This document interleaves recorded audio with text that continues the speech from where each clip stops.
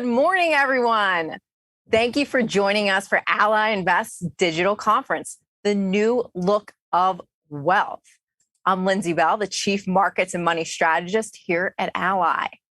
Well, it looks like we've got a nice crowd to kick things off here. You know, it's going to be a really great day. We've got some really hot topics that we're going to cover, and we've got some really great and amazing speakers with deep insights on these topics. And of course, we've got you guys, right? We want to engage with you all day because the goal of this is really, we're here to help you feel better about your financial life. I hope you've had a chance to answer the poll question at ally.com/live poll. You can see it on the screen right here next to me. Now, before we get started, I want to know how excited you guys are for today. Give me a heart, a clap, a smile. If you're in YouTube, it's in the chat box on the right or the comment section. If you're in Facebook, Twitter, or Instagram, I want to see that we're looking alive out there. I want to have this energy going strong throughout the day. So give me a sign that you're with me and you're excited to get started. So wealth, that's what we're here to talk about. Wealth, money. What an interesting time to talk about that topic, right? I mean, we're quickly approaching the 2-year anniversary of the start of the pandemic. And I know there's still a lot of people out there that are trying to get their footing in the wake of this pandemic. But the good news is, I think it's fair to say that the events of the past 22 months have gotten us all thinking about money just a little bit differently. These days, when it comes to money, well, the headlines are full of inflation worries. You know, you've read them, including all those various supply chain woes. There's all the different inflationary terms are really out there. They're all being tossed around. You've got hyperinflation, you've got stagflation, you even got deflation people talking about. And this is just as we've got core inflation at its highest level in 30 years. I'm sure you're seeing it at the grocery store, right? And we've got Washington out there touting the need and the danger of adding more government spending. So today, we want to know, how's all this affecting the consumer? How's this impacting you? Has it changed the concept of wealth? What has the last 2 years done to that? Has the perceived importance of wealth changed? Data from a recent Ally poll has illustrated diverging opinions about wealth, especially among women and millennials. We're going to get into that today. We've actually found that people have a distinct numeric threshold when it comes to reaching wealth. It's probably not too surprising, of course, but most people view $1 million as being wealthy. Of course, now the older you get, that answer might change. For example, when we look at the boomers, they're more often viewing 2 million as the mark for being wealthy. Hey, maybe perceptions change as we approach retirement and realize just how long $1 million is going to last us. Maybe it's that inflation again that we're talking about and seeing and hearing all about, right? But that's just an overall number, okay? So women expecting to be wealthy are outnumbered by men by nearly 2 to 1. And as we know, this pandemic, it's really impacted women and their income vastly more. So this discrepancy may partially be related to the deeper hole women face following the COVID pandemic. So it's questions such as these and finding the answers, plus just getting the conversation going about money, that's the impetus behind our conference today. Whether or not true wealth is achievable in one's lifetime, we know that we're living longer than ever before, which makes it more important than ever before that we consider the longevity of whatever wealth we create. An imperative to that journey is finding support throughout every stage of our wealth building journey. So today we've got Ally Invest's Nicole Cope. She's an expert in wealth advisory, and Frank Litke, an executive director at Ally Invest. They're going to be joined by Ally Bank's Emily Shalal for a discussion on money, politics, and a pandemic. Younger investors are taking a bigger role in managing their finances, and our panel is going to touch on how more holistic view of finance, from savings all the way through investing, can work with your wealth journey. They'll also be touching on how the pandemic impacted their own financial lives. They might be the Ally experts, but they're more like you than you think. They're human after all. There's been a great trend towards younger people seeking out advice from social media for markets and trading ideas. these social media luminaries, if you will, the finfluencers, sometimes they're known as, they've got unfettered access to dispense advice, right? So how does a young, maybe less experienced investor navigate all that noise? Well, I get to sit down today to chat with Jaspreet Singh, the founder and head of the Minority Mindset, to discuss social media's influence on investing.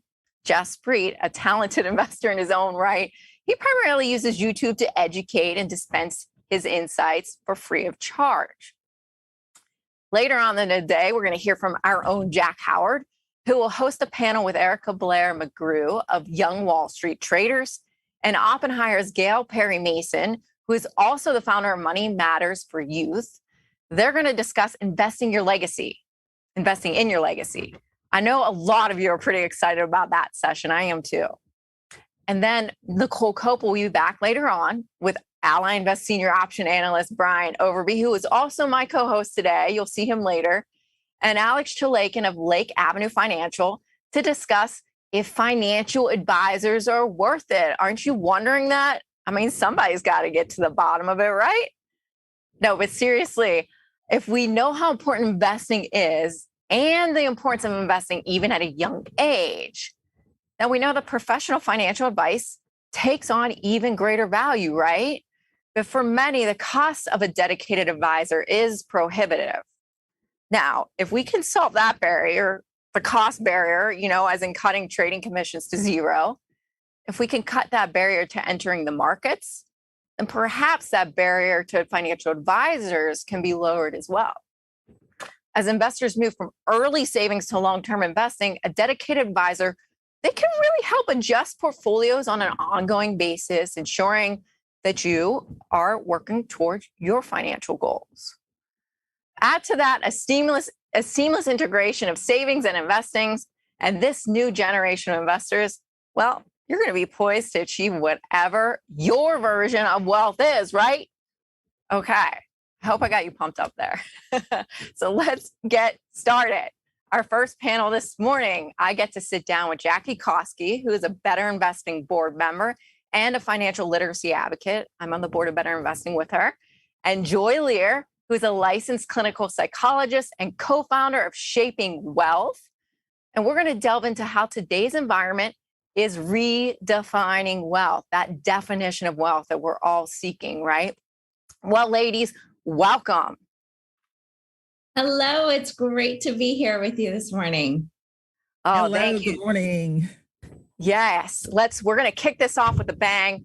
How are we going to redefine wealth? Well, to get started, I want to look at that poll question that I had the audience answer right at the start here while I was blabbing on. I gave you a lot of numbers and statistics and things to think about. But the question that they were pondering is, what word do you associate with wealth? And the choice, just so you know, they had the choice of freedom, money, power, and time.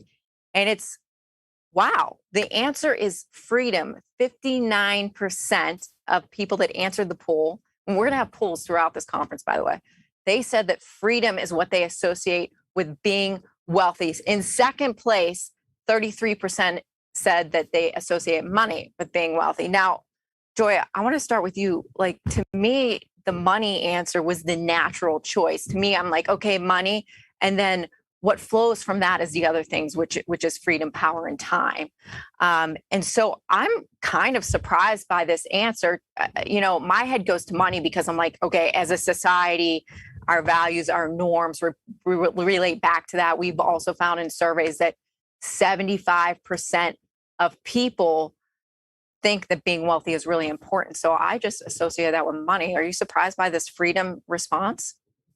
Well, when I think about wealth as it relates to the idea and concept of financial well-being, freedom makes a lot of sense to me. I think this idea of financial well-being and even wealth is really misunderstood because it's not about being rich. It's really a larger quest to live a good and meaningful life. And financial well-being and wealth really addresses safety and freedom, both today and later. So, and I think as we step back and take stock of all that people have been through the last couple of years, I think there's been a real reckoning and a real asking a lot of questions about what really matters. And all of the things, all of the stressors, all of the fears that people have faced, the fact that people have been really stripped of control, and in a lot of ways, their freedom has been constrained. I think there's a real desire to have that now more than ever.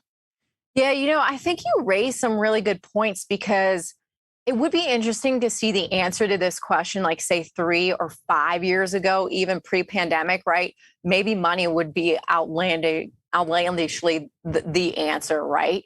But now it seems to be there's been a shift, and we'll talk about how my millennials think about being wealthy later in this conversation. But there does seem to have been this type of shift, and to your point, maybe that's why you're seeing so many people leave the workforce because they value freedom. They value their time so much more than money than they ever used to.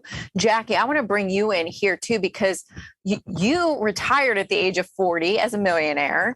How do you view wealth? What would your answer have been? Of course, there's no wrong answer here. I want to put that out there first and foremost. But how would you view the answers here? Well, Lindsay, I can tell you, I was so encouraged by seeing freedom as the top answer versus money, because that's really what I discovered. I mean, when I was young, I grew up in poverty. So I just wanted to be rich. I thought that was money because it was so far away from me.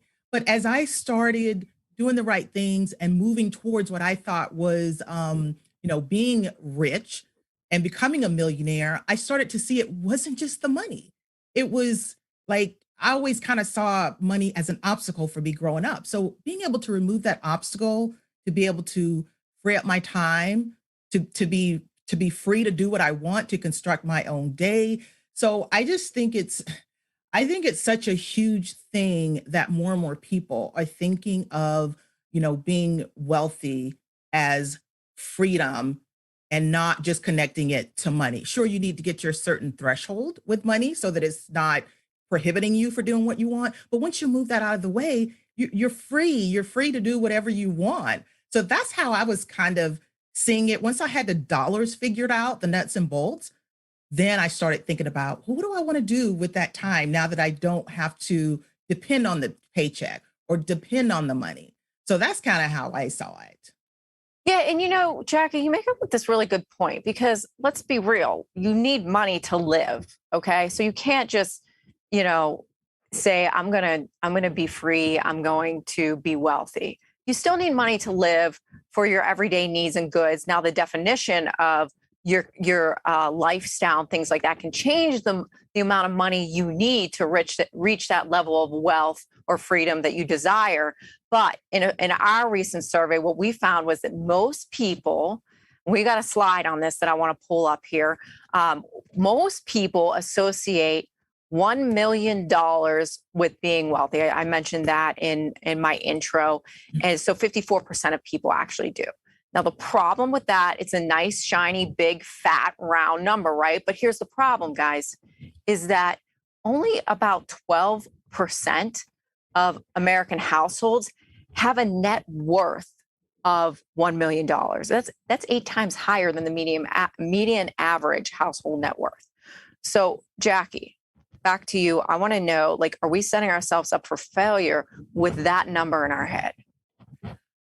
I don't think we're setting ourselves up for failure because I think that you have to have some goal. And what happens if you don't make that goal? Okay, you came close to it or you were moving in that direction.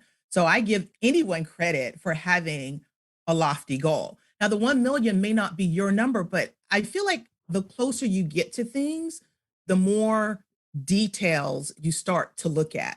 So is $1 million your number? You might say, I only live off of, $30,000, $40,000 a year. So I don't know if I needed $1 million. Or you might say, you know what, I live a lavish lifestyle. I need way more than that. So I think that it's important to kind of to know that getting to that $1 million number is still important, but how you view it matters. And the closer you get to it, the more details you would want to look at and craft it for you as an individual to the way that makes sense for you. Joy, do you find it valuable to have at least a threshold, whether it be $1 million or more or less? Do you think that's valuable for individuals as they're planning their future and what it means to be wealthy to them? I think what is far more important than a number, and numbers can be really arbitrary, is looking at what do you have versus what are you expending? Because it does not matter if you are making $1 million, $2 million, $5 million, if your lifestyle is always just a little bit or far exceeding what you have. The stress and anxiety that causes is going to create a lot of problems. Really, this speaks, I think, to the issue of contentment.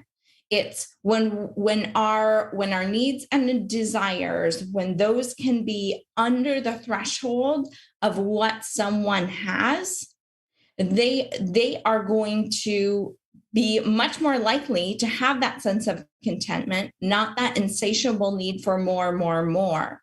Because are you really wealthy if you are making $1 million a year, but you are in debt, you are financially stressed out of your mind, you're looking around at everyone around you thinking, well, they have a nicer car than me, but they're going on a fancier vacation. I think all of those things can really, really impact someone psychologically, emotionally. That can have a negative impact on relationships. So as we are talking and thinking about wealth, we need to really be opening up the way we are looking at this to go far beyond numbers. Yeah, I think you're onto something there. I want to continue with that thought, but before I do that, I want to open it up to the audience for another poll question, which we have. And so you got to go to ally.com/live poll to answer the question. But the question is, do you believe you will be wealthy in your lifetime? Yes or no? I'm going to give that a little bit of time for people to answer the question, and we'll see what we come up with. But what you were leaning towards there, Joy, is a topic that really is relevant in this day and age. Is perception is everything, right? Especially with the proliferation of social media. You can see what you think or what people are showing you that they're doing, which is usually like the best part of their lives, right? So the question is how does perception play a role in you feeling content, or you feeling wealthy, or you feeling like you're on track to be wealthy? I think it is huge, because one of the problems with social media is everyone is comparing their private lives, so all of the messiness, to other people's public lives. They're edited, curated highlight reels. And I think that leads to a lot of dissatisfaction. It leads to a lot of pressure. And then people are funding what they believe they should have, or they think they are entitled to have, or believe it is possible, because they are looking around and thinking, well, that's what everyone else is doing, so that must be what is expected of me. That must be what is just natural given who I am. And I think we can look at the filtered, smiling faces, and we don't see the private pain that's going on behind that.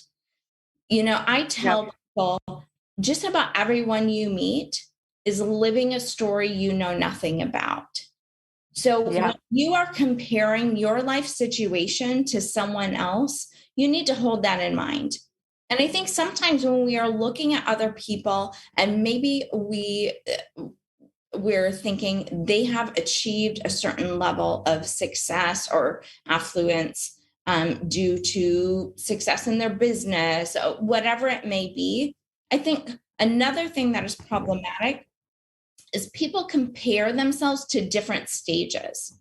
If someone has achieved a lot of success in their business or their life, what we haven't seen are the years of all of the hard work, the really unglamorous, unsexy things that have led up to their getting to where they are.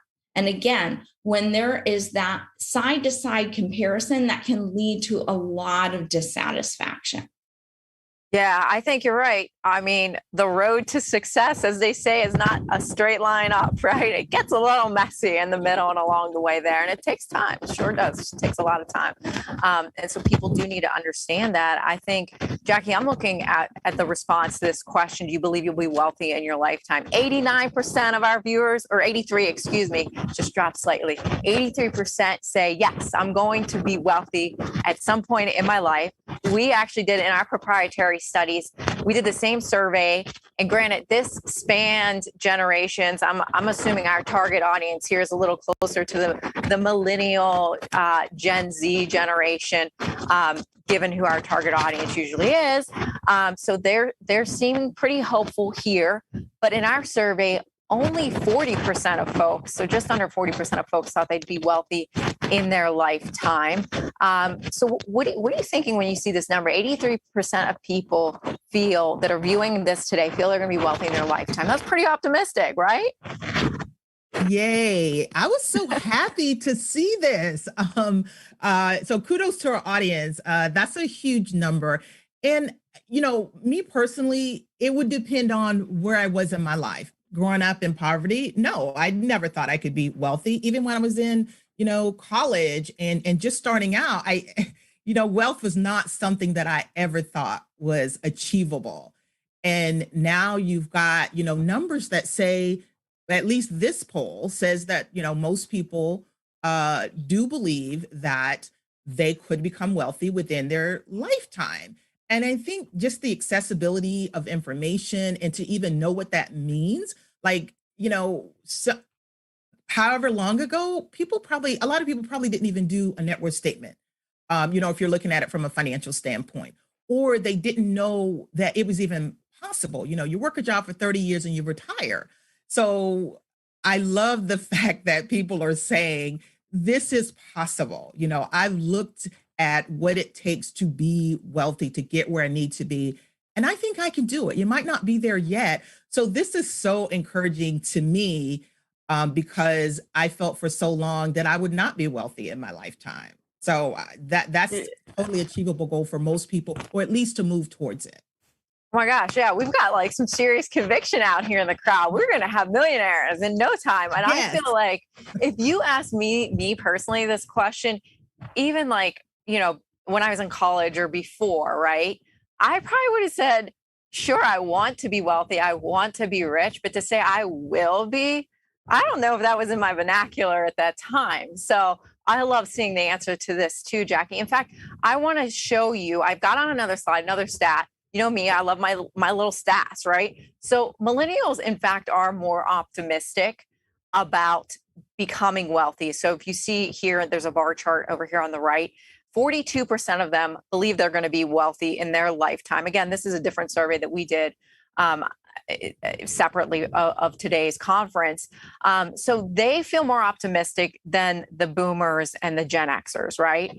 But they also feel that it's more important to be wealthy. What I'm not showing on this slide is that 79% of millennials feel that it's very important to be wealthy at some point in their life. Now, interestingly, also, there's a lot of information on this slide, I know, but millennials think about wealth a lot differently than older generations, right? So they focus on investing, right? So that's more like in the now, but then also building generational wealth. So they've got a little bit of both, right? They're thinking now and they're thinking later. They're thinking about their family. But Gen Xers and boomers, they're more focused on being wealthy for financial health and security reasons. So they're able to pay off debt, they're able to retire, all those functional type of things. But then also personal freedom. So they, like we talked about earlier, so that they have the free time to do what they want, and they're in control of their own lives, I guess you could say. So Joy, I know you talked to a lot of different people. Millennials being more optimistic about the potential to be wealthy. I want to get your perspective on it, because all I ever read, all I ever hear in the media, and technically I'm a millennial. I'm not one of those old millennials, but I'm a millennial. Okay. And, all I hear about millennials is, oh, poor millennials. They graduated into the great financial crisis. They couldn't get jobs. Once they did get jobs, they got no pay raises for the last decade, right? Oh no, then we hit the pandemic-led recession, which they got hit pretty hard, right? And now they're coming of age. They want to buy homes, and you've got U.S. homes crossing the median home price crossed 400,000 most recently for the first time ever. So how are these people, how's this cohort feeling more optimistic? What do you think? I think sometimes when we are faced with challenge and adversity, we have a choice about how we are going to respond. Are we going to become a victim of our circumstances, or are we going to step back and say, okay, how do I learn from this? How do I grow from this? How do I carve out opportunity in this? And I think when we think about millennials, and I will just say, I really don't like a lot of the ways that we make broad sweeping statements about groups of people based on when their birthday is. I don't think that serves anyone. But I think there's been something that's happened the last, let's say 15, 20 years, where based on the economic circumstances in history that young adults and adults now in their 30s and early 40s have faced, the way in which economic events have coincided with milestones in someone's life timeline, has led them to have to step back and think more creatively and innovate and think about, okay, life isn't going according to plan. So how do I start to create my own path? And I'm so heartened to, going back to that poll, so heartened to see that number about people really being connected to confidence that this is a possibility for me. I'm going to pursue this as my goal. The stories we tell ourselves are the most powerful stories we will ever listen to. And we really have to be careful how we create self-fulfilling prophecies, either positive or negative, because the things we say to ourselves are going to subtly impact the way we're feeling. And then our feelings have a knock-on impact about what we have the energy and motivation and are choosing to do. And then those actions over and over are going to compound and send us in a certain direction. So as we think about our mindset with money and wealth, I think we really have to step back and be cognizant about the way we are framing it in our mind and the narrative that we are buying into.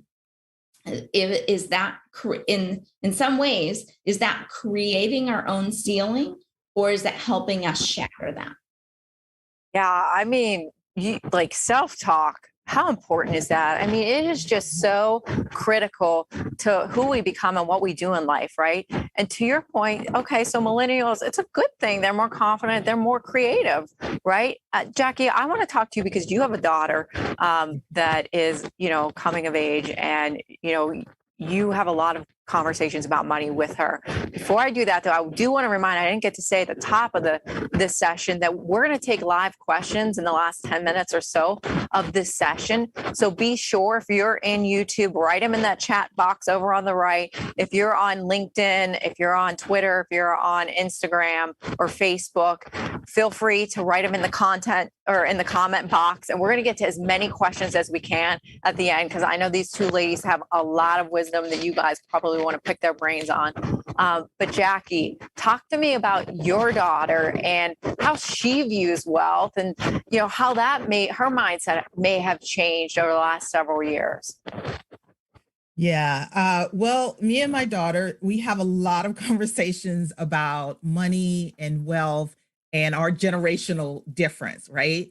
So I was happy that she was able to be in a household where it was okay to talk about money. So we've had the money conversations and it's not taboo. Now for her, she's done with college now. So she's starting her adult life and she is excited about investing. And she even, she just bought her first home and she teaches me things about money because she's willing to dig for answers and using the technology. She was born in the technology generation. And, that's how I kind of think of millennials. For most of them, their entire life, they've had access to look up anything they want to Google anything they want to. And I think that has served her well and served me too as a mom, because she's got these new things that she comes up with. And she's like, Mom, did you know about this? Did you know about that? And a lot of times I'm like, no, tell me about it. So I can see like the glee in her eye when she's learning about things, and the fact that she will go dig and figure out how to do certain things that's going to benefit her. And I think the other big thing is that working a regular job, for, 10, 20 years, and then we retire, even, 30, 40 years for a lot of people, that was kind of the way to accumulate your wealth. Her generation, and kind of having a front row seat to what she's doing, she's not afraid to be an entrepreneur, self-employed, works from home, knows that she needs multiple streams of income, knows how to invest, knows how her money grows, knows about compound growth, all of these things. It's like, if I had that when I was in college or when I was her age, maybe I'd be further along. So I just love the fact that she is curious.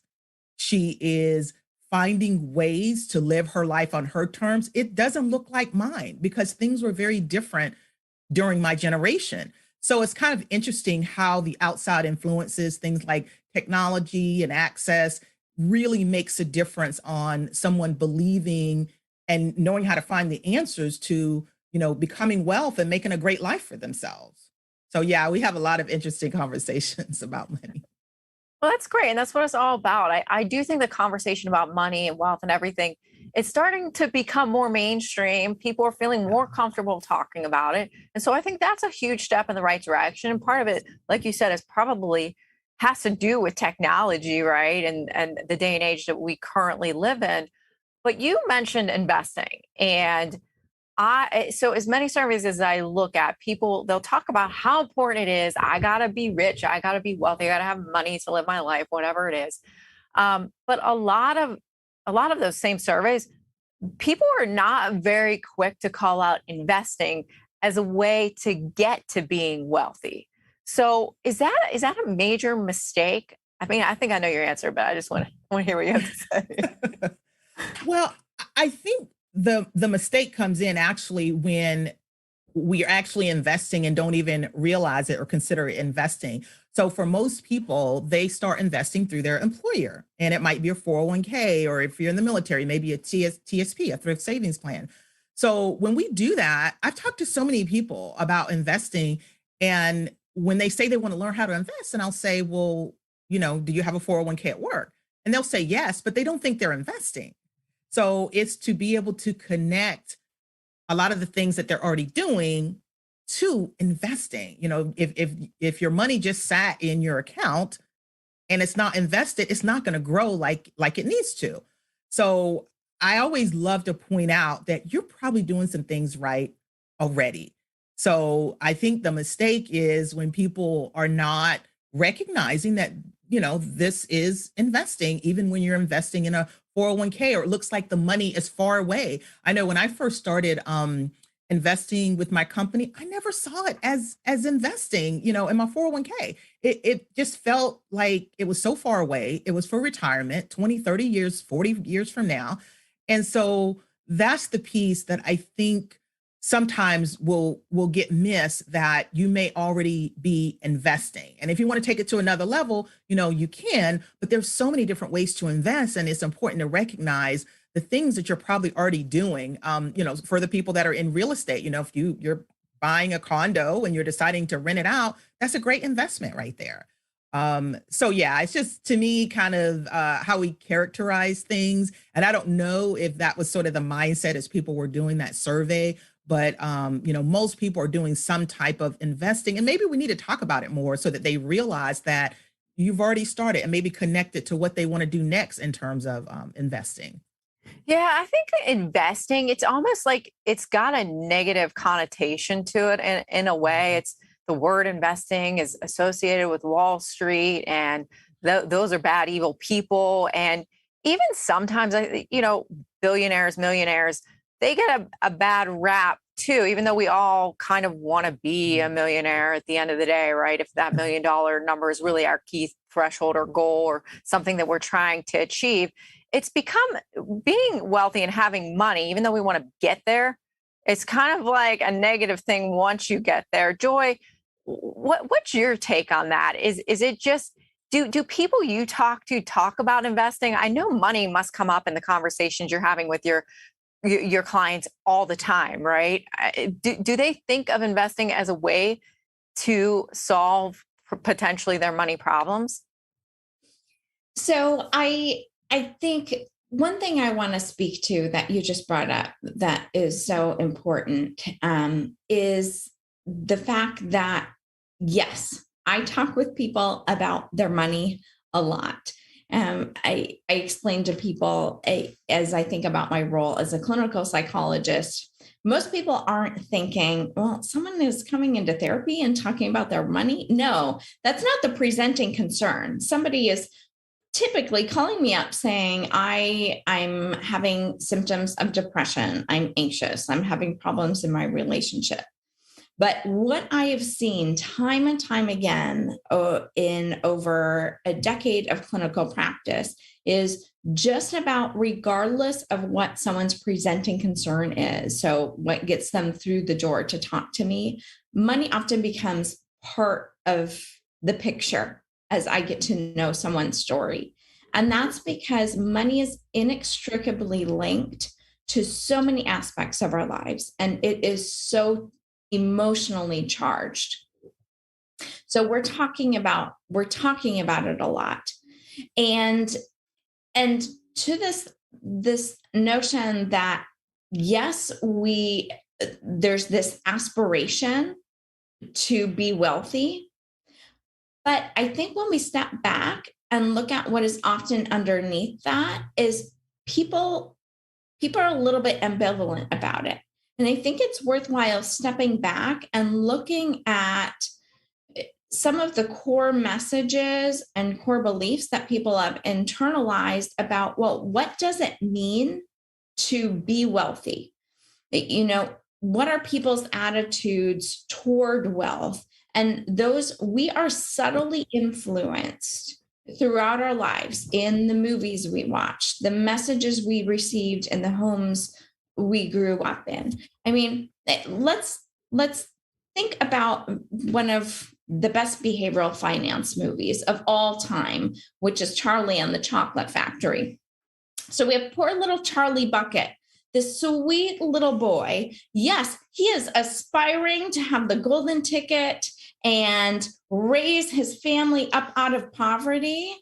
But in some ways, we put him on a pedestal because his family is poor. And I want people to step back and think about movies you watch. What light are affluent, wealthy people cast in? I think a lot of times it is negative. They can be the villain, they can be the Scrooge, whatever it is. They are greedy.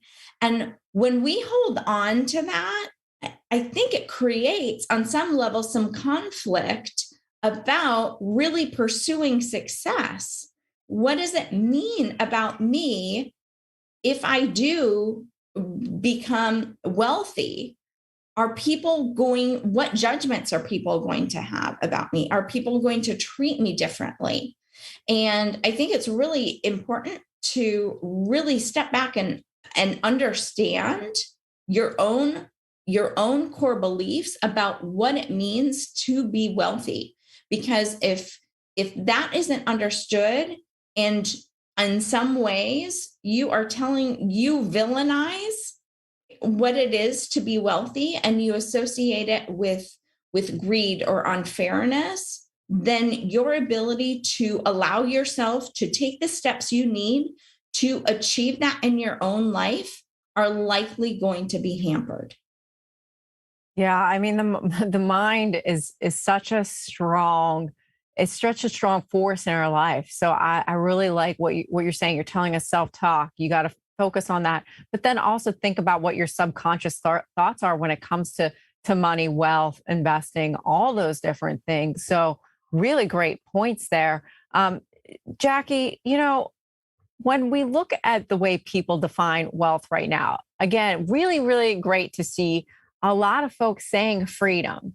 I love that too. We talked about that, but money still is number two. And in the survey that we did, really, when we look at the option of being healthy, having freedom in career choices, or being able to donate to charities, having extra money for philanthropic purposes. Gosh, can't speak today.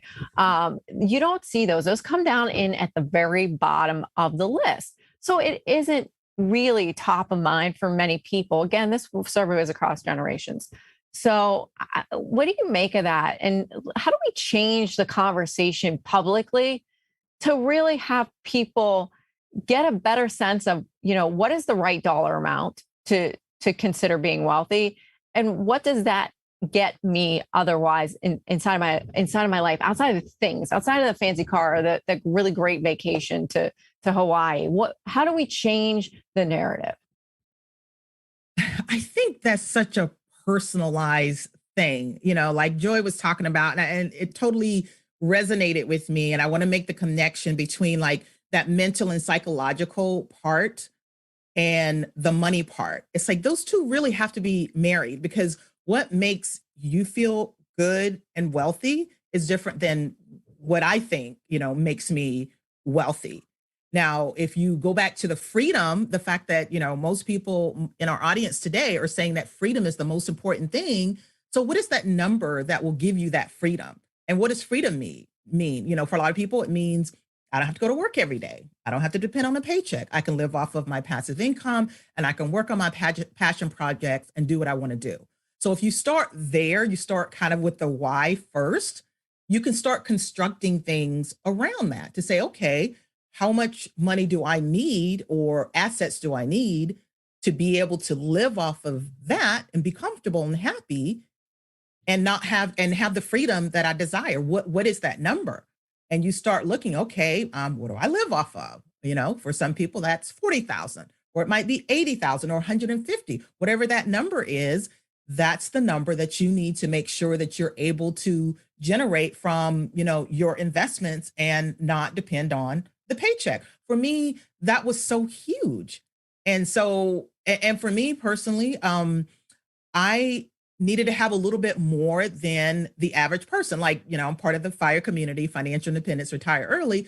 And the number is 25 times your expenses. Well, when I got to that number, it still wasn't good enough for me, because I needed a little more of a cushion before I actually felt okay leaving this great job and saying I'm going to follow my passion and I'm going to, have this freedom. So I was at a number that made me comfortable enough to know that if everything goes wrong and I lose everything, I still have enough of a nest egg to be able to live off of comfortably and still have my freedom. So it starts kind of with, like Joy was saying, the mental part, the psychology, what makes me feel good, what puts me in a position of power where I know I'm going to be okay. And let me start with that and figure out what that means, from a mathematical standpoint. So it's going to be different for everybody. But in my particular case, my why was the biggest motivator of all. And I think that could be true for most people. Well, I think a lot of people struggle with, okay, what is the number? Just like you said, and the fire, that rule of thumb, what is it? It's 22 times your expenses. What you said? 25 times your expenses. And so I think that's really important, because that's where people just get bogged down in the weeds. Like, Joy, you probably see this a lot. People are like, okay, I know I need a lot of money to retire early, and they just arbitrarily pick that $1 million, right? But like, what's some advice you can give to people about how do I really come up with that number? Where do I start? How do I clear all this noise in my head about all the things I need or want to get started on figuring out how to get to where I need to be? So coming up with that. Oh, I'm sorry. That was for Joy. Sure. But you can chime in after Joy. Okay. I think this is sometimes where it is so beneficial to be working with a third party. I think in all aspects of our life, working with someone outside of ourselves who can help us plan, help us be accountable, and help us see our blind spots can really help us up level in all spheres. So you have personal trainers, you have therapists, and I think financial advisors can be critical in really helping someone chart out their goals and then help ensure that they are staying on track to meet them. At the end of the day, when we are thinking about wealth, at Shaping Wealth, we talk a lot about this concept of funded contentment. And really that is underwriting a meaningful life. And what a meaningful life is different for everybody. So really stepping back and asking, what are my values? What really matters to me? What do I want to be able to do?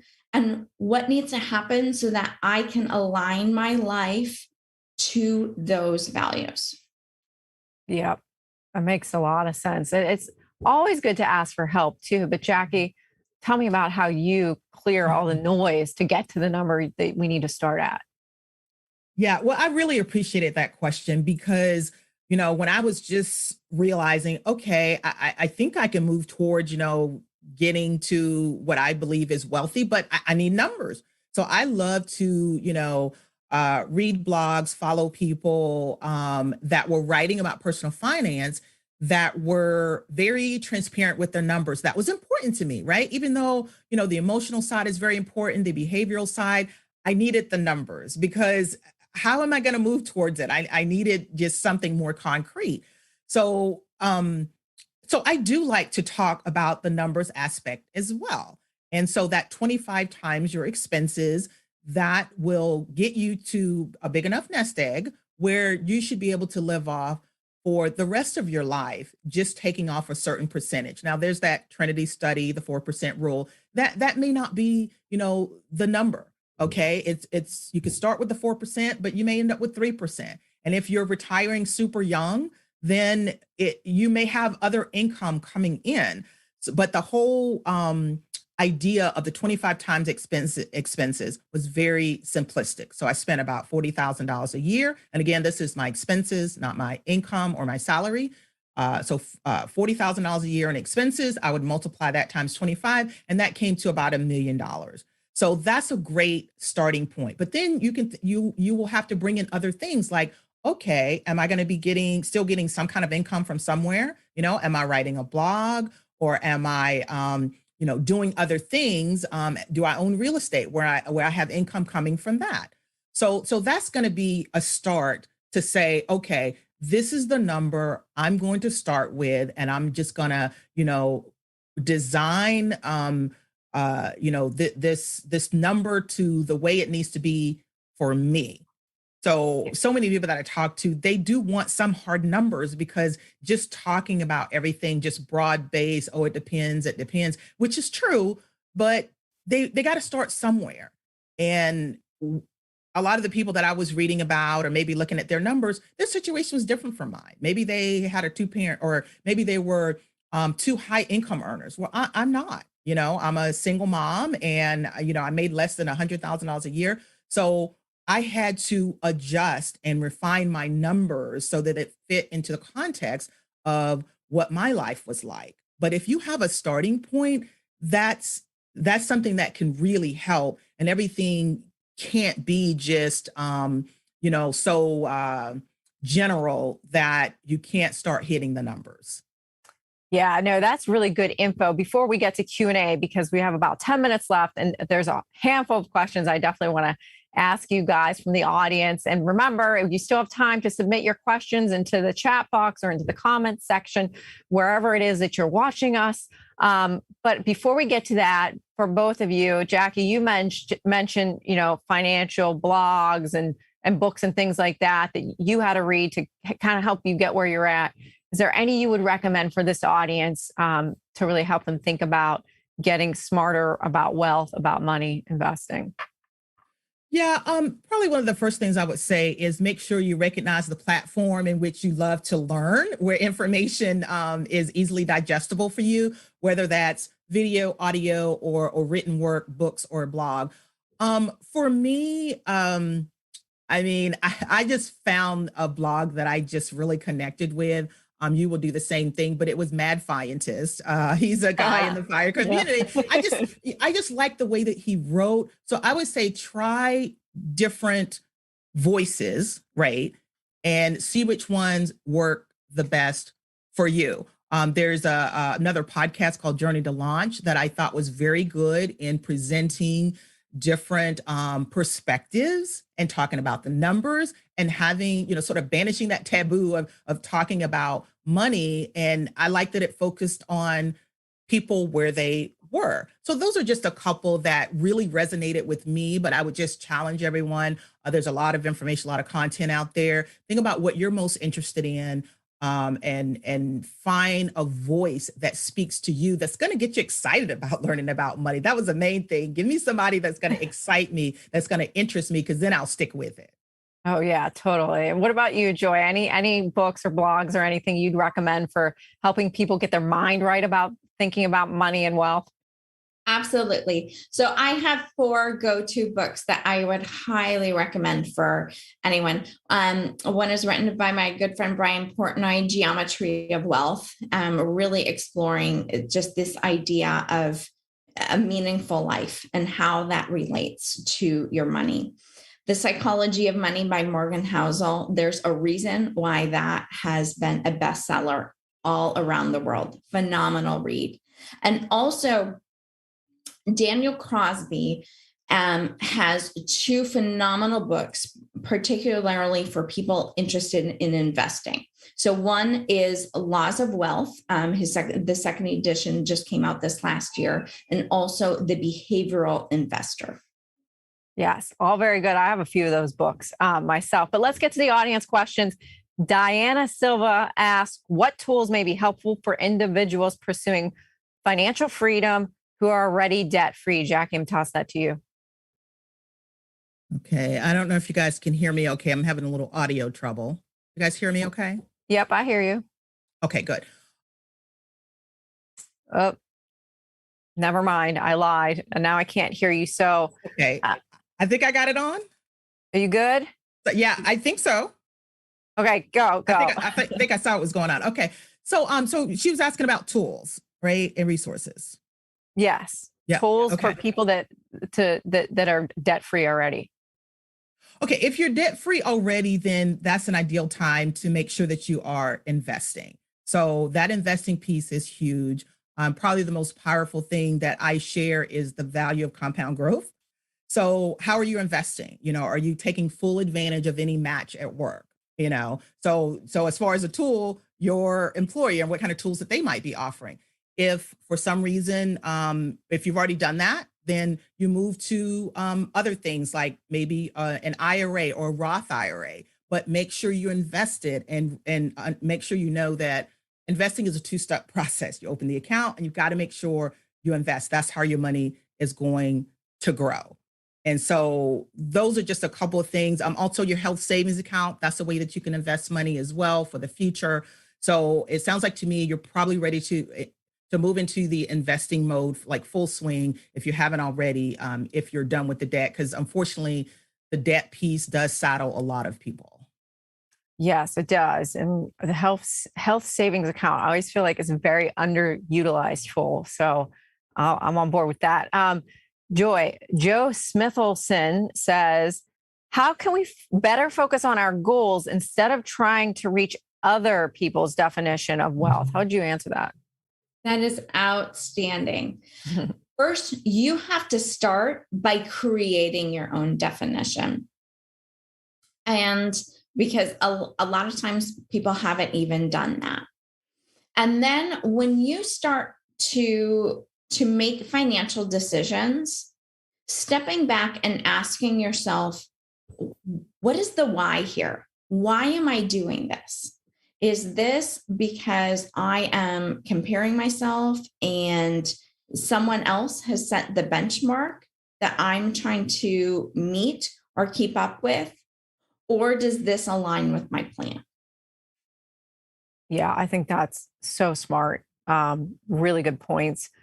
There's a couple questions I know in the comments about generational wealth. I'm going to save those for Jack Howard's session later this afternoon. She's going to talk about building a legacy, and we're going to talk a lot about generational wealth there. So I want to save the meat of that for that. But I will ask you ladies, one question is it worth trying to build generational wealth if you don't plan to have children? And how soon should you think about that? Jackie, why don't you start? Sure, because I do have a kid, and I was always straddling between spoiling her and making sure that she had a better life than I did, right? But I also have 11 nieces and nephews. And so even if I didn't have, well, I have both now, so I'm going to take care of both. But even if I didn't have a child, I think generational wealth, it doesn't necessarily mean it's just your immediate family. It's for the next generation. So I'm thinking about my nieces and nephews. I'm thinking about other people that may have grown up disadvantaged like I did when I was young and, in high school and in college. So I'm thinking about an entire people that I would like to make better. And that could come by way of, leaving my legacy to a certain charity that might focus on financial literacy and education. So I always think about generational wealth in a much broader sense, even though I do have a daughter, she'll be taken care of, but I just want to spread it much more and have a much bigger impact on the next generation from a lot of different perspectives. Yeah, I think that aligns with everything that we've talked about in this panel, is really understanding your why, being clear and concise about what you're trying to do with your money. So your definition of generational wealth might be different than somebody else's. Your definition of wealth, period, might be different than someone else's. But with that, I'm going to ask the last question of you, Joy, which is, can your definition of wealth change over time? That's from @WagMe. Absolutely. And I think it often does. As we go through different seasons in our lives, our priorities and focus and needs change. So understanding that your journey as a financial being is going to evolve and grow as you do as a person. Great. Jackie, I don't know if you have something to add about wealth, the definition of wealth changing over time. Yeah, I mean, it is going to be changing over time. I just feel like the most important part is kind of setting up that next generation to imagine wealth the way that they want to, as it applies to them and what's going on at that moment in time. So that was it. Just, I know it's going to be different than mine, and I want to set them up to be able to, achieve whatever the definition of wealth is at that time. Well, this was great, ladies. Thank you so much for your time. I really hope the audience enjoyed all the discussion that we had, because we talked about a lot of things, a lot of really great things. Hopefully we're stimulating people's minds, thought process when it comes to money. But that is unfortunately all the time that we have today with this topic. We will be back after a really short break, a 5-minute break, and we're going to be back with an ally panel to talk about money priorities and a pandemic. You only have 5 minutes, so use the bathroom, do what you got to do, and we'll see you right back here. Wealthy people take all types of paths to their wealth. but they all view their money the same way, as a tool that works for them. And you can too. Give me just 2 minutes of your time, and I'll teach you how to be rich-minded. 1. The rich are honest with themselves. The best wealth builders know exactly where they stand in their financial lives. They know how much debt they owe, what their expenses are, and what their income is.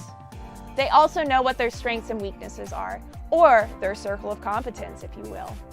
Rich people know they could do an okay job managing their money, but they focus on what they're good at and they leave the rest to the pros. Plus, they value their time as currency. 2. The rich make their money work for them. They give their money the best chance of success. They pay themselves first instead of trying to save what's left over. They also take advantage of compounding, which is the exponential growth that can happen on top of any previous growth in your original investment. And they know when to take calculated risks. They also think tax-free before taxable, which means they prioritize tax-friendly investing opportunities like 401ks and health savings accounts. 3. The rich practice financial self-care. They have goals and dreams that they haven't realized, just like we do. And they get tempted to stray from their plans as well. The difference? They build a plan that allows them to give into some temptation, like a treat-yourself spa day or a high-flying stock, without making any decisions that could deter them from their financial goals. They have their long-term strategies and their short-term tactical money. And they protect the long-term by giving their wallets a cushion of savings in case an emergency happens. So now that you're in the wealth mindset, let's take a look at your money. Join our thought leaders in just a few minutes as they talk about how COVID has changed our wallets and our priorities.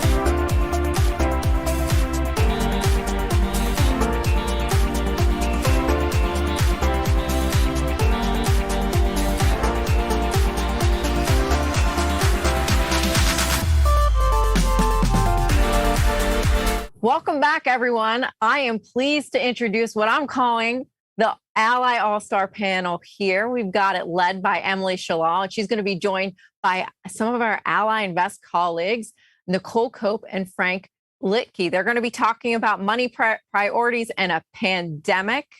And we're going to get their thoughts on how that's shaping the way people view money now. Don't forget, we're going to take your questions at the end of their session. So drop them in the box on the right if you're on YouTube, or put them in the comments section if you're on Facebook, Twitter, or LinkedIn. They will be taking your questions, as many as we can, at the end of the presentation. We like this conference to be very interactive. Keep the energy going. Give me a high five, a big smile, a fire sign if you're excited for this panel, because I am. With that, I'm passing it on to Emily. Take it away. Hi, guys. Welcome to Money Priorities in a Pandemic. We're super, super excited for this conversation today. And I think to kick things off, we really want to hear from you. So we're going to do a quick poll. So if you guys could go to ally.com/live poll, that's ally.com/live poll, and answer. We want to know about your money habits during the pandemic. Have they improved, worsened, or stayed the same? So while we're letting you guys answer that poll, we're going to get started with Frank. So Frank, I'm really interested in hearing from you and really how your habits have changed over the pandemic. And if there was a lesson that you really learned that you're going to keep with you after the pandemic is just a long memory for you. Thanks, Emily. And it's great to be here today. And thank you, Lindsey, for the introduction. And, these digital conferences have been something that's been incredible to participate in. So it's great to be here with all of you today. As I think about the biggest lesson I learned, or the takeaway, the lasting impression that some of the pandemic impacts had on finances and my money and thoughts about investing, it was by far to stick to a plan, to stick to an established routine and what you've set up in your long-term strategic goals and priorities. Many times when engaging in your finances, it's really easy to get influenced by the now and what's happening. Absent any catastrophic events such as a job loss or a major life change, in general, I've always read and learned that it's better to stay on track with your plan.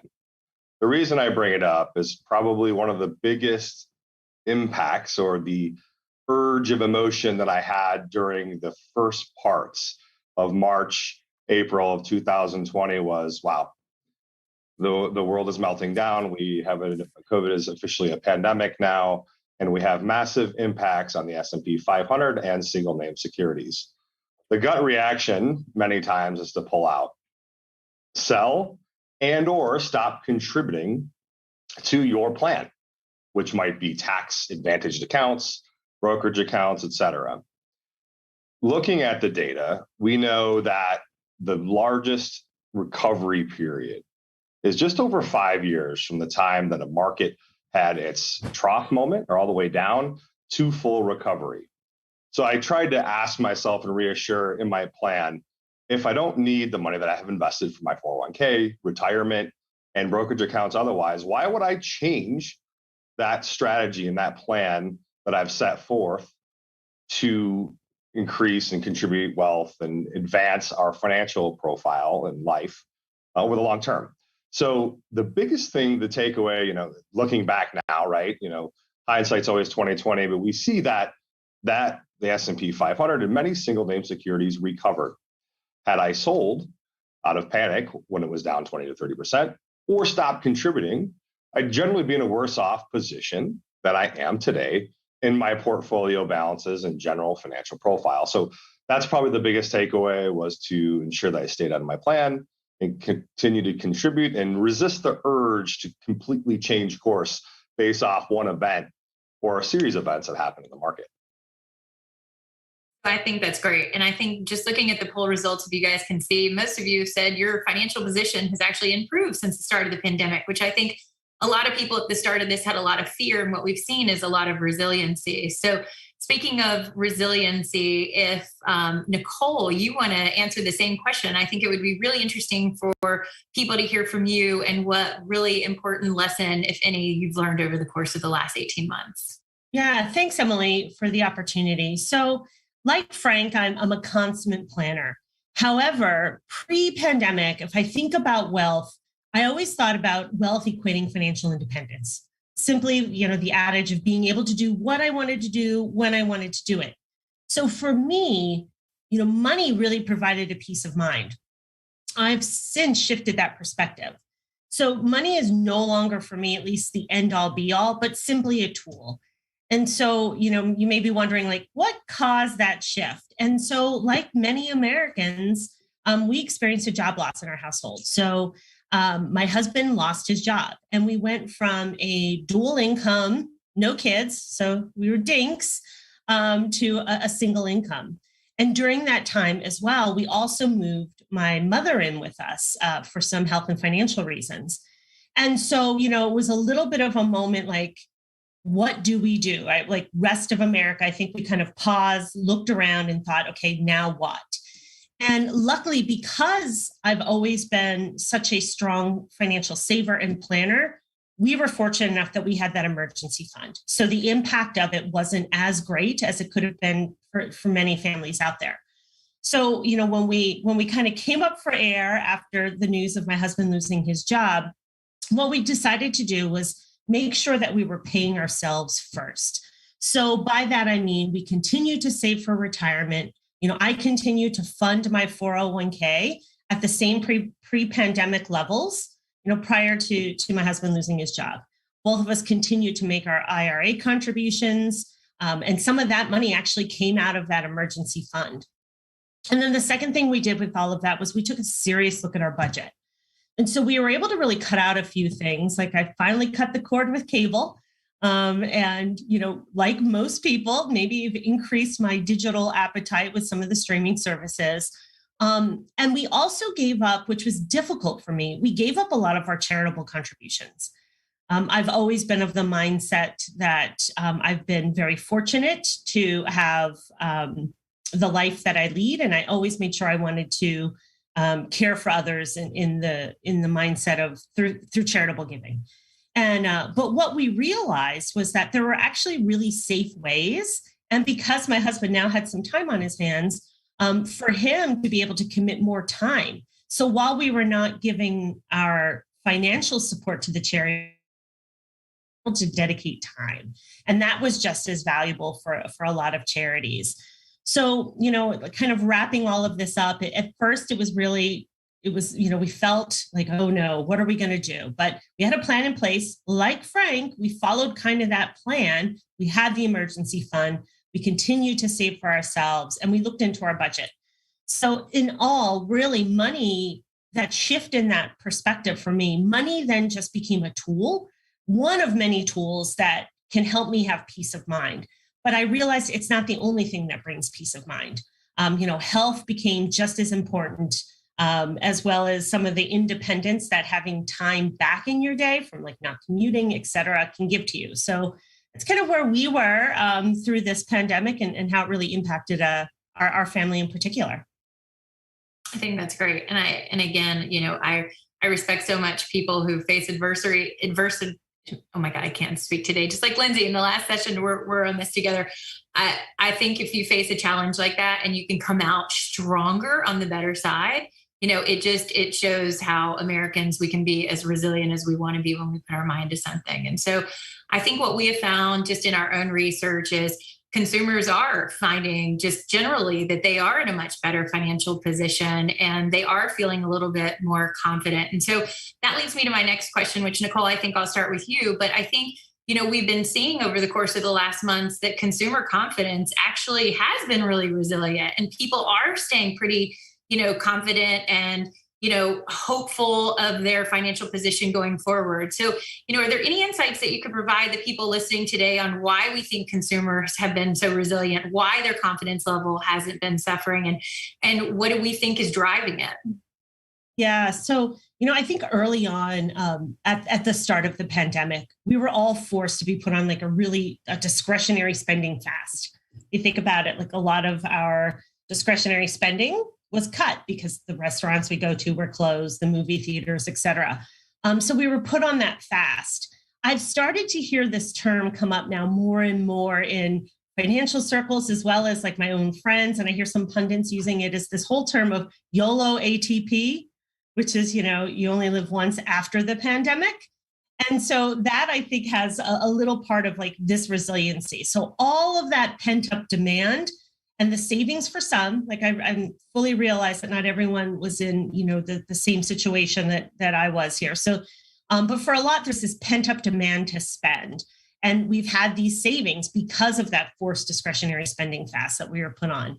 And that's led to, I think, a lot of the optimism we're seeing from consumers. But my caveat for that is like, then what happens when we go out to spend? And I think this is why we see some of these mixed results of some people feel better, some people feel worse, is now when you go out to maybe spend or reemerge from into the economy, we're seeing inflation. We're seeing inflation around us.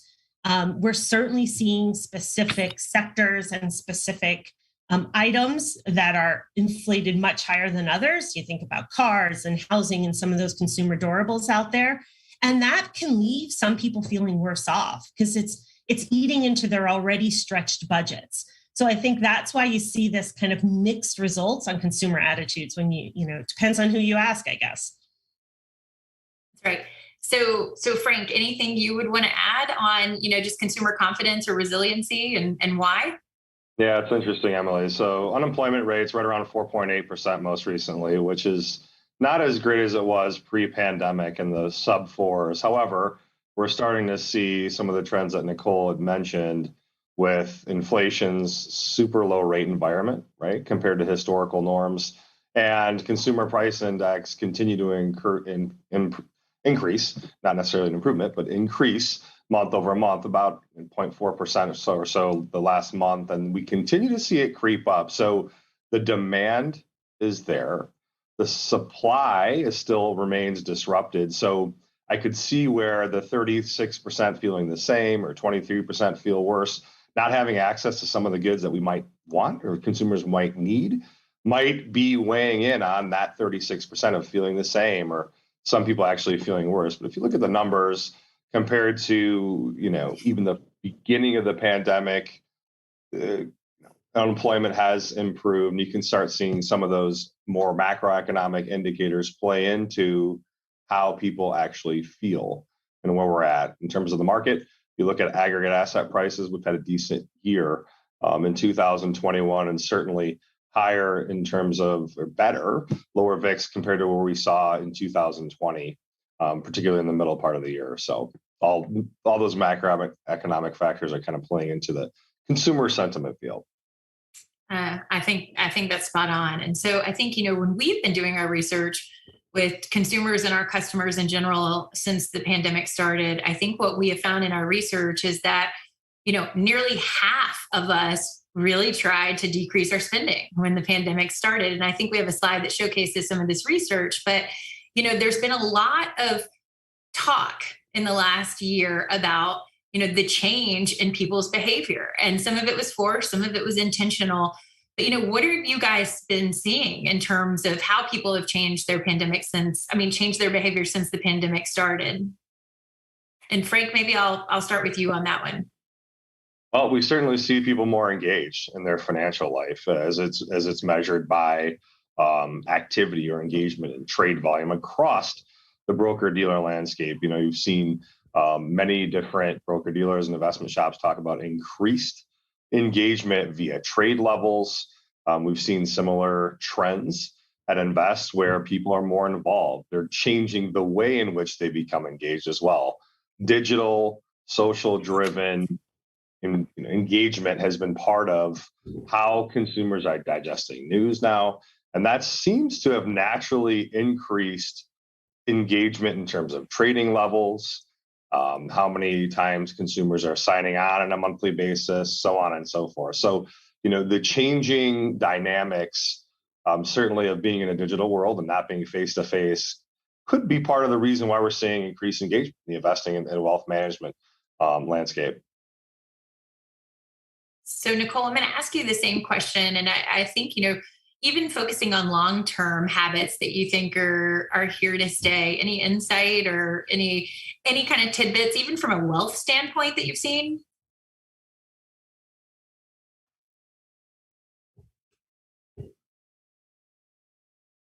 I don't know if Nicole's.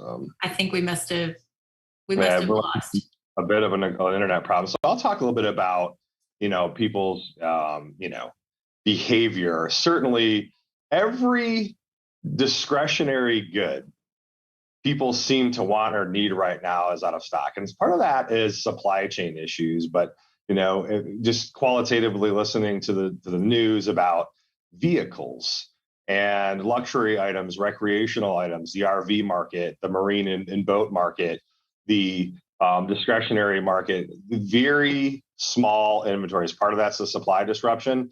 But in listening to some of the surveys and talking to either dealers or people that are salespeople in these spaces, the demand is super strong.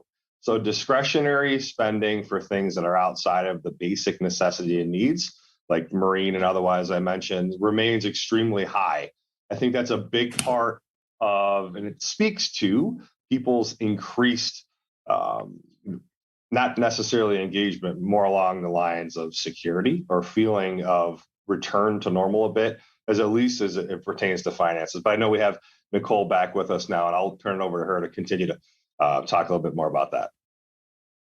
Yeah, so Emily, I'm sorry, we're having some Wi-Fi issues here. So what was the question? And I'd be happy to address. It was a question just about how consumer behavior has changed since the start of the pandemic. And my specific question to you is if you had any tidbits on the wealth side of things, if you've been seeing anything on that front. Oh, yeah, that's a great question. So thank you so much for that. So from the wealth perspective, like consumer behaviors have changing. Certainly we're saving more. So we're seeing that then in increases, as Frank might have alluded to, in self-directed accounts. We've seen investors almost use or turn to the markets for entertainment purposes. We saw that run up with some of the meme stocks. And then otherwise, like from the other, if you think about the other side of wealth, if you think about the planning side of wealth, what this pandemic has taught us is that if we did not have a plan, we were kind of caught with our hands in the air. But those who have had a plan and had the intestinal fortitude or the advisor's support to help them navigate through this time actually came out better on the other side. And I think the second part of that with wealth especially is you're seeing a lot of adoption too of technology in that space. So in the past, most individuals, when they were meeting with advisors or dealing with their banks, they thought they had to do that in a brick and mortar setting. And what the pandemic has taught us is that you can do those things virtually. You can do them through Zoom meetings, over phones, et cetera. So from a wealth space, I really see how advisors engage with their clients changing. I don't see as many advisors anymore having or relying upon those face-to-face meetings as a way to engage with their clients, but certainly using technology as a way to change their engagement with their clients. Yeah, I think it's great. So we did a pulse check with consumers asking what habits will stick as well.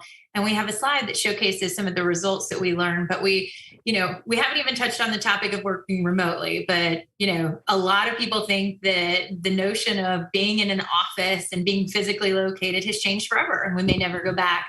I think people have realized that there's also a quantifiable impact to spending more time at home. I think, there was a person we talked to a couple of weeks ago and he said, I was always on the road. I'm a consultant. I lived in airplanes and hotels and I spent 6 months with my family.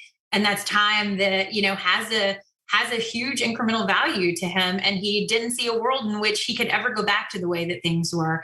And I also think the earlier, topic that we talked about, which is just, controlled spending. I think we as Americans are bombarded with, the notion to spend. You're going to see sale signs, you see commercials encouraging us to spend, and the temptation is everywhere. And I think, Americans since the start of the pandemic have done a wonderful job really trying to prioritize where they put their dollars. And, I am so hopeful for the health of the consumer going forward that habit sticks. So with that being said, we're going to continue to plow along. So Frank, what do you think, or what are some good tips for people on just how to approach financial planning in general, especially when they're facing uncertainty and things that are well out of their control?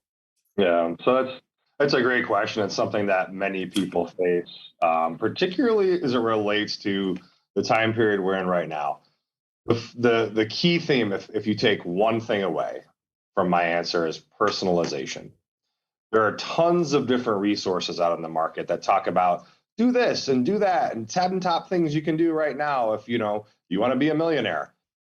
Personalization reduces a lot of that noise. Get with a certified financial planner or a registered investment advisor that's going to sit down and listen to what you need, what you want out of your financial priorities and goals. Not all investment options are suitable for different sorts of people. Not all funds, portfolios, strategies are one size fits all. Certainly, there are generic financial advice, like you should save part of your income and things like that that are applicable for everyone. But when it comes time to really set up a plan, get personal. Explain your situation to your advisor, or even if you're doing it yourself in a self-directed fashion, consider your risk tolerance. How am I going to feel if the market drops 30%? What actions am I going to want to do? If I feel like I need that money right away, then a certain portfolio, a certain strategy might be right for you. Others might not be as suitable. Risk tolerance is part of it. Time horizon, the time in which you are going to need your funds before, pulling them out and needing them for retirement or that big purchase. A lot of it could be around if you plan on moving, or if you have a child going to college or want to plan for a big life event, such as having a child or planning a wedding. Time horizon's a big part of it. So personalization, generic financial advice works at a very high level, but you have to get personal and work with your certified financial planner or your RIA. Or, like I said, if you're doing it yourself, consider those factors, because generic advice can be helpful at a very high level, but it's not the best route when it comes to the specific events that people need in their life. I think that's great advice, Frank. So, Nicole, I'm going to ask you the same question, especially since you did just, experience your husband's job loss. And I know you touched on this slightly, but, what were some of the things that worked really well or that you think people should be mindful of when experiencing uncertainty to make sure that they can protect their financial self? Yeah. So, I alluded to it earlier. I've always been a proponent of financial planning for all the reasons that Frank mentioned prior.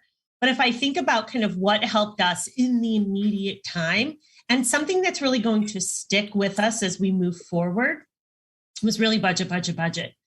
And so we turned to technology to help us do that. There's a ton of wonderful budgeting apps that you can use that will help you create, stick, and understand your budget. So again, I'm in the industry. I've worked with financial planners. I've done the job. However, sometimes just the basics, you have to go back to the basics. And so for us, it was budget. The second thing the second piece of advice I would give is reverse any COVID related changes. And so by that, I mean, if I think Frank mentioned earlier on, he thought about well, do I need to reduce my retirement savings? Do I need to do this? If you pulled the trigger and you reduced some of your retirement savings or your 401k contributions, revert back to that pre-pandemic rate that you might have been saving at. And if you've been in a great position that you were able to save some money during this pandemic, don't let that flitter away. I save it, put it toward a 401, or put it towards your IRA, put it toward a self-directed investment account. Think about how you're going to save that, make that work for you. The same would go for any debt decisions you made before COVID. So if you were trying to snowball your way through paying off debt and you stopped because of COVID, go back to it. If you were paying off, think through your debt. The third thing that we did and that was really important to me is I really now spend with intention. And by that, I mean, I reflect on anything before I buy it. So how do I do this, right? We're all a little bit impulsive. We like to shop. We've all certainly have maybe adopted more online shopping than we have ever had done before. And so what I do is I online shop, I build my cart, and I walk away. I leave it there for a day or two. So it gives me time to reflect on, like, is this stuff I really need? Or is this just kind of fulfilling a quick want of mine? And so two things came out of that. I found out that I buy a lot of stuff I don't need. And so we really reduced what we were buying. But secondarily, companies or those companies that I was shopping through would send you coupons when they realized things were sitting in your cart for a few days. So it was like a win-win. And then the other thing I would say, so if you're not shopping online and you're in person and you want to spend with intention, walk the store before making the purchase. Like just having that moment to kind of pause, reflect, and let that impulsive need pass. And then the last thing that we did a lot of, and we will continue to do, is shop around. And so I now price comparison everything. And I turned to technology for that. There's some great price comparison apps that you can just go into, the App Store and find, as well as like coupon browsing extensions that you can add to any of your online carts that will help you find secret coupon codes, et cetera. And then lastly, we realized that if it's not a need, hold off on some of those big ticket items until prices normalize. So before I got cut off, I'd heard Frank talking a little bit about, a friend of his who was in the market to buy a boat, and like that they were booked out, right, for a year. So that's going to come at a premium because the demand is higher than the supply. So it's going to come at a premium. So if it's not a necessity and a need, hold off on those big ticket items. I think that's great. Go ahead, Frank. I can certainly relate to the deal shopping, Nicole. So that's something that my wife likes to give me a hard time about. She's like, you always have to, not pay full price for something, or make sure you're looking at 3 or 4, options. And I'm like, yeah, I mean, that's part of my DNA, but that's great advice in terms of like trying to make sure that the fit in what you're spending actually aligns up with what you actually need, and to make sure you're getting the most value, not just the cheapest product, but the most value you can. Certainly something I try to utilize.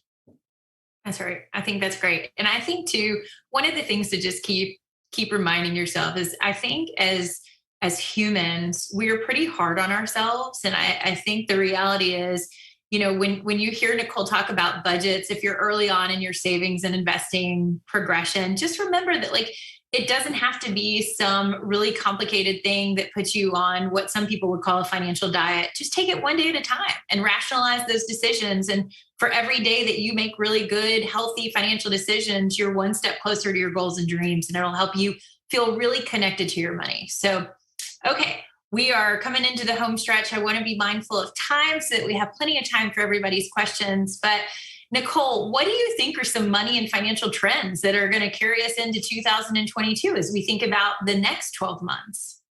Yeah, so certainly, consumer spending will continue. Like I said, that kind of forced budget we were put on, or that forced restriction of some of that consumer spending, I think will uptick. Inflation is something we'll have to kind of watch as we go through. But if I think about areas of where we're seeing consumers as well as investors have more and more interest in, I not that I have a crystal ball or anything, but I would see that I think that crypto will likely become more mainstream. And by that, I mean, you're starting to see it normalized as not necessarily so much of as a ancillary asset class, but more of something that, everyday Americans are interested in. And the second part of that is like the blockchain technologies that support crypto. It'll be interesting to watch how those two areas over the next 12 to 24 months play out as it becomes normalized within Main Street investing. All right, Frank, this is an important question, so I'm going to ask you too. What are you seeing kind of on the edge of becoming a trend that most consumers are talking about next year? Yeah, so what seems to be sticking around is the way people ingest their news and makes financial decisions is becoming more and more technology driven, socially driven, online. What's in the news? I think that we'll continue to see trends that are driven by what's popular. what is, so to speak, viral, and you will have engagement in finances around key themes, and single name securities will be, impacted by viral means, social means going forward. The fundamentals are currently there. I think that, again, not trying to make a prediction on the market overall, but in the crystal ball fashion that Nicole had just mentioned. However, I do think the fundamentals continue to be there. Supply chain is something that needs to be figured out. There are certain analysts that predict that we'll still be in a situation in 6 to 12 months from now where chip shortage and other supply chain woes are still being figured out that could have an inflationary impact in consumer price goods going into next year. So I think that'll continue to push inflation up. It's all going to depend upon what happens with the rate environment. One could speculate that rates will continue to rise to combat any inflationary concerns, particularly as equity prices move. So we could see some fluctuation going into next year on all three of those aspects. But as long as unemployment remains low and consumer confidence remains high, I think that generally speaking, we'll see a decent continued climb in terms of sentiment and everything else in the market. So I think we may have time for one last question. So, as we've touched upon as part of this conversation, Americans in the last, since the beginning of the pandemic have really done a really good job saving money. So for people who, have saved and now have an emergency fund and maybe sitting on some cash, but have never really gotten into investing, Frank, what's some advice on how they should think about things? I mean, we saw the rise of GameStop and the self-directed investor craze that happened earlier this year. So just any advice for somebody who's just kind of starting this journey on the investing side? It goes back to that's another great question. It goes back to my point earlier. Figure out personalization that works for you. What works for your friend investing in GameStop and AMC might not be the best option for you if you're don't have the same risk tolerance, or you're not as diversified, or have portfolios in which you feel confident about your long-term goals, and then you have other buckets of funds or investing money to be able to take speculative risks on. So making sure you sit down and realize, okay, doing a simple budget is a good place to start. I'm a big fan, as Nicole mentioned earlier, of paying yourself first. So sit down and do a simple budget. Understand what your monthly needs are versus your income. Try to set up a savings goal every month, even if it's starting small at 1%. And climbing up to 10%, making sure that you have the means to pay yourself first and get into a good broker dealer or RIA that can help you meet your goals. The folks, some of the mistakes sometimes are made when people think that you need $1 bazillion to start investing. The great thing about where we're at in digital wealth management is it has been democratized for all over the last several years, specifically in the last 10. Transaction prices have come down. Minimum balances are very low to be able to open an account. So just get started. The threshold of beginning is oftentimes the hardest part of actually getting engaged. Open the account. You can do your budget. You can figure out what you need to contribute on a monthly basis, but you can start small. There are certain RIAs out there that have $100 minimums. You can open up most broker-dealer self-directed accounts with a very low minimum. And getting that account open and setting up some type of contribution is the major hurdle, mentally and otherwise, that people often face. So get started, figure out what works for you. If you're someone that's, I don't want to mess with this, I'm not into reading about the markets and everything else, check out a robo, check out an RIA that might have a very simple, low means of entry, like a low balance. They'll ask you a few questions about you. It goes into that personalization aspect I talked about a little bit earlier, figuring out what's right for you, your risk tolerance, your timelines, and your goals. Those questions will be asked, and you'll be able to set up a portfolio commensurate with those goals. Just get started. If you take anything else away from it, open the account and get figure out what's good for you, personalization, and then set on that plan. That third piece is set in that plan I talked about earlier. Stay on that plan. When you meet with an RIA or other certified investment professionals, you will get a plan set up, right? So stick on that plan and try not to let small market events or even large ones materially distract you from what your long-term goals are. So get started, number one. Number two, personalize. And number three, stick to that plan. I love it. I love the whole aspect of just get started. I think, one of the things that we found in our research has been people's future self is their best self, right? And tomorrow may never come for the person. So it's always better to just take small action today versus waiting for everything to work out and for you to start tomorrow. Start today. I love that. Probably the best advice that we could give you during this session today. So I think that, let me see, I think for timing, Nicole, maybe just a quick answer to the same question for you, which is if somebody has been dabbling in investing and maybe they've been thinking about a financial advisor, how do they know when the tipping point occurs from when they should probably seek some professional advice? Yeah, that's a great question. And if you stay tuned, we'll go into that in greater detail in my session. However, I think a broad answer to that would be when they need that customized, personalized advice, right? So if you are starting out and you're just learning about investing, you're educating yourself, I would always say that, when you look around, I always hear my mom in my head, like when I think about investing, is that like, would you jump off the bridge if everyone else jumped?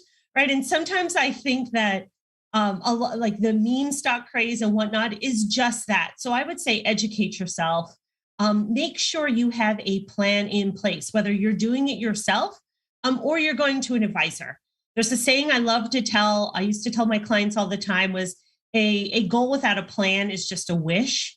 So when that money becomes a tipping point for you, where now you really want to put it to work for you and you want it to fund those goals and wish bigger, that's the time to seek advice. When you have reached the limits of either will, skill, or time, and by that I mean you no longer have the ability to sit and watch the markets day in and day out, because to be a true professional at do-it-yourself investing, it takes time. And so if you don't have that time or that will to do that day in and day out, you may want to seek advice from a financial advisor to help you do that. Or if now you're in over your head. So there's that skill part. Like if you've reached where you want to go with education and you realize that there's probably more to learn, you don't have the appetite for it or the time to do it, great time to seek professional advice. I think that's great. And so just another plug for Nicole's session. If you are interested in that topic, tune in later today to find out more about, professional financial advice. So maybe in 60 seconds or less, Frank, anything top of mind or any other parting information that you would want people to know about when they think about investing or the pandemic in general? Tomorrow's never known. It really isn't. And it always, the pain of going through it today, of setting up a plan, and when I say pain, it's relative, right? Rather than looking at Instagram or Facebook on your phone, which is easier than talking and going through an account set up for a broker dealer or a questionnaire for an IRA. Spend the few minutes, get started. It's the biggest hurdle. It'll be the biggest aspect that could help you build a better financial life for yourself and your family. So get started, get personal, and stick to that plan. I can promise you that nothing's ever known, but the future can generally be better off if we take the steps to plan today. Amazing. So I want to just say thanks, Nicole and Frank, for your honest and very insightful answers to the questions. Appreciate your time through this. And I think we have Lindsey again. Yeah. Hi, everyone. I'm back. I mean, what types of nuggets do we get from that conversation? We got some important nuggets of information. Just get started. Tomorrow's not promised. Always listen to your mother. I mean, that was a good conversation, guys. We do have a lot of questions from the audience too, so I want to get to those. You really sparked their interest, so let's get started with at Kenny Rich. What's the best way to track your wallet across different parts of your wallet? So that means savings, debt, real estate, etc. Nicole, why don't I throw that one to you? Yeah, so there's a lot of organizational tools, online tools, like aggregation tools that you can look at that will allow you to put in all of your investments, link your investment accounts, link any kind of equity you have, like your real estate, et cetera. And it also will allow you then to link your bank accounts. So it will personalize and customize, and you'll get a better snapshot of where you're spending, maybe where you could save a little bit more. So I'm leaning on technology, but I'm assuming since all of you are on one of our technology streams watching this, you too are somewhat digital natives. So a lot of great aggregation tools out there that you can utilize for that. If you feel that that is bigger than what an aggregation tool can offer, always seek advice. There, as Frank said, there are RIAs, there are financial consultants that can help you understand and get a holistic picture of all of your assets. And so, again, if it's bigger than a tool could support, please go seek advice. It's the best place for you to be. Yeah, I mean, I think you're spot on. And I love that this group is thinking about their finances, their wallet in that holistic view, because, in the past, it didn't always used to be that way. And technology, like you said, makes it so much easier now. All right, we've got a bunch of questions. So I'm going to keep going and keep submitting your questions too. If anything's top of mind, we're going to get to as many as we can here. So we got at Flower Squad. Love that name. What should I look for when choosing a book or podcast about money? We talked about some books and podcasts and blogs too. Frank, I don't know. Do you have a favorite book or podcast? There are a lot of good ones out there. I'm not much of a podcast person. I know there's a lot of good ones out there. I usually go out to the Amazon bestseller list for different recommendations, but there's a few good ones. Rich, if you're looking at personal finance and just habits and behaviors, Rich Dad Poor Dad's a pretty good one that I've always recommended to people to just check out in terms of changing the way you think about assets and liabilities.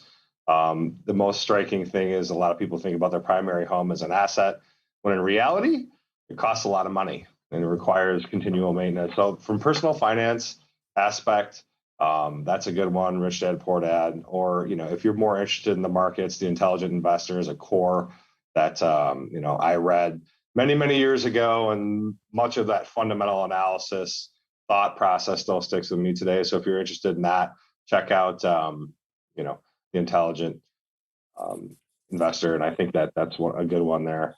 And the other one, as you talk about and think about different subtopics, if you wanted to get out of debt, if that's a goal of yours, or you want to grow wealth, just searching for that on Amazon and Google, might help you get more personalized. Going back to this, what I talked about earlier, figure out what subtopic you want to get into and read a book there rather than just general financial advice if that's not what you're looking for. Yeah, those are really great books that you mentioned, Frank. I know I've taken a look at both of those. Emily and Nicole, quickly, is there anything that jumps out at you as a must read for our viewers? Yeah, so I think our last panel, was it Joy? She was speaking like my love language when she was talking about your cognitive biases and behavioral finance, how that applies, because I think a lot of times people don't give credit to how much their emotions impact their decision-making, especially when it comes to finance.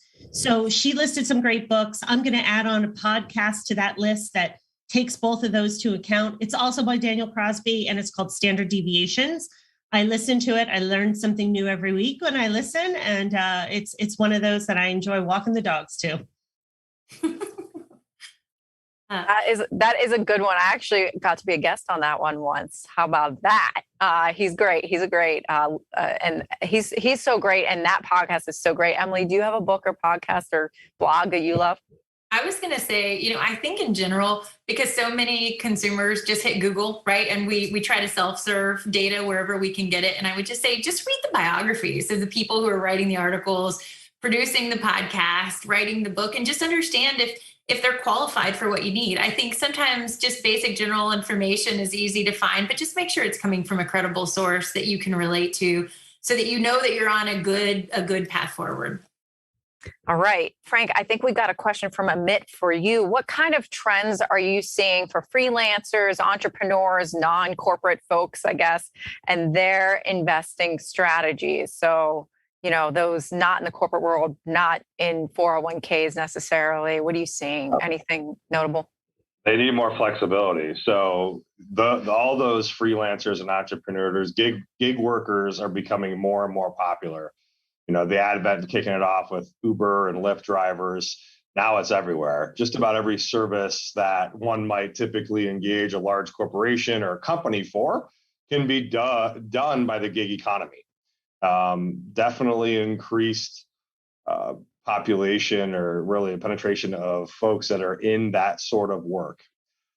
Some of the things we know about that, your income can be wavy, we'll call it. So you have quite a bit one month and quite a bit less on next month. I would say, as it pertains to the revenue sides of things, dollars coming in, there might be months where you need to meet your financial obligations, debt and otherwise, that are greater than this month's income. Try to, the great thing about digital tools and digital wealth management, you're able to change your contributions on a very fast and efficient basis. Most of the time, on your mobile phone, you can cancel a contribution, increase it or decrease it to your wealth management account or to your investing broker dealer account. That is a great tool for people's, who have income that are wavy, so to speak, more one month, less than the other. So utilize that, rather than using an automatic contribution. It might be best to set a timer on your iPhone or a reminder on whatever phone you use or your digital device to say, hey, it's time, figure out what I can contribute this month, And I think that's one of the things that digital wealth management affords us. And so it really works well for the gig economy workers. The one thing I'd say, though, is going back to the point I made earlier about sticking to a plan and that third lane. Go back to your plan and be true to yourself. Am I following my plan, or am I contributing less this month just because I don't feel like it? Right. So if you have that wavy scenario, it might be an easy excuse to wiggle out of your contribution, so to speak. But if you're wavy in that, you can look at digital tools for contributions. That'll definitely make it more flexible. Yeah, don't deviate from the plan just because you want to get a little lazy, right? Okay. Another question from Sabrina Hines. She says, how can viewers think about their health expenses in the grand scheme of their wallets? Nicole, I feel like that's a good one for you. Yeah, thanks, Lindsey. So healthcare, it's like the great unknown. It's the unpredictable in a lot of our budgets. So if you think about it in terms of your wallet, both short-term and long-term, I think there's two bits of advice for that. For the short-term, always set aside extra money. Like if you're fortunate enough to have healthcare insurance at your employer, look at what your deductibles are for you and your family and find a way to start saving that. So if something were to happen and you have to spend out before insurance starts kicking in, have that money set aside, at least have a portion of it. That's where I would start saving some for the short term. Long-term HSAs are a great way to start socking away some money for long-term healthcare expenses. And then the other thing that I would say, and I may begin to sound like a broken record here, Lindsey, so I apologize, but many planners, if you sit down with a financial planner and they are using software to help create a plan for you, they can actually take into account the expense of healthcare.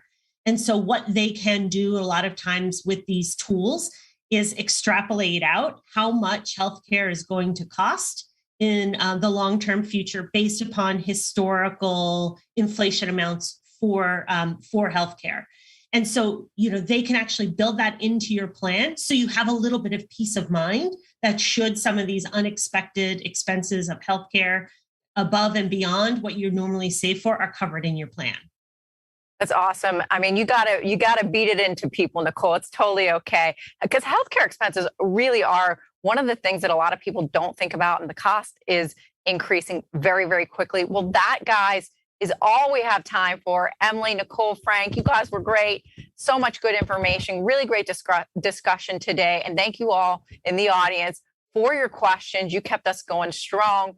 That's all the time we have. Right now, we're going to take a really short 5-minute break, and we'll be back on the other side with Social Media Talks, the social media influence on your money. Hi there, I'm Brian Overby, Senior Options Analyst at Ally Invest and author of The Options Playbook. We hope you're enjoying the conference today. If after today's event you're still hankering for even more learning, don't worry, it doesn't have to stop here. Next up, if you have an interest in learning how to trade options, we have designed a 3-part course that is free to attend on the basics of options titled The Rookie's Course on Option Trading. We'll be hosting the event right here on the Ally YouTube channel, and the course will be presented by yours truly. The goal of the program is to help you learn the ropes of options, build confidence, and learn how you can use options to achieve your financial goals. I will personally guide you through the ins and outs of the marketplace, starting with teaching you the foundation, helping you learn the mechanics, and highlighting the most common mistakes option investors make. The first event will be kicked off on Tuesday, November 30th at 2:30 p.m. Eastern Time. And we will continue learning on Wednesday, December 1st, and Thursday, December 2nd at the same time. These 1-hour interactive sessions will be packed full of content. If you'd like to join us, please go right now to ally.com/optionsforrookies to register and receive the reminders for this awesome opportunity to kickstart your option trading education. And remember, at Ally Invest, we're here to guide you through the ups and downs of the markets and investing. So let us join you on this journey. We'd be honored to be your financial ally. And now back to the conference.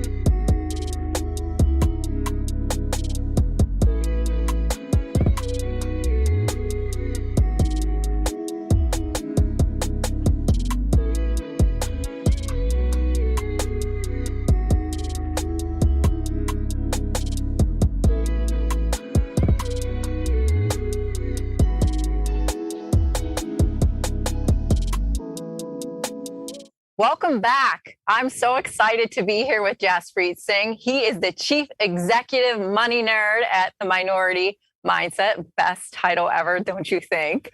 I'm going to let him give a background on himself, but we're here because money and social media have become just so intertwined. You can't have one without the other anymore, I feel like.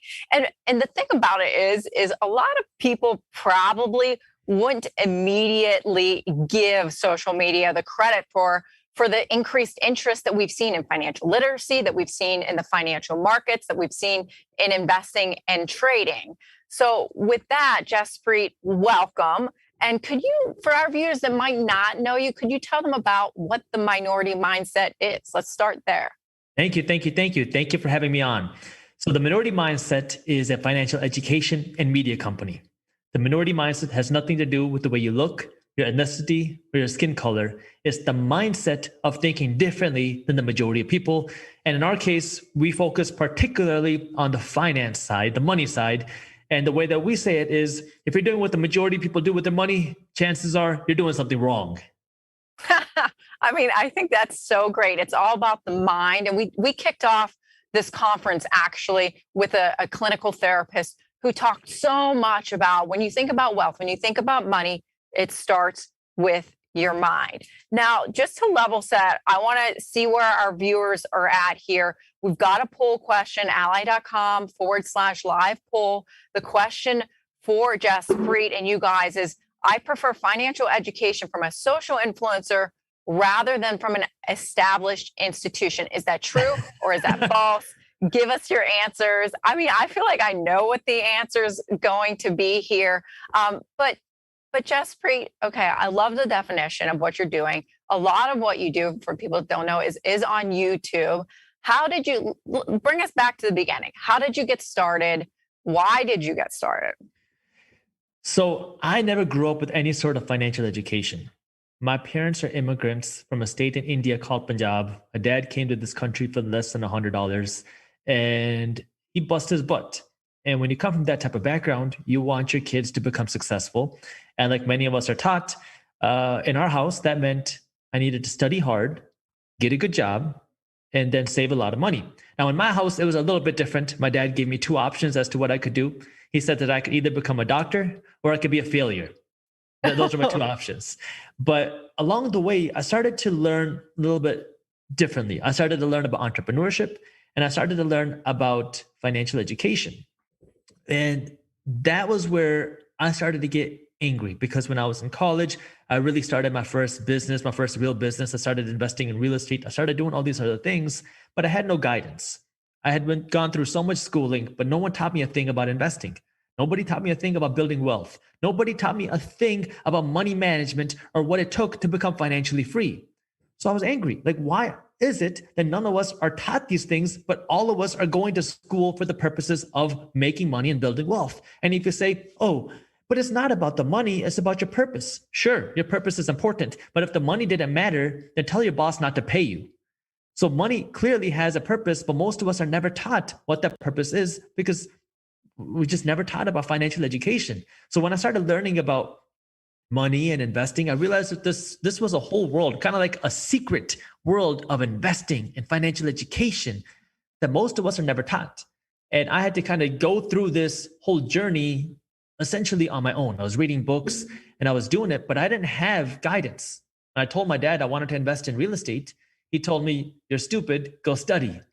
And this was the thing that really bugged me, because we're never given this sort of guidance. We're never told how to do it. We're never told what to do.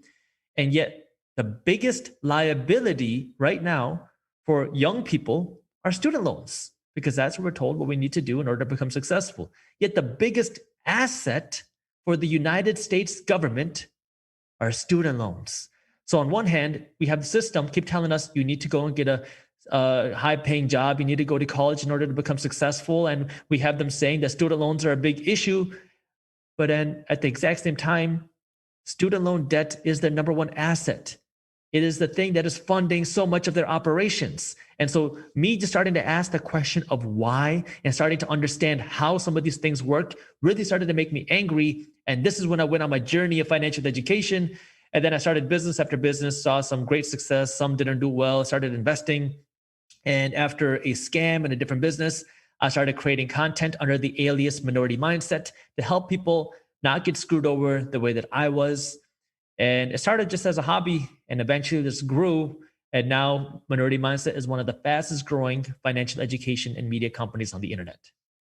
I mean, I just love that you used anger to fuel what you're doing now to make not only your life better, but other people's lives better. And I think that's really important because we talked a lot today in all the different sessions about knowing your why you're doing something, why you're investing, why you're saving, why you're spending, why you do anything in your life, right? Like you just said there too. And I think that is just so important because there's a lot of people that look at social media. We all spend a lot of our time on social media, right? Whether it's for work or personal. We all enjoy it. It's entertaining. It's a way for us to stay connected. But it's not for everyone to be famous social media influencer like you are.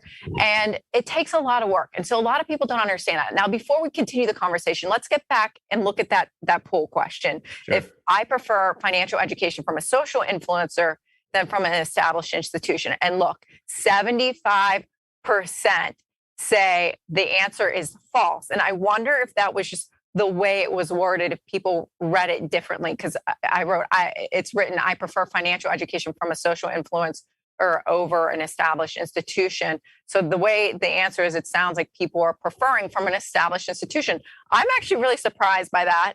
I thought that especially our viewers and who I think a lot of our viewers are here today would prefer from a social influencer like yourself. So I mean, that's really, truly interesting. Are you surprised by that? Is that what you hear from the people that you talk to when you go to different conferences and things like that? You see all kinds of people. You have some people that still trust institutions to give them their financial advice. And you have a lot of people that are starting to lose trust because they want to learn from real people who have done something. And the reason is because they've been screwed over by institutions for years. And so they don't want to keep learning from the same people that are ripping them off. What they want to do is learn from somebody who's actually done it themselves, and they want to see how can they do it. So, I mean, you're seeing a transition. It's not everybody. Some people are going to say, oh, never trust anybody on the internet. That's fine. I mean, you don't have to. But the interesting thing about YouTube and the internet in general is you can pick your teachers, and you have teachers with all different backgrounds, all different walks of life, all different personalities, all different backgrounds. You're going to have some people that say you have to invest in real estate. Some people are going to say real estate is bad, invest in stocks. Other people say you have to invest in crypto. Other people say it's going to be gold. But you can learn from each one of these people. You can learn from the different opinions. And then somewhere in the middle, you'll find something that's right for you. And that's the great thing about the internet and YouTube is we are finally decentralizing education. We are creating education that's accessible to people so people can go to the table with the financial institution or whoever it is, and they can go there financially educated, and then they can make better decisions for themselves. Yeah, no, I think that's so important too. It is a one-off situation depending on what and how everyone, you yourself, best learns. I listened to you speak more recently. And one thing that you said about this social media phenomenon and people going to influencers for information, not just about investing or the financial markets, but a plethora of other things. What you said was the reason that people are interested in using and going to YouTube and other places is because they want to hear from their best friends. Yeah. They don't necessarily want to hear from, CEO of XYZ major institution, right? You want to learn from somebody who you can relate to. And a lot of times it's very hard for the average person to relate to somebody who has been making a $25 million salary, who has no idea what hardships somebody who's making a fraction of that has. And so when you go to YouTube, you can find somebody who you can relate to, somebody who had a similar background to you, somebody who had a similar upbringing to you. And then you can see what they did and how they did it. And now all of a sudden you feel like you know this person, you watch all of their content, you get to know their feelings, you get to know their beliefs, and you get to understand the person and their mindset as opposed to just hearing this person talking down to you. And so that's one of the things that is driving people to places like YouTube, because not only is it a place for you to learn, but you can hang out with your favorite people. We do a session every week on our channel called Guac Talk. It's a longer form video. Me and Nathan sit down and we just talk finance, and it's a more casual, fun conversation, and people have been loving it because it's just a casual, fun conversation where you can hang out with us and we get to talk about finance. So there's a lot of money nerds and money-minded people out there who enjoy learning about this stuff, and we provide the community for that.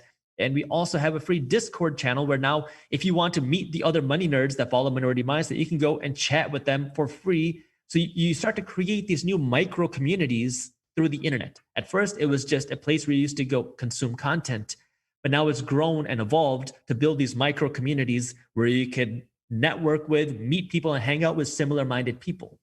Yeah, I mean, it really is amazing, the world we live in when it comes to social media. I mean, you got to tell me though, at Guac Talk, are you eating guac and chips every time? You have to be. We're not eating always guac, but the whole idea is, well, I love guacamole, and it was a joke on YouTube, and people started to resonate with it. I talked about how I like guacamole, and what we talk about is, it's comedic, but extra guac is a symbol of extra wealth. Extra guac is expensive, and the price of extra guac is going up.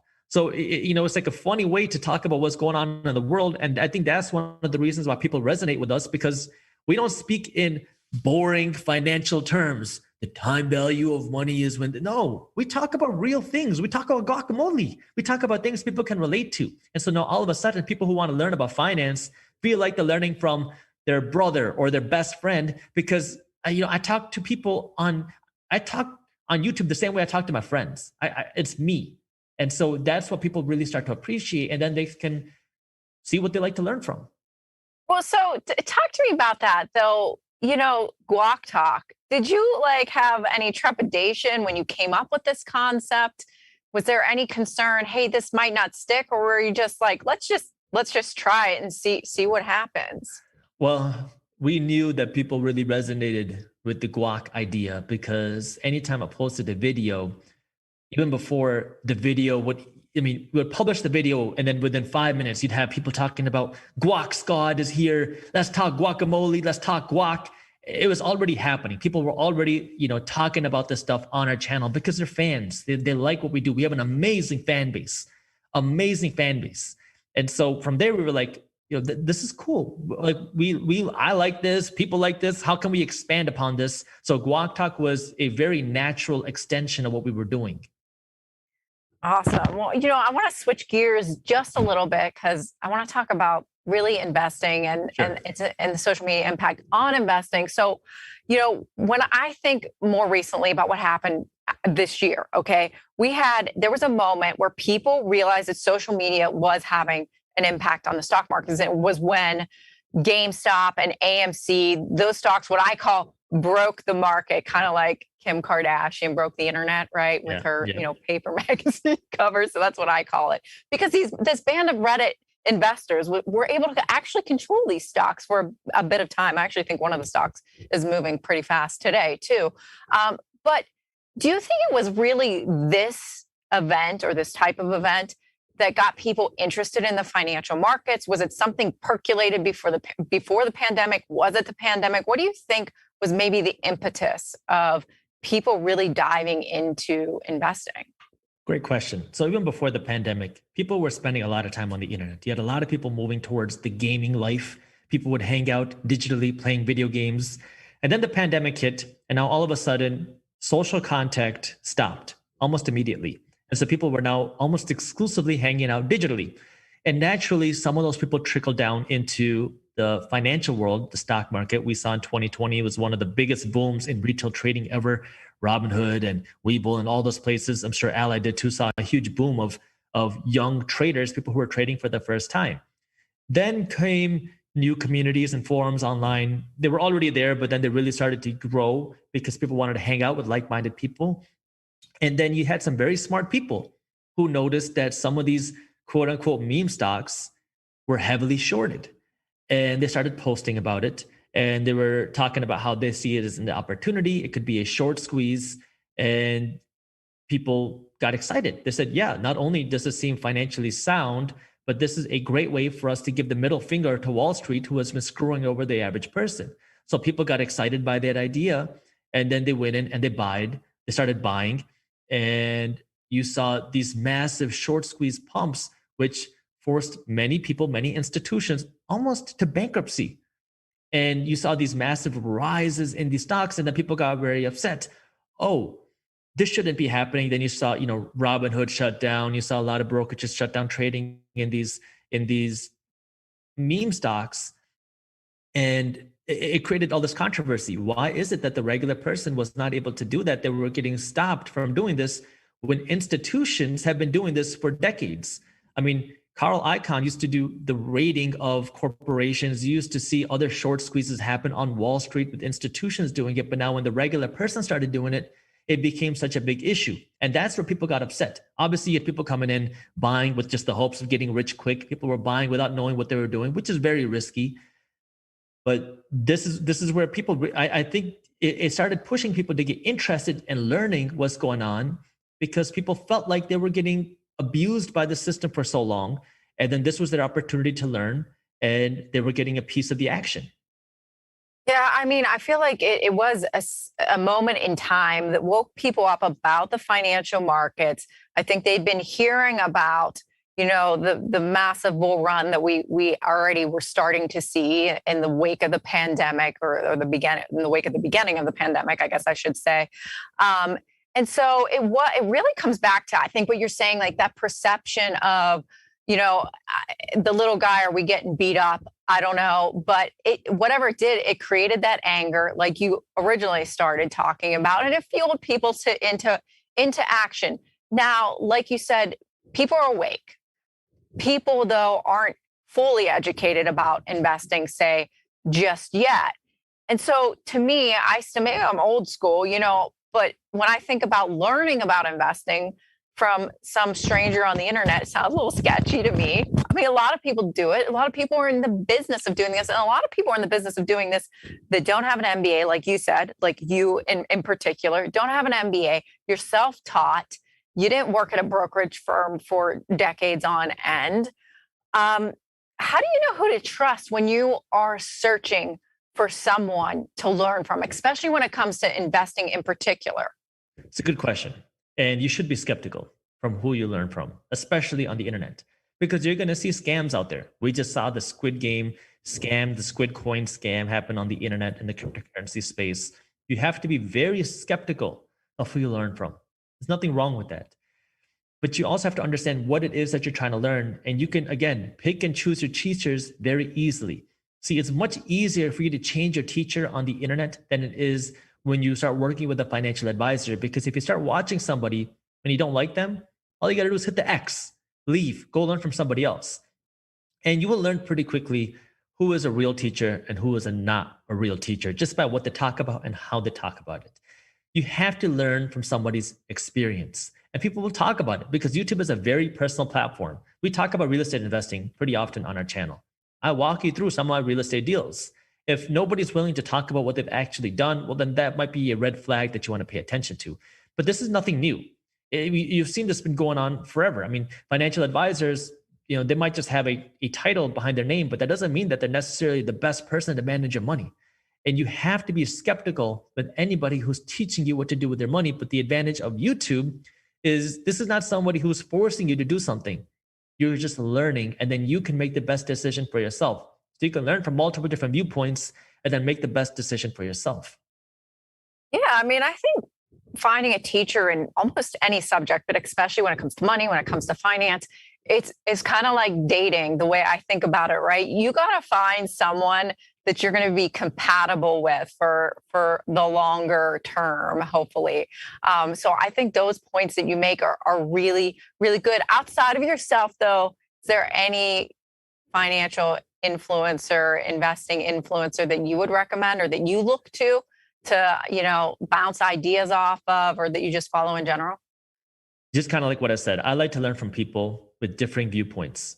You have to be willing to learn from different viewpoints, because that is where intellect is found.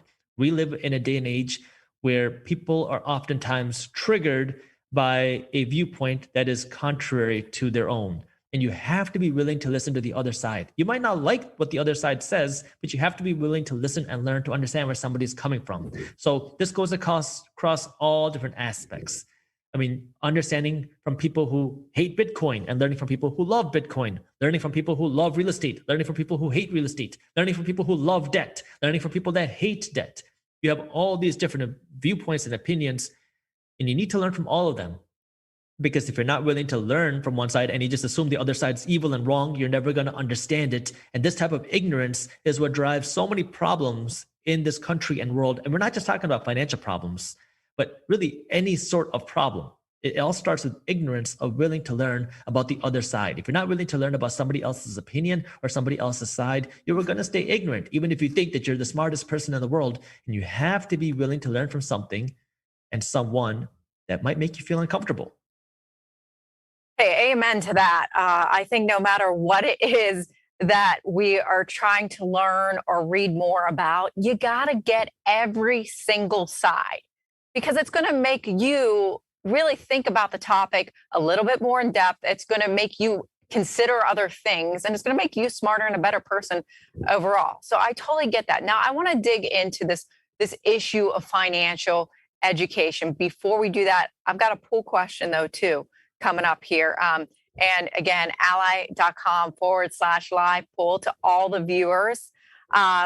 What do you believe would be the most beneficial to learn in school? And we got 4 options: geometry, budgeting or how to use debt, retirement plans, or chemistry. I want to hear from you guys. So go to ally.com/live poll. We'll hear from you.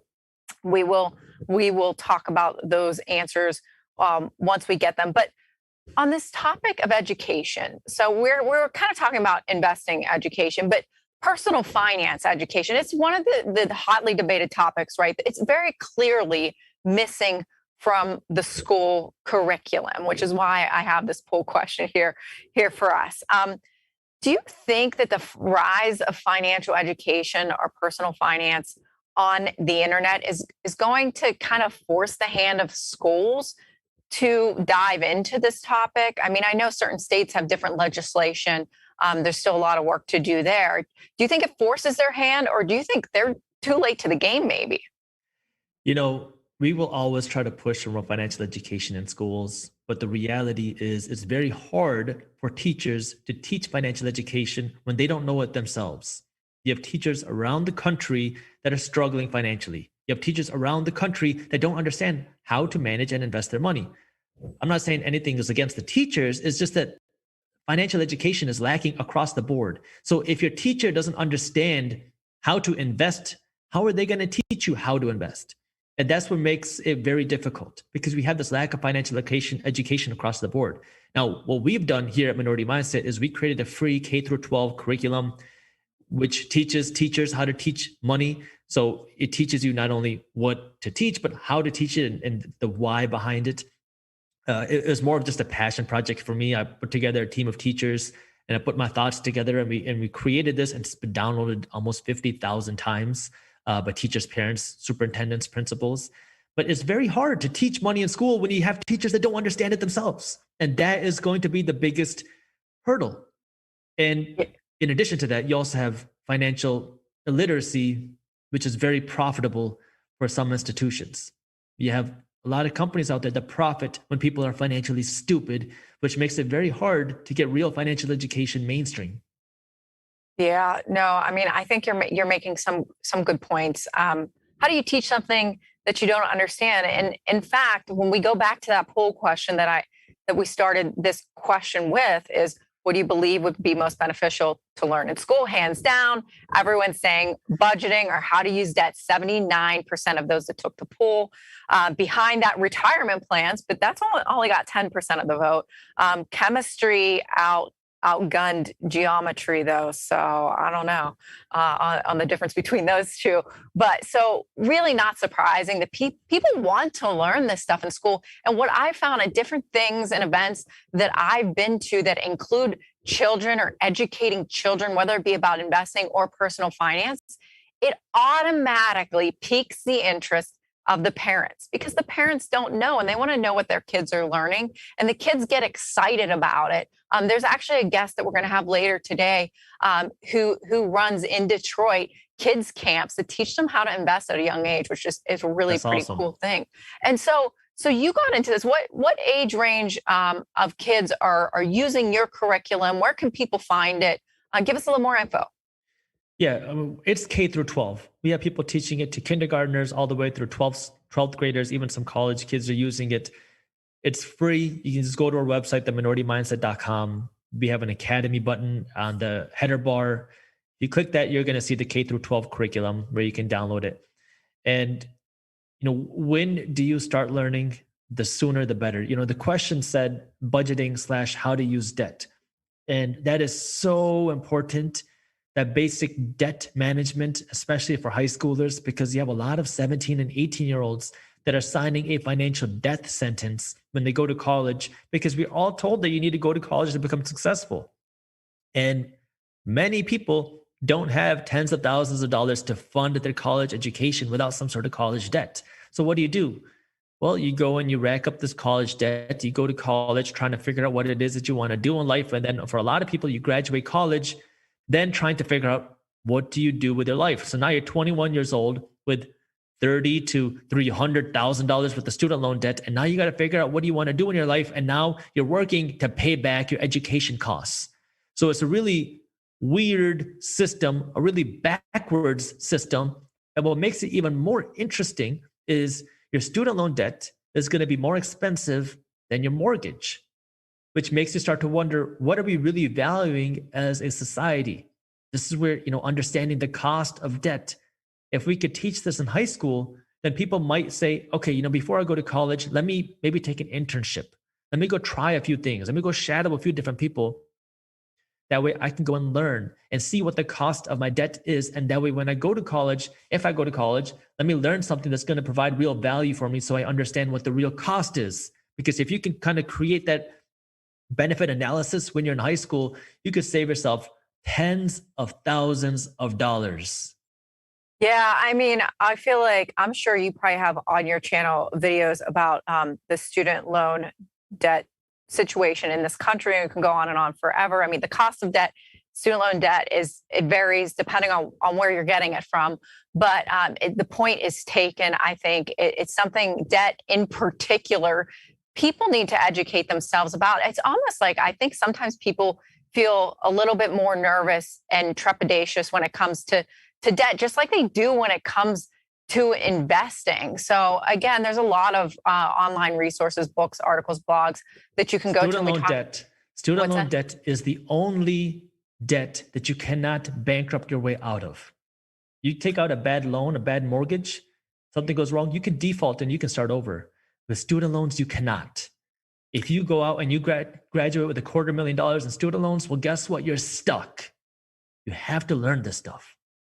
Yeah, it is. It's important. Personal finance is so important to understand, which is why you're doing what you do at the Minority Mindset. I want to talk about, again, I want to shift back to becoming an influencer, because you went from 0 to over 1 million subscribers now on your YouTube channel.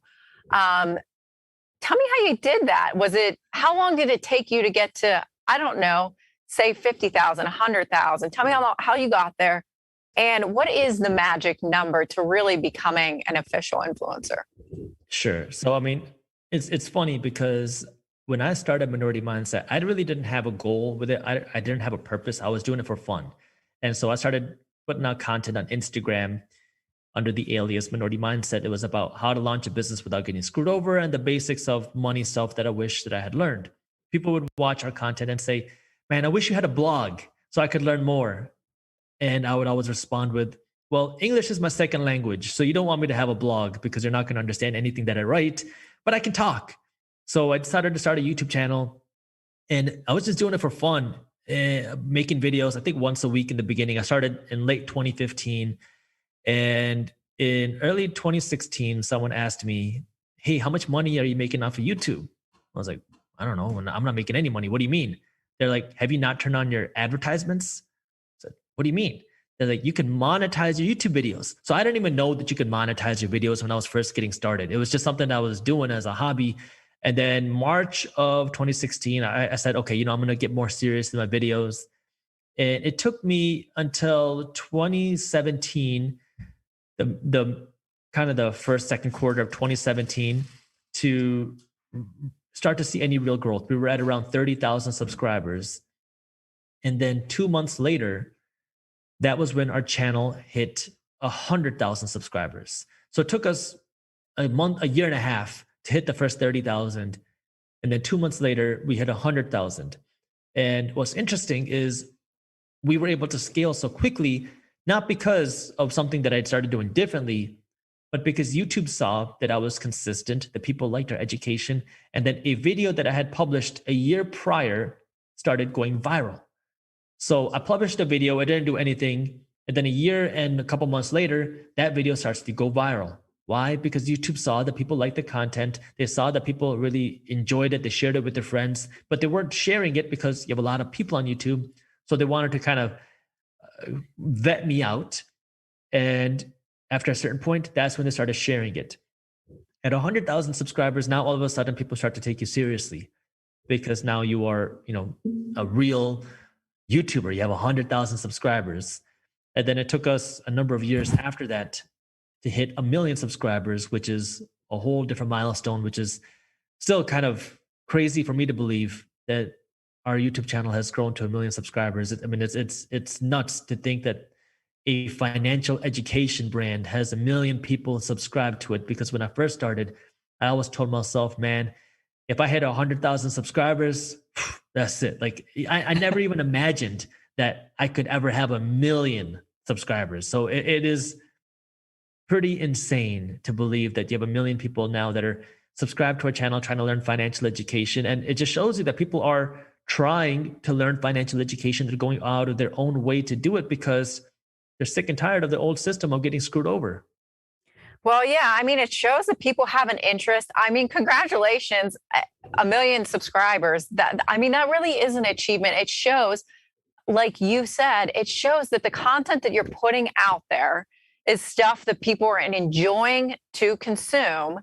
And it shows that you're putting hard work behind it. You're not just willy-nilly out there. You're doing your own homework and research to help educate your followers and yourself at the same time too. So it's like the double benefit there. But there's more benefits than just monetary. And I want to get back to that maybe in a minute, how you make money. But there's one thing you've talked about in the past is the community, the access to the community that you have and others out in the world that you get to connect with because of this platform. Tell us about that.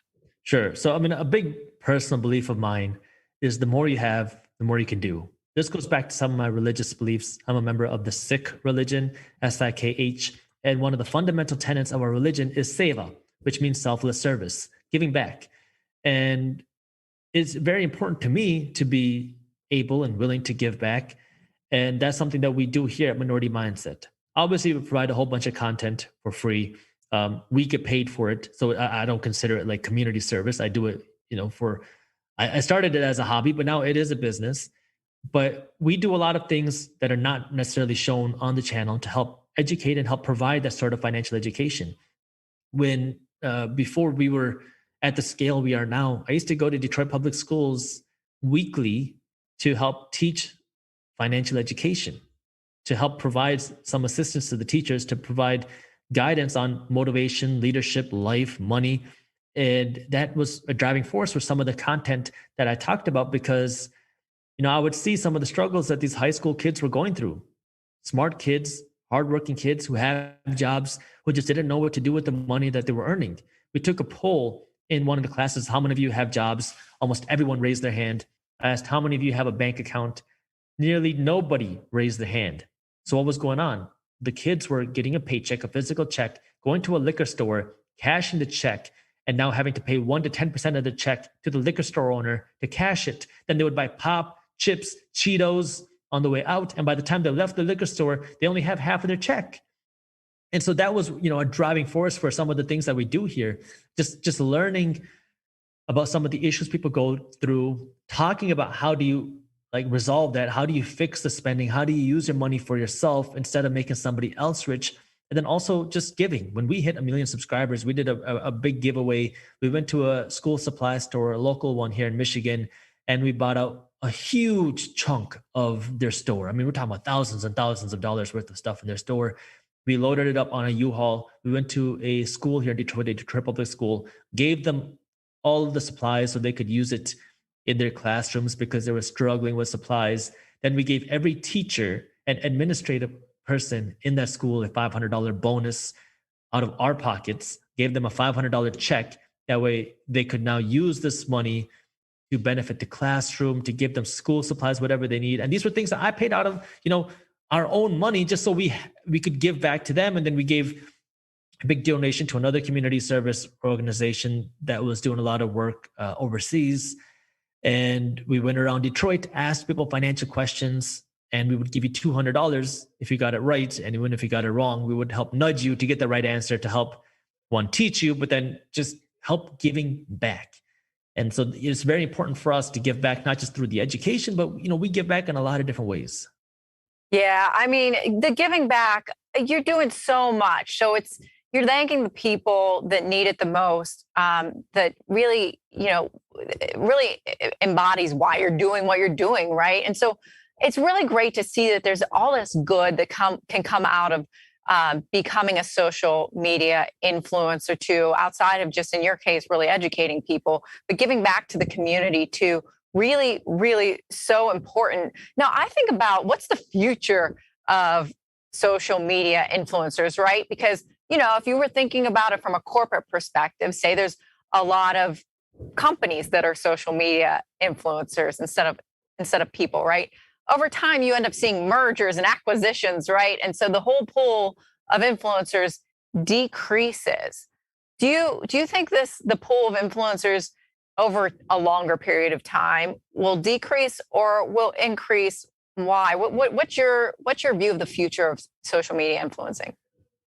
I think we're going to see more people come into the influencer side. I mean, the whole idea of being a quote unquote YouTuber never existed 20 years ago. 20 years ago, if you asked anybody, do you want to be a YouTuber? Nobody said yes, because nobody even knew what YouTube was.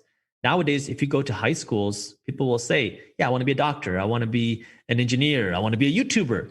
And it's a whole new world of careers that never existed before. You have people that are making full-time livings off of TikTok, which is making more people want to do that. And we're going to continue seeing that happen, not just because people like the idea of making money, making videos, but also because there's a demand for it. And there's always going to be room for more. You have more and more people that are getting access to the internet. You have more and more people that are becoming okay learning from things like YouTube and the internet. And so there's going to be room for more. Now, here comes the argument of, but isn't it already saturated? Sure. But every single year you have a brand new best-selling cookbook. Every single year you have a brand new best-selling financial book. Every single year you have brand new authors who nobody had heard of before in the financial space. People are always looking for something different. People are always looking for something unique. And that's what makes YouTube so powerful, because it's the uniqueness that makes people attracted to you. People want to see you. They don't want to see a corporation with a blank wall and a very boring personality. They want to see you, and people resonate with you. Not everybody's going to like you, but that's what makes YouTube powerful. You don't need everybody to like you. You're speaking to your audience. And there's always going to be room for more. Okay, well, that you got me really thinking here. 2 questions. So if there's always the new best thing every year as an influencer, how do you stay unique? How do you keep people interested and people coming back for more? Yeah, I mean, and that's just staying you. I mean, it's just like you think of any celebrity out there. What keeps celebrities growing and what keeps them on top? You have so many comedians, wannabe comedians in the world, but there's only one Kevin Hart. Why? Well, I mean, there's a lot of reasons, but he worked hard and he continued to work on his craft, and he continued to be funny, and he continued to try new things and continue to innovate and produce new content. It's the same thing here. You have to be willing to work on your craft. You have to be willing to invest in yourself, and you have to be willing to innovate and try new things. I mean, like for us, we have the Minority Mindset channel with over 1 million subscribers. We just launched a Minority Mindset news channel where we publish news videos every single day. We just launched a Minority Mindset Spanish channel where you can watch our content in Spanish for our Latin speaking countries. And so you have to be willing to innovate. You have to be willing to try new things, and you have to be willing to be you and stay you. It gets hard because as you get bigger, people will criticize you. People will criticize you for everything that you do, everything that you say, every way that you look, and everything that you don't say. I mean, I get criticized for the way I look all the time. People say, you know, ISIS, terrorists, this and that, but they have no idea who I am. And it's very hard if you are not able to take that sort of criticism, because then you're going to want to be just like everybody else. And as soon as you start to follow the mold and do what everybody else does, now you're just like everybody else and nobody cares. Yep. No, I think being unique, obviously, and being you, as you say, is top priority. You mentioned the haters. I'm so sorry to hear you have to go through that. That's terrible. I mean, people get behind a screen and get a lot more confident, unfortunately. How do you deal with that? How do you avoid getting too emotional or upset about that? You just get used to it. I mean, I grew up getting bullied my whole life. I've always looked different. I grew up, after 9/11, faced a lot of criticism and bullying because of that. It was really unfortunate, everything that happened. And people didn't understand me. And I went through a lot of, abuse. I mean, I was picked on, bullied. I had, people push me around, punch me, spit on me, throw my stuff to the ground. But it also helps you develop tough skin. And I think that's something that I was able to develop because of the bullying that I had to go through. And so now when I get hate comments of people saying, oh my God, don't learn from ISIS. First, it's comedic to me now. I mean, I've made videos just reacting to some of these people because it's like, you have no idea what the heck you're talking about. But you really just can't care about what other people think. You have to believe in what you believe and do that. And I know you don't have to like everything that I say. I will say things based off of my opinions. Just know that everything that I say is coming from my heart. It's coming from passion. It's coming from my own beliefs and my own experiences. If you don't like it, that's fine. You don't have to like it. It's a free country. You can leave and watch somebody else. But everything that I say, I speak with passion. And so I believe in what I talk about because I know where I come from, which allows me to now ignore what people say. Yeah, I mean, good for you. And I hope that for every one hater there's a heck of a lot more people that are finding what you do as valuable and worthwhile. So, and that I'm sure helps to keep you going. I mean, so I guess pivoting just a little bit, you're constantly talking about being you. And, I think society nowadays is really leaning towards more people being themselves and, the work world and different parts, different people have different personas, right? It's sometimes hard to be the true, authentic you, especially if you're putting yourself out there like that. And there's potential haters and you have the world around you telling you not to be you. How do you do that? You have to know your why. Why is it that you're doing what you do? When I dove into entrepreneurship, I had everybody telling me that I was wrong because I was supposed to be a doctor. To kind of give you some perspective of when I say I was supposed to be a doctor, when I was in middle school, I was on the verge of failing my English class. English was my second language. And I was 12 years old. My dad got me a tutor, but it wasn't a tutor for my English class. It was a tutor for the medical college admission test, the MCAT. It's the test that you take towards the end of your college career. And so my dad wanted me to start getting ready for that when I was in middle school. When I tell you that I was supposed to be a doctor, it was the only option. And so when I started doing these entrepreneurial ventures in high school and college, I had to do it in secret because if my parents found out that I was doing these things, they would not have approved. So I had kind of two different lives, my entrepreneurial life and then my academic life, which my family knew about. But after I took the MCAT, I knew for sure that I didn't want to be a doctor because I was doing it for all the wrong reasons. I had to break it to my parents that, hey, I don't want to be a doctor anymore. I want to do entrepreneurship. I didn't know what I was going to do. I was making good money, but I didn't want to stick in the industry that I was doing. So I told them, and I mean, it was, they did not believe me. They were so angry. My mom was furious. It took my mom like 1.5 years to finally believe that her son wouldn't be a doctor. I had my family members all over the world, from India and across the country, calling me saying, Jaspreet, why are you throwing everything away? You're throwing away every sacrifice that your parents made for you. Why are you doing this? What got into you? You were such a good student. You did everything. I did the internships. I did the volunteering. I did the job shadowing. I did the pre-med clubs. I did all the classes. I did everything. And I'm throwing it all away for what? To do this stupid idea that I have. And, it's everywhere I went, people were poking fun at me, and I had nothing to prove for it. All I had was this idea that nobody understood. Nobody saw what I saw. Nobody knew what I knew. And I had to stick with it and just kind of put my head down and go with it. And it was hard. I mean, there was a lot of nights where I couldn't sleep because I had this anxiety of, my God, how am I going to support myself? How am I going to support my family? Am I going to let everybody down? What am I going to do? And you have to have something as your driving force as to why it is you do what you do. And initially, it was for me just to prove everybody wrong. And everybody says, don't do things for spite. Screw that. I mean, I had heard every single bit of criticism in the world. People made fun of me. I mean, family members would make fun of me. Family friends would make fun of me for the things that I were doing because they didn't understand what I was doing. They would say, oh my God, you're throwing away your life. You were supposed to be the successful person, and look at what you're doing. And so, for me, that was the initial driving force. I wanted to prove everybody wrong. And, wow. And that kept me going. That's an amazing story. Thank you for sharing that with us.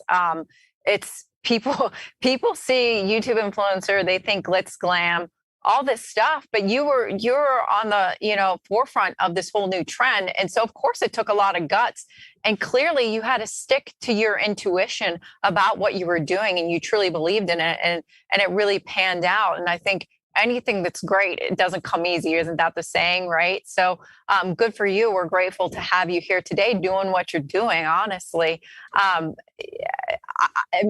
Following that up. It took a lot of trial and error. I went from starting business after business, doing a whole bunch of things, making a lot of mistakes, but that's how you learn. Like you said, I didn't have the formal business experience. So the way I learned was by doing, trying, and failing. Well, talk about that, like going through those failures. Like, people say you should fail, but when you're in a failure, that's not easy.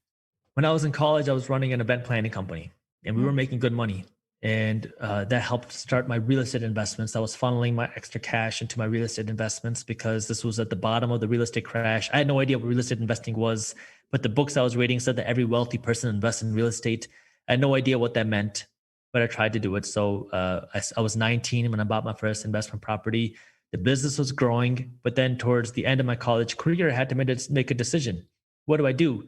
Because I didn't drink. I wasn't into partying. I was in the business of hosting parties, concerts, and shows.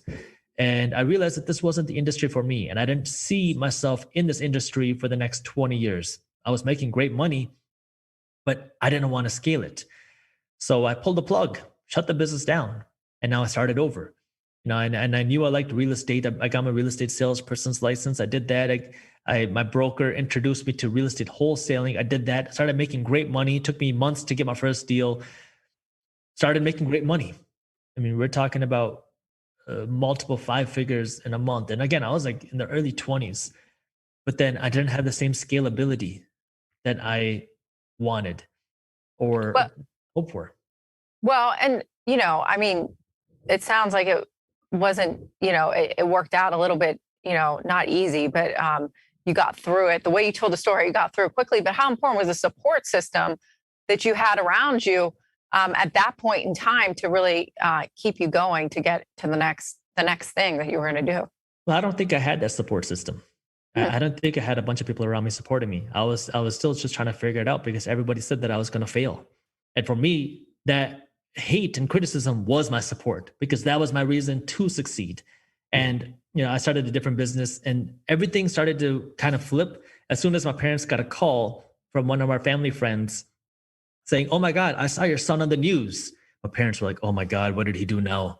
And they're like, no, he has this business is doing great and he has all these sales. And then all of a sudden everything flipped because now I was starting to become successful and people started to see the success and the news was reporting about our success.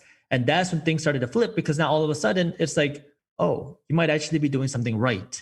Oh, we supported you the whole time. And, I love my parents. They're the hardest working people that I know. They just didn't have that financial education. And so the things that I talk about now are the things that I had wished I knew when I was getting started, and just kind of providing that support system, because I never had that. And most people don't. They don't have that like person saying, hey, it's going to be okay. You can take a risk. It's okay to take a risk, and it's better to take a risk when you're young. So it's kind of like showing you, hey, here are the things that you can do, and it's okay to take a risk and try. Well, I mean, that's just an incredible story. You truly are a trailblazer. You're persistent. You really, I mean, it's incredible what you've become. And so congratulations for that. I do have one final question before I open it up to the floor. And that really is, what is your best piece of advice for people that are trying to become social media influencers? Oh, man. The best advice that I can give you is don't listen to anybody, including me, because nobody has the same goals and opinions and background as you. And one of the things that people try to do when they're trying to succeed, especially on social media, but just use across industries, is to try to copy somebody who's bigger than them. Oh, this person did this, so let me do that too. When you copy somebody, you're too late, because it's already been done. Somebody's already done it. And so people are not going to come to you because you're just copying something successful. What you should be doing is learning from people that are doing what you want to do. Learn from them and then apply what they learned to you. Now, that doesn't mean copy. That means being able to change it a bit and see how you can apply it to yourself. The way that you succeed is, one, learning from the successful people, applying it, and constantly keep working on your content. The people are always trying to hack the algorithm. They're trying to hack Instagram. They're trying to hack TikTok. They're trying to hack YouTube. But at the end of the day, at the core of all of these platforms, on every single social media, the core comes down to the content and the value that you provide. If you can provide good content and good value, people will like it. The social media platform will see that, and then they will share you. So if you can focus on the content and the value, you will win over the long term. And that is one of the hardest things for people to grasp, because they're always trying to hack it. How can I get the quick route there? But those hacks will not work over the long run. You have to give people real content and value. That way they want to see you. Those hacks can help you optimize good content, but they cannot create the good content for you. Well, I mean, you started that with saying, don't listen to you. But I mean, I feel like we got to listen to you. You're telling us focus on the content. That makes total sense to me. But I got a follow-up question. So because when people do talk about the social media space, they're always talking about algorithms, understanding those. You're saying throw that out the door. Don't worry about that. Focus on the content. So how do you know, how do you know what content's working and what's not? I mean, I guess you see viewership, things like that, but do you talk to your viewers often to understand what they want to hear from you? How do you build the best content? On YouTube, if you go to most traditional, YouTube growth hackers, what they're going to tell you is you need to optimize your title, your thumbnail, your tags, your description. That's what they're going to tell you to work on, because that's the easy thing to fix. And that can help you get a little bit more views, because they can optimize the views that you get, but it cannot get you that big bulk of views. The 90% is going to come from the content that you create. You can optimize all that other stuff to help it, get better optimization, better growth. But without the good content behind it, none of that matters. So when you talk about what are the things that I talk about, it's very easy to see. I mean, your audience will tell you. It's not a one-way street where I make a piece of content and then I get no feedback. Anytime I post a video, you're going to have the thumbs up, thumbs down. People can leave comments. We have our Discord channel, right? Our Guac Talk community. People will talk about our content there. And so it's very easy to get feedback on what people like. Now, I'm a little bit weird or unique or whatever you want to call it, in the sense that I talk about the things that I love and that I enjoy and that I understand. And so, I don't change my content to please people. I talk about what I know and what I understand. And I think people just resonate with that because it kind of so happens to be that that's the content that also does the best. And people, especially on YouTube, these decentralized platforms, it's very easy for them to tell when somebody is speaking from knowledge and passion, or if they're just speaking out of their, you know what. And so for me, it just, you can tell when somebody is knowledgeable and they know what they're talking about, and they're speaking from experience versus when they're just blowing air. I mean, I think you're right. People are smarter than you might give them credit for, but it comes down to content and really listening to what viewers are saying and doing. I had one final question before, then I promise I'll turn it back over to the audience. So make sure you put questions in the chat box on YouTube. If you're watching on Twitter or Facebook or LinkedIn, put your questions in the comment section. We're going to get to as many as we can at the end of this for Jaspreet. But my question to you is, so you primarily utilize YouTube. You talked about Discord and other places. How important is it to be in a lot, and you have a blog page, how important is it to be in all these different places? What's your focus? Do you use one and as the primary focus and have ancillary, a little bit of information here and there in other places? What do you do? What's your strategy? So we are everywhere. We are on YouTube. We are on social media. We have over 650,000 followers on Instagram. We have a TikTok. We have a LinkedIn. We have a Facebook. We have our blog. We have our daily newsletter. We have our Discord. We are everywhere. But the thing that you want to understand is, I mean, there's so many places where you can publish your content, but you don't want to dilute yourself too thin.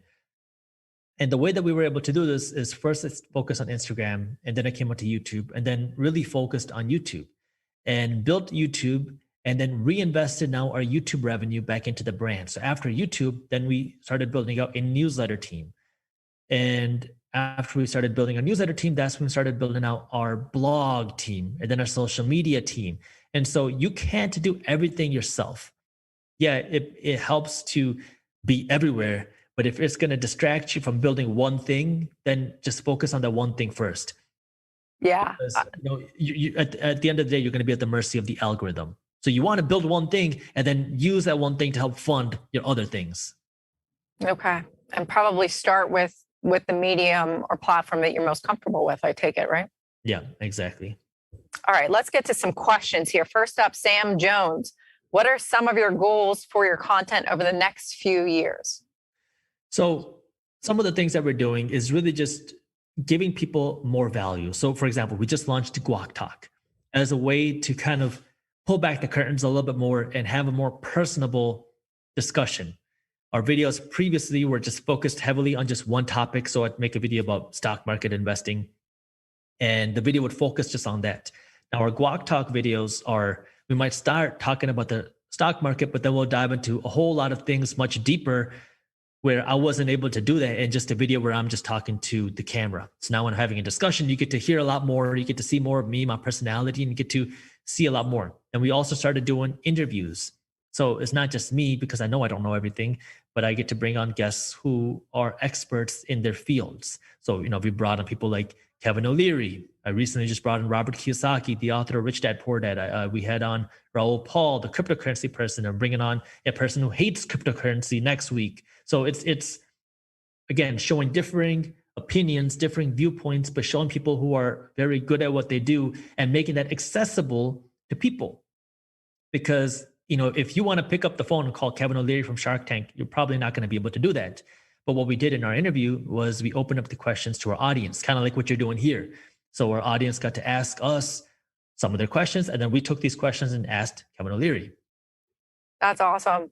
I mean, I don't have a line into Kevin O'Leary. I'm just saying. I also don't have 1 million subscribers on YouTube, but I want to actually read some of the commentary that we're getting in the YouTube chat box. People are loving you, Jaspreet. Daniel Akal, I knew this was going to be the best session of the day. Thank you, Jaspreet. Thank you. Hard work and persistence. Gil, thank you for that comment. Love your honesty, Janaki. So there's just really, really so much saying you're great. That's from David Timbers. Thanks, Jaspreet from Cassie. So yeah, you got a lot of love in the chat box. But let's get back to some questions. I appreciate all of it. We have the best fans in the world, so I appreciate it. I really do from the bottom of my heart. You really do. That's awesome. So Amit asks, FOMO exists at every turn in the digital world, especially in finance right now. How should we not think, how do we not think like the majority and protect ourselves from FOMO? How do you protect yourself from FOMO? Well, just like anything else, you have to make smart decisions. Is it possible that we could see a market crash? Sure. Are you going to sit here and wait to invest? You should not. I mean, it just means being smart. If a crash happens, which is what everyone's worried about, well, that's when you want to come in and buy more. So now if you're buying today, what do? Well, it means be smart with what you're buying. Don't overpay. Be pickier with the investments that you make and understand that, hey, if things do go down, what is your backup plan? So kind of have a risk management strategy.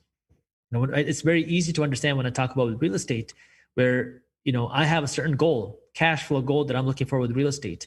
If a deal doesn't hit that cash flow goal, I don't want it. I'm not going to sit here and chase prices, chase valuations, chase properties when I'm going to have to overpay for it. I will be pickier, have to spend more time analyzing the deals, and then buy the things that I believe are good value for the long term. That way, even if things slow down, I'll still be okay because I believe in what I'm buying. Yeah, no, that's really great response there. This is a question I think makes so much sense. And I know it's probably on a lot of the viewers' minds. It comes from Mary Ochalek. Did you ever doubt yourself? If so, what did you do to change your mindset? All the time. I didn't know if I was going to succeed. I didn't. And I remember, I had a talk with a close family member of mine when they were giving me all this talk about how being an entrepreneur is the dumbest thing that I could ever do. I was like, but what about the CEO of Coke? Like, I could be the CEO of a company. And they were like, somebody from your background could never be the CEO of a company like that. And so it's that's how I was kind of like raised. And so this is in the back of my mind of, I can't do this. But at the same time, the thing that I would do is I would try to block out the noise and see. People call me stupid for this, but I think it really worked out for me. Is I see the opportunity and I used to ignore all the risk. And now I've kind of balanced out a little bit. But before, when I was younger, I never used to look at the risk. I used to only look at the opportunity, which made me much more willing to take risks and try new things and learn. And looking back, I had a whole bunch of businesses that failed. There was in one of my early businesses, I was still in college. I started this Amazon business, or it was an e-commerce company selling products from China. We thought we had an authorized retailer. Apparently we didn't. We got a letter saying that this company was going to sue us for $7 million because we were selling counterfeit stuff. And all of a sudden my heart dropped because I didn't have anything close to $7 million. And so, we shut that company down really fast, but it's that willingness to make mistakes. And nowadays, I joke around. If people don't tell me what I'm doing is stupid, I'm probably not doing something big enough. And it's how do you keep going? You kind of have to just put on blinders, ignore the naysayers, ignore the haters, ignore them. Look, there's only one you. The world is at your fingertips. You have every opportunity at the world there if you're willing to put in the work and hustle and keep ignoring them and keep working at it. Yeah, wow. That's so good. So good. Such good advice. To the risk thing, really, if you look at people, really great people that have done anything great, they kind of ignore the risks, for better or for worse, right? Maybe you need to have a little bit of a balance. Young and dumb, we all can be, right, at some point in our life. But balancing the risk and not letting risk create an amount of fear that prevents you from doing something that you dream about. So really good thoughts there. Along those lines, I love this question too. Such good questions. Keep them coming, guys. Eduardo Coda, how did you build your confidence enough to talk publicly about money? So, how'd you get comfortable in front of the camera? How'd you get comfortable talking to you? You just gave a keynote at FinCon on a stage. You were awesome. And how did you get used to that? Is there something inside of you that gets nervous? Your heart rate picks up at all? Tell us about it. Man, I think I get excited by it more than nervous. I think my confidence comes from seeing what I've done. It's if you don't believe me, that's fine. I really don't care because I know what I've done. If you don't like what I say, that's fine. It's your choice. And I think that kind of that success builds confidence. I don't think I was always confident. I was actually not a confident person. I was a very shy and timid person around people. People still say I'm quiet when I'm around people because, it's just the way that I was. And how do I break out of that? Practice. I mean, if you look at my early videos, it's not like what they are now. I was not a good person on camera. I was really awkward on camera. I didn't know how to talk on camera. I had a really hard time saying coherent sentences. And so I tried things when I wanted to really get better. I tried a bunch of things. Obviously, I did a lot of practice. I made tons of videos. Then I took an acting class. I took a film class. And these were just things that I wanted to just get experience and get some feedback of how do I communicate a message better, because I wasn't good at that. But it takes practice, and you got to be willing to, learn your craft better. Take classes, try things. Yeah, you got to put the work in. I mean, sometimes I don't even think I get sentences out right on these types of things. So You're doing a great job. Thanks. I'm willing to learn from you too, and from the professionals. But more questions coming. David Timbers, do you think young people are jumping too deep and concentrated into the meme stock and crypto because of FOMO, rather than creating a plan and sticking to it in a more traditional investing way? I love the fact that young people are getting started with investing. I think some young people are going to lose a lot of money. Sure. I mean, it's natural because you get greedy, you get excited by the idea of making a lot of money. But I love the fact that people are getting started, and it is a way for somebody to now get more educated, because what happens is somebody gets involved with, let's just say, meme stocks. They come in and they buy. Then what? They might make a lot of money. They might lose some money. Doesn't really matter either way, but now they're going to start learning, because they're going to say, wow, that was fun. Either I made a lot of money. Now what do I do with my money? Maybe you take more risky bets, or maybe you're going to start learning. What is a stock? What is an ETF? How do I invest? What is a long-term investor? What is a trader? And you start to ask these questions. And so I love the fact that people are just coming in and starting, because you have to start somewhere. I think a lot of people come in and they're looking for the quick buck. I started as trading penny stocks early on, and then you learn, hey, I don't want to do that. That's not very good for me.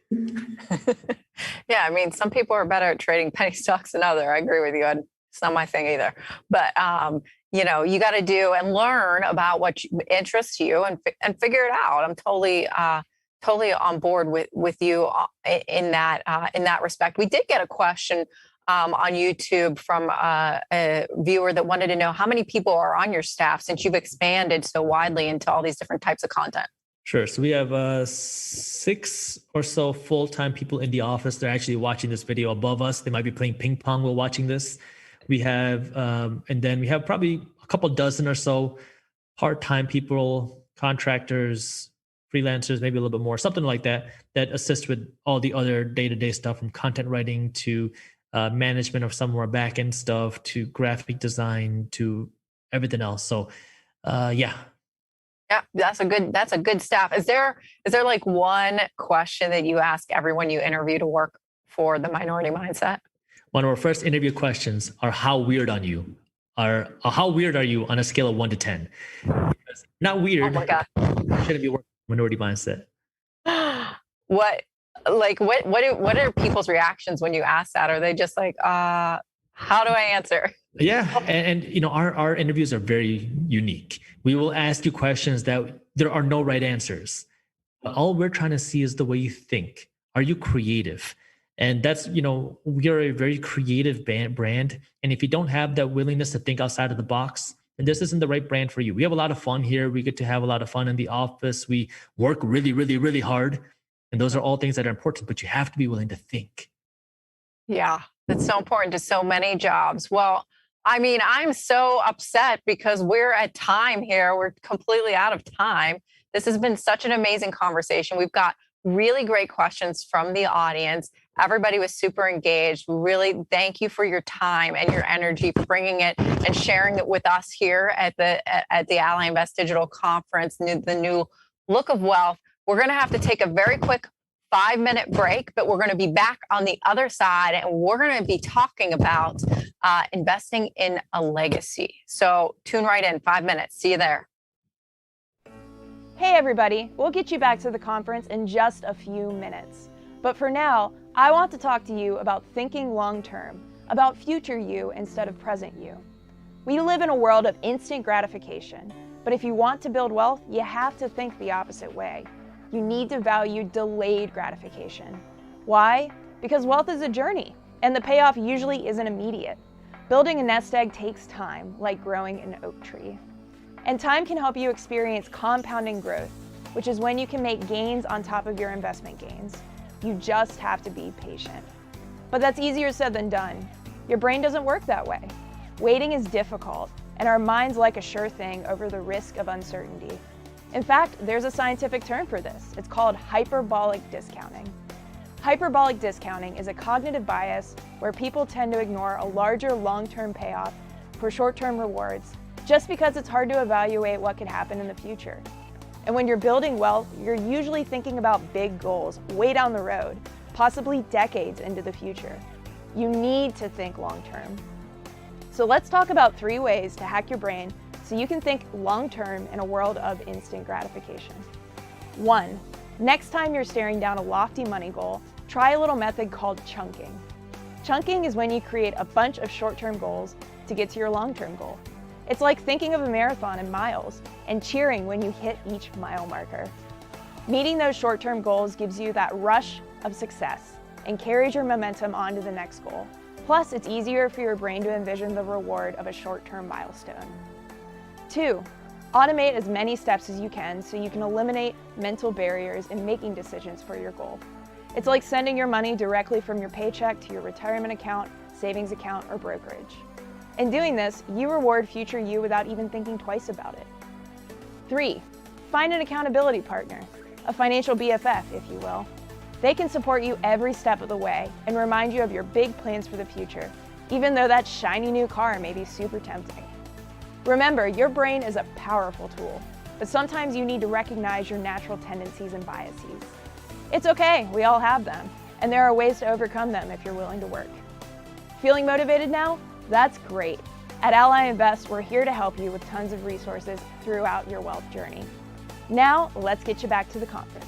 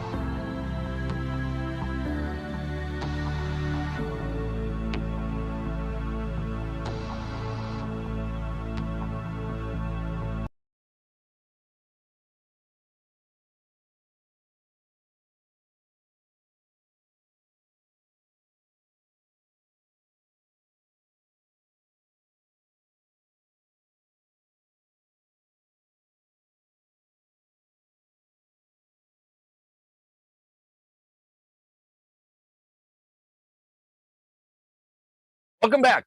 It's now time for Investing in Your Legacy. This will be a panel that will be moderated by our Ally Invest own Jack Howard, and our guest speakers are Erica Blair McGrew with Young Wall Street Investors and Gail Perry Mason with Oppenheimer, and she's also the founder of Money Matters for Youth. I'll now turn the reins over to Jack Howard from Ally Invest. Hello, Jack. Hey there. Thank you, Brian. Hey, everybody. So good to see you. I hope that you are enjoying the conference. So many gems have been dropped today. I've been taking notes vigorously, and you're going to get more during our conversation today here with Erica and Gail. So one of the amazing things about my career at Ally for the last 11 years is that I have had the pleasure of meeting so many amazing people who are committed to teaching financial literacy and helping others to understand their investing journey. And today you're getting two powerhouses in this space with Erica and Gail. And when we really talk about this topic of democratizing investing, they are doing it. But before we get into it, Erica and Gail, and we're going to get into it pretty quickly, I have a poll for our viewers out there about investing in your legacy and creating generational wealth. So if you can go to ally.com/live poll and answer this question for me. Do you feel like you're on track to pass on generational wealth? Our options are you have no clue, not quite, you feel somewhat on track, and heck yeah, I'm on track. So let us know, how do you feel about it? It looks like folks feel like they don't have a clue, everybody. That's what's coming in. So Gail and Erica, we are here with a purpose to help change those numbers. And, before we jump in, I would love for you both have such amazing money stories and the work that you do in the community and professionally. Can we just kick it off with sharing your money story? How did you get here? And how does your view of money impact how you look at generational wealth? I'll toss it to you, Gail. Talking to me first. Okay, I didn't know. Okay. You know what, Jackie, first of all, thank you for having me. And thank you for everything that you do at Ally. So I'm honored to be here. And we're going to change these numbers. We're going to change these poll numbers. That's what we're going to do. Erica, Jackie, we have this movement going. Let me tell you. So, and let me tell you, my journey did not start out as a movement of even thinking legacy. I'm like, legacy? Look, I'm living not paycheck to paycheck. I was living paycheck to Monday. So I knew nothing about money, nothing about investing, and don't mention no legacy to me because I'm like, I don't know what legacy was. So I just started out as a receptionist at a brokerage firm. And all I knew was I was broke working at a brokerage firm. So I didn't even know what a brokerage firm did. And then people came in so I was like, oh my God, success leaves clues. I was watching all these successful people walk in the door and I'm like, wait a minute, you all have money. What are you doing? They said, well, I'm owning things. I'm leaving a legacy. I own a business. I own this. But mind you, nobody looked like none of us that were talking. Matter of fact, nobody was even a female. So I'm thinking, wait a minute, why do they have money and we don't? So then I just started, learning and started. And anyway, I became an investment advisor after that. I said, I got to teach women. I got to teach children. I got to teach people who look like me what it means to leave a legacy, what it is to build a legacy first, not even leave one. We got to build one first. How do we get started? So anyway, so what impact means to me in legacy planning and all that, it means a lot now. Once I learned what I didn't know what impact it made. And I think most people really aspire to leave a legacy. We just don't know how. We just don't know how to build it. We don't even know a real estate or this or that, how to do it. So that's what we're going to do today. So I'm excited. We're going to have a great conversation on legacy planning and how to do it, because I wish I would have had this conversation before I started working at a brokerage firm and had to learn by trial and error. So I'm glad to be here. Thank you. I'm so glad to be here with Erica and Jack. Thank you. Thank you, Gail. And how about you, Erica? Tell us your story. How did you get here? Yeah, so first, I just want to say thank you, Jack. I appreciate being here. I'm so honored to be on today's panel, and I am excited too about getting those numbers down about people who don't have a clue. We want to make sure by the time you leave here, you do have a clue. And so my money story growing up was just about education. Education was paramount. You know, a good education equated to being able to make more money. So one thing that we didn't do growing up is we didn't have everyday conversations about money and wealth. And when we did talk about money, it was usually talked about in two ways. Either we didn't have enough of it, or how do I get money to get something that I want? So I grew up with this mindset that I had to be able to earn the things that I wanted in life. So that in turn made me work really hard in school with my education and made me get a job early because I knew that if I wanted certain things in life, I had to be able to work hard to get it. Now that I've been in the financial services industry for several years, I'm able to see how that mindset impacted me as an adult. And I'm also able to work with my clients, not only on obtaining wealth, but also that mindset that may be holding them back. So what I realized is that we tend to inherit a mindset that attempts to keep us in a certain class. And this is what I talk to my clients about because a lot of them are skeptical about investing or learning how to build wealth and taking risk. And I have to tell them that, you know, sometimes our mindset is holding us back from money. And you might say, okay, well, what do you mean by that? So let's think about the general classes that we have out there. We might have an upper class, right? The upper class has a mindset to maintain wealth, and they're open to lots of different opportunities. They get the best schools, the best apprenticeships, the best connections, and they have freedom to make mistakes. Now, if we look at the middle class has a mindset to get a good education, to work hard and to keep a good job, to do what you're told, not to really complain. You're going to save a little bit for a rainy day, and you have the freedom to pull yourself up if you make a few mistakes. But if we look at people who grew up in poverty or lower class, they have a survival mindset or a protection mindset. Most likely the first generation to go to school, they might start out with student loans. They don't have access to credit and they have limited access to cash. So now that we see that if you grew up in a certain class, it might affect your mindset in moving forward with obtaining wealth. And I'm specifically talking about obtaining wealth through investing. You might be a little bit hesitant because you know you don't have the freedom to make those mistakes. But we can change that mindset. And that's why I'm glad that we're here today, because all the things that we're going to be talking about is going to help free us from those mindsets that might be limiting us so that we can get those numbers up so we can have a clue about what we need to do to invest and build wealth and leave a legacy to our children. Excellent. I definitely think it is a mindset, which you just mentioned, and a decision. So let's have some grounding right now for our viewers. What is generational wealth? What does that mean to you? If each of you could help us with answering that question. And I know it may be different for different people, but I just want to help them to understand how to wrap our brains around this concept because it feels sometimes out of reach. Erica, Erica, go first then. Go ahead, Erica. So for me, generational wealth means, passing down your wealth from one generation to another, right? So it's starting with you. You're lucky if it started before you, but maybe you're the one who has to start the torch of passing down wealth to your family. I know when my husband and I first got married and we were going through marriage counseling, one of the first things that our marriage counselor asked is, what is your vision for your marriage? And we both looked at each other and said, we want to be able to break the cycle of poverty in our families and pass down wealth from generation to generation. There's an old saying that a good man leaves an inheritance to his children's children. So not only are you planning to have wealth for yourself, but you're planning wealth for your children and for your children's children. So that's what generational wealth means to me. I'm going to say ditto to Erica, everything she just said. And I wish more people would get together as a couple because you can, leave it together as a family. Generational wealth to me is the same thing what Erica said, but also it's something that brings change.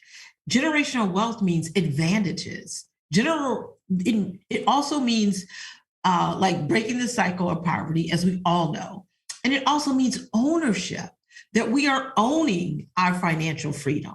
We are owning that, but not just for us. We're owning it, like you said, for your children and your children's children. But it also means that we're learning what financial freedom is. Generational wealth means it's not about exchanging dollars for hours. That means we don't have to do that. It gives us a freedom to do other things and not just, because we can't get wealthy off our wages. So it does come to where it comes to investing and different things that we have to do. So I think generational wealth means freedom of our time, and that we do have more advantages if we start building generational wealth, and everything Erica said too. Yeah, so earlier, Gail and Erica, our panel, we had a panel on wealth and what does it mean? And time came up, and freedom were all words that came up for people as to what wealth means for them. And I think it's being able to pass those same things on to the next generation. And for people who may not even have children, I think it's your community. It could be a nonprofit that you want to support. What legacy do you want to leave when you go on? So again, I mentioned earlier, sometimes it feels unattainable, and both of you have been in financial services for years. Can you give us any examples of either, ordinary people or celebrities who may resonate for our viewers as an example of what generational wealth can look like and the power of it, I'll start with you, Gail, please. So first of all, there is power in generational wealth. And let me give you some examples. I had a client that came to me, and she was like, Gail, I don't really have any money. What can I do? And I said, you're going to start buying something that you know. So I introduced her to something called a DRIP program. It's not that I'm saying buy this or do this. So I'm not saying this here, but I introduced her to something where I said, just look at the different companies. She started the DRIP program, and she said, okay, Gail, I finally have 10 shares of this stock.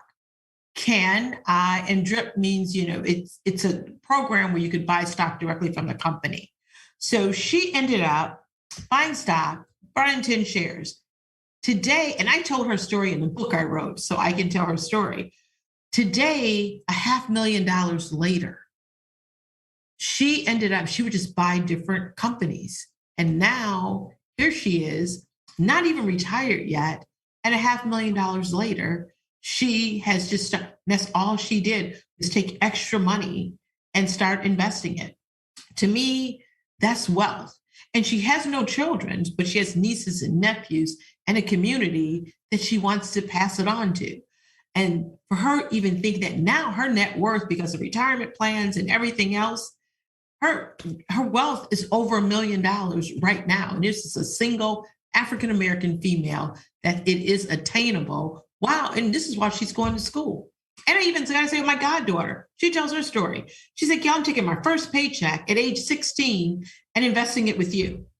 Her first paycheck right now is worth over $50,000. Right now, she just turned 30. And she says, Gail, this is for my kids' education. So I'm going to tell my kids what I did with my first paycheck. And we're going to always, when they have their first paycheck, they're going to invest it also.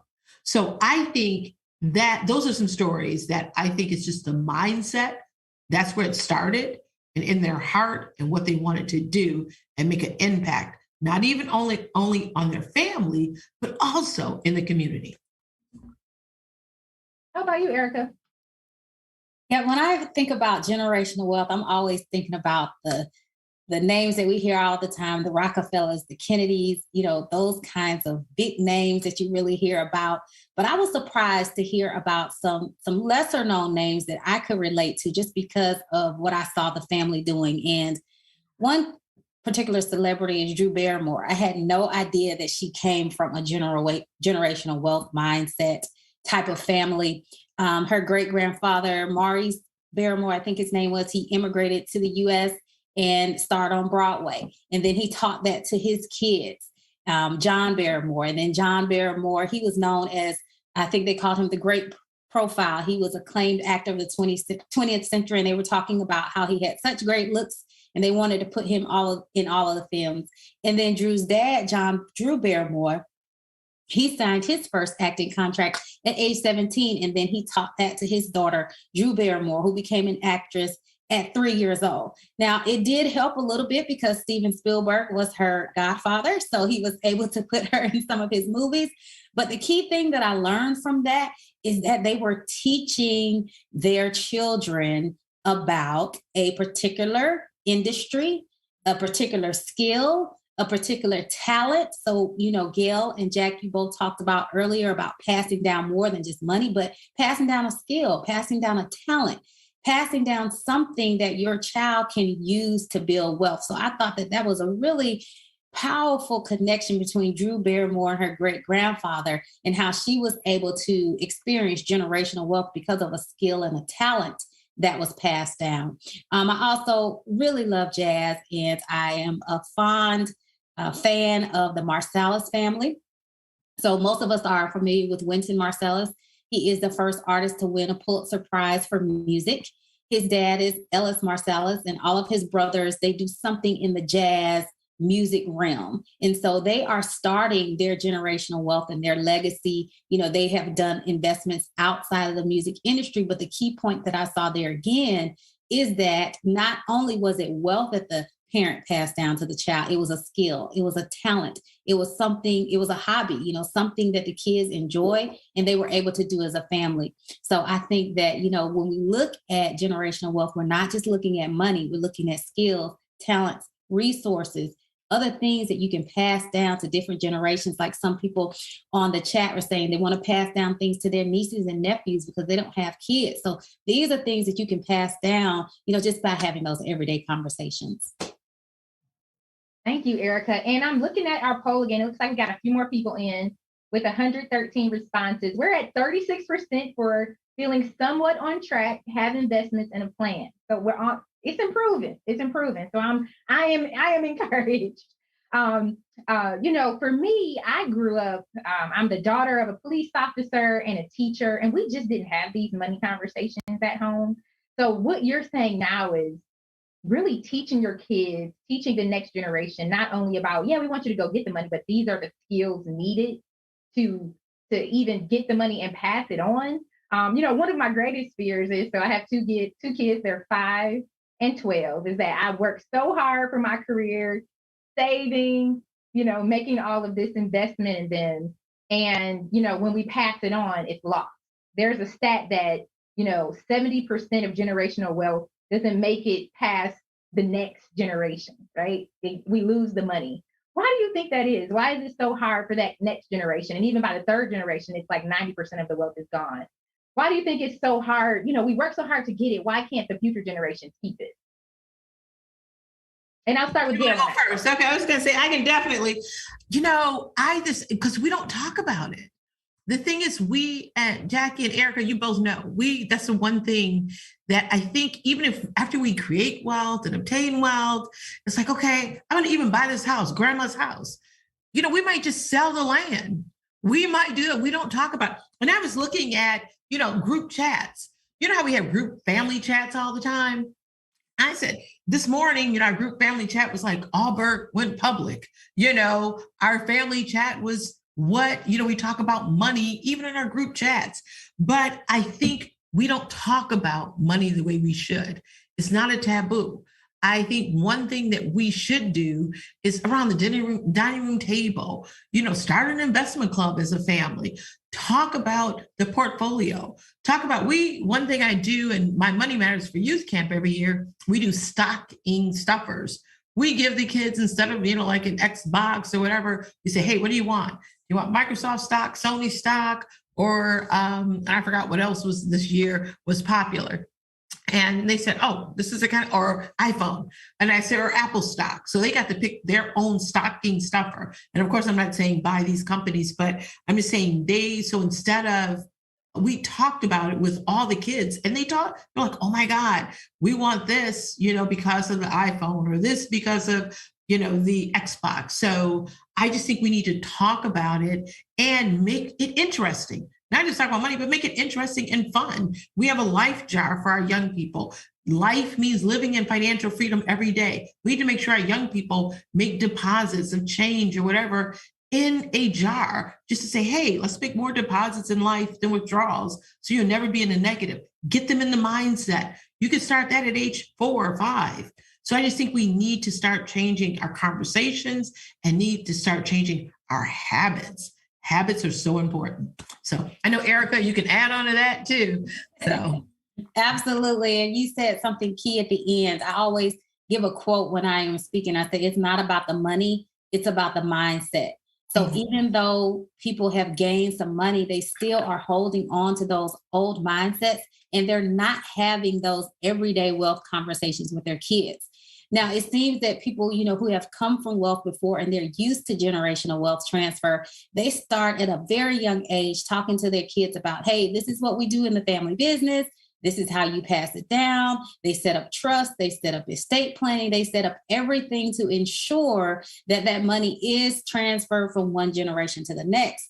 But some of us who are just starting out with the wealth and are still a little bit hesitant, they don't want to lose it. Like Jack said, she's worked so hard and she doesn't want the next generation to lose it. So sometimes we end up not having those conversations, or we end up not setting up the proper tools that we can to pass that generational wealth down. So, just in agreement with what both of you all said, is that it's just increasing those conversations, talking to kids at the dinner table about what it means to have wealth.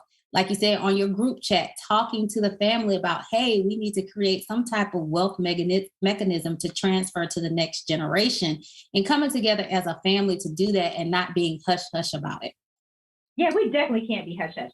That has to shift to where you don't know where the life insurance papers are. You don't know how much money is in the account when grandma exactly. passes. Really being, just honest and truthful about where things are and how you want the money to be spent is so important. And I know for both of you, you do amazing work in the community. So we had this conversation of how do we teach kids about this specifically? And here at Ally, we have, our Planet Z and the Money Tree book you can check out. We just launched a game called Centropolis on Minecraft. But I think it's making it fun for kids to learn about money so that as parents, you can have those conversations, or as the aunt or the uncle of your nephews and nieces, how do we foster these conversations? And you both are doing amazing work in the community to help make that easy. So Erica, can you talk a little bit about your nonprofit, and then Gail, can you follow up? Sure. So I'm really excited about my nonprofit, Young Wall Street Traders. Young Wall Street Traders has been around since 2015, and we are here to help kids understand the power of wealth and having a generational wealth mindset. And we tackle that through investing. So we teach kids about, wealth, how to build wealth, and how to keep wealth. Now, there's endless contributing factors to why we don't have it, but we focus on the mindset and those everyday wealth conversations. So one of our premier programs is a 2-week summer boot camp. And in that 2-week summer boot camp, students are exposed to the world of Wall Street and investing. So they participate in hands-on practical applications, such as they incorporate wealth scenarios in their everyday lives. They have to get together with partners and they're giving a wealth scenario, and they have to use that wealth scenario to talk about financial literacy fundamentals. So everything from banking, savings, and credit to investing. So they are covering the fundamentals of financial literacy while given these different wealth scenarios. They also learn to think like an owner and just not a consumer. So we do know that that's what wealthy people think about all the time, is they want to own things. They don't just want to consume things. So if I have kids walking through the door with Nike stocks, Nike shoes on, guess what? They have to do an analysis on Nike stock. If people come in the door and they have an iPad and an iPhone, guess what? They also have to do an analysis on Apple stock, right? So whatever it is that the kids are consuming on a daily basis, they have to learn and think to be an owner by analyzing those stocks. Now, this is just for play. They're doing real fundamental analysis, some of the things that I've learned since being in the industry. So they're looking at trend analysis. They're looking at, what's going on in the market. They're looking at things from a top-down view. So the kids are actually learning how to analyze their stocks from the top-down approach. Now, in addition to that, they get to simulate real-time trading of stocks and options. So we want to give them alternatives to making wealth and gaining wealth. And we do that by teaching them about long-term investing through stocks and short-term investing through options. So by the time our kids leave that 2-week program, they have a different mindset. They have to say every day, I will be a millionaire. I will invest in stocks. I will teach my community about investing. So they say those different affirmations every day to make sure that their mindset is being trained every day to think about wealth and how it can help their families and also their communities. And in addition to that, we know that habits are the things that make you do what you do. It's not just about the types of money, because some of them say, well, I don't really have, a lot of money to invest. Well, we just want you to start, because if you start with one share, you're developing a habit. And maybe it's that you're not going to be able to fulfill that wealthy millionaire status. But if you teach it to your community, somebody will. If you teach it to your friends, somebody will. So we're very excited about what we're doing with Young Wall Street Traders in our 2-week boot camp. And that is how I help the kids of today learn about wealth. And also they have to go home and talk to their parents about it. So every night they have an assignment at the dinner table. They have to talk to their parents about what they learned in the camp. They have to talk to their parents about what types of stocks or companies they're interested in. So we're increasing those wealth conversations day by day. And I get a lot of feedback from the parents that, it's opening their eyes to what they need to be doing with investing and creating wealth, because their kids are starting to come home and have those conversations. So I'm really excited about what we've been doing with Young Wall Street and, just really continuing that and growing it in the future. Wow, Erica, that is so, we need to collaborate. You really do. That's what we need to do. So once they leave, Money Matters, they can go to, because we talk about options and future in a whole different way. We teach everything differently, but same thing. So Money Matters for Youth started 26 years ago when I just saw this camp called Rich Kids Camp. And I'm like, wow, I need some children who look like my children to go to this camp. So, but the camp cost $10,000 to go to, and they had to bring $10,000 with them to invest. I said, nobody from Detroit can go. Let me put on one here for $50. So I ended up starting this camp, 26 years ago for $50. So now I divide them up like stock, because we have so many children. So I can divide up small cap, mid cap, and large cap. So my small cap youth, matter of fact, they all got Roblox stock this year and Roblox gift cards. So they were so excited over this Roblox stock. And so what we do is we give them small cap stocks, mid cap stocks, and large cap stocks is what they ended up learning about. But we did something different this year about leaving a legacy, because we want the businesses to leave a legacy in Detroit. So in honor, and not in honor and remembrance of 100 Black Wall Street being destroyed, we took 100 Black owned businesses in Detroit, and we ended up having the youth say, how can you do a business in the Black profile for them? What can they do? Do a business in a Black program and business plan for them. So now we're going to have our own Black Wall Street. It's going to be historic on the east side of Detroit in the next few weeks. But we actually have bricks. They ended up having to leave a legacy. They had to have a legacy plan for, say, the restaurants in Detroit or Hot Sam's in Detroit or all these different clothing stores in Detroit. They ended up having to do a legacy plan, how to do business in the Black. What can you do to leave a legacy for the next generation? So we took 100 businesses in Detroit. We did a legacy plan for them and a business in the Black program. So the camp, we take a holistic approach to the community, to the family, and for them to learn about the market and then learn about generational wealth. But it starts with businesses. We did a real estate program. We ended up taking them to a Black-owned hotel. So we do things like that. But this year in 2022, we're going to go back to meet with Warren Buffett at the Berkshire shareholders meeting. So we also expose them to the shareholders meetings. And this year, and also in 2022, we're going to Black Wall Street, which I will lead for in the morning with some kids from Cody High School. And we're going to actually go and tour Black Wall Street and meet with different family offices so they can actually learn about wealth, what real wealth is. It's like when people say family offices, like, what's that? No, that's offices that just manage the family's money. So we're meeting with 18 family offices tomorrow in Tulsa, Oklahoma. So I'm so excited about it. So, but because I believe success leaves clues, and I always tell them they have to, look at just successful people and learn from them and be open to learn every single day. Like we all have to be open to learn every single day. So definitely, Gail. So just to piggyback off of that, all of us being open to learning every day. You know, with me working in financial services, I'll always have my girlfriends or family members that'll say, you know, I get this conversation a lot. Jack, you know, I have been investing. I don't think it's enough. You know, I want to retire in 10 years. I don't think I've saved enough. I would like to be able to give something to my family. What should I do? Can you just give everybody first some encouragement if you're starting late? And then second, if you could give just like your top 3 things, if you can start here with, you know, if it's looking at your 401k or building a will and trust, looking at your beneficiaries, what are 3 things that our readers can do if they're just starting out on this wealth building journey, looking to be a person that can build generational wealth? It's never too late, right? How about that? Yeah, it's never too late. Never too late.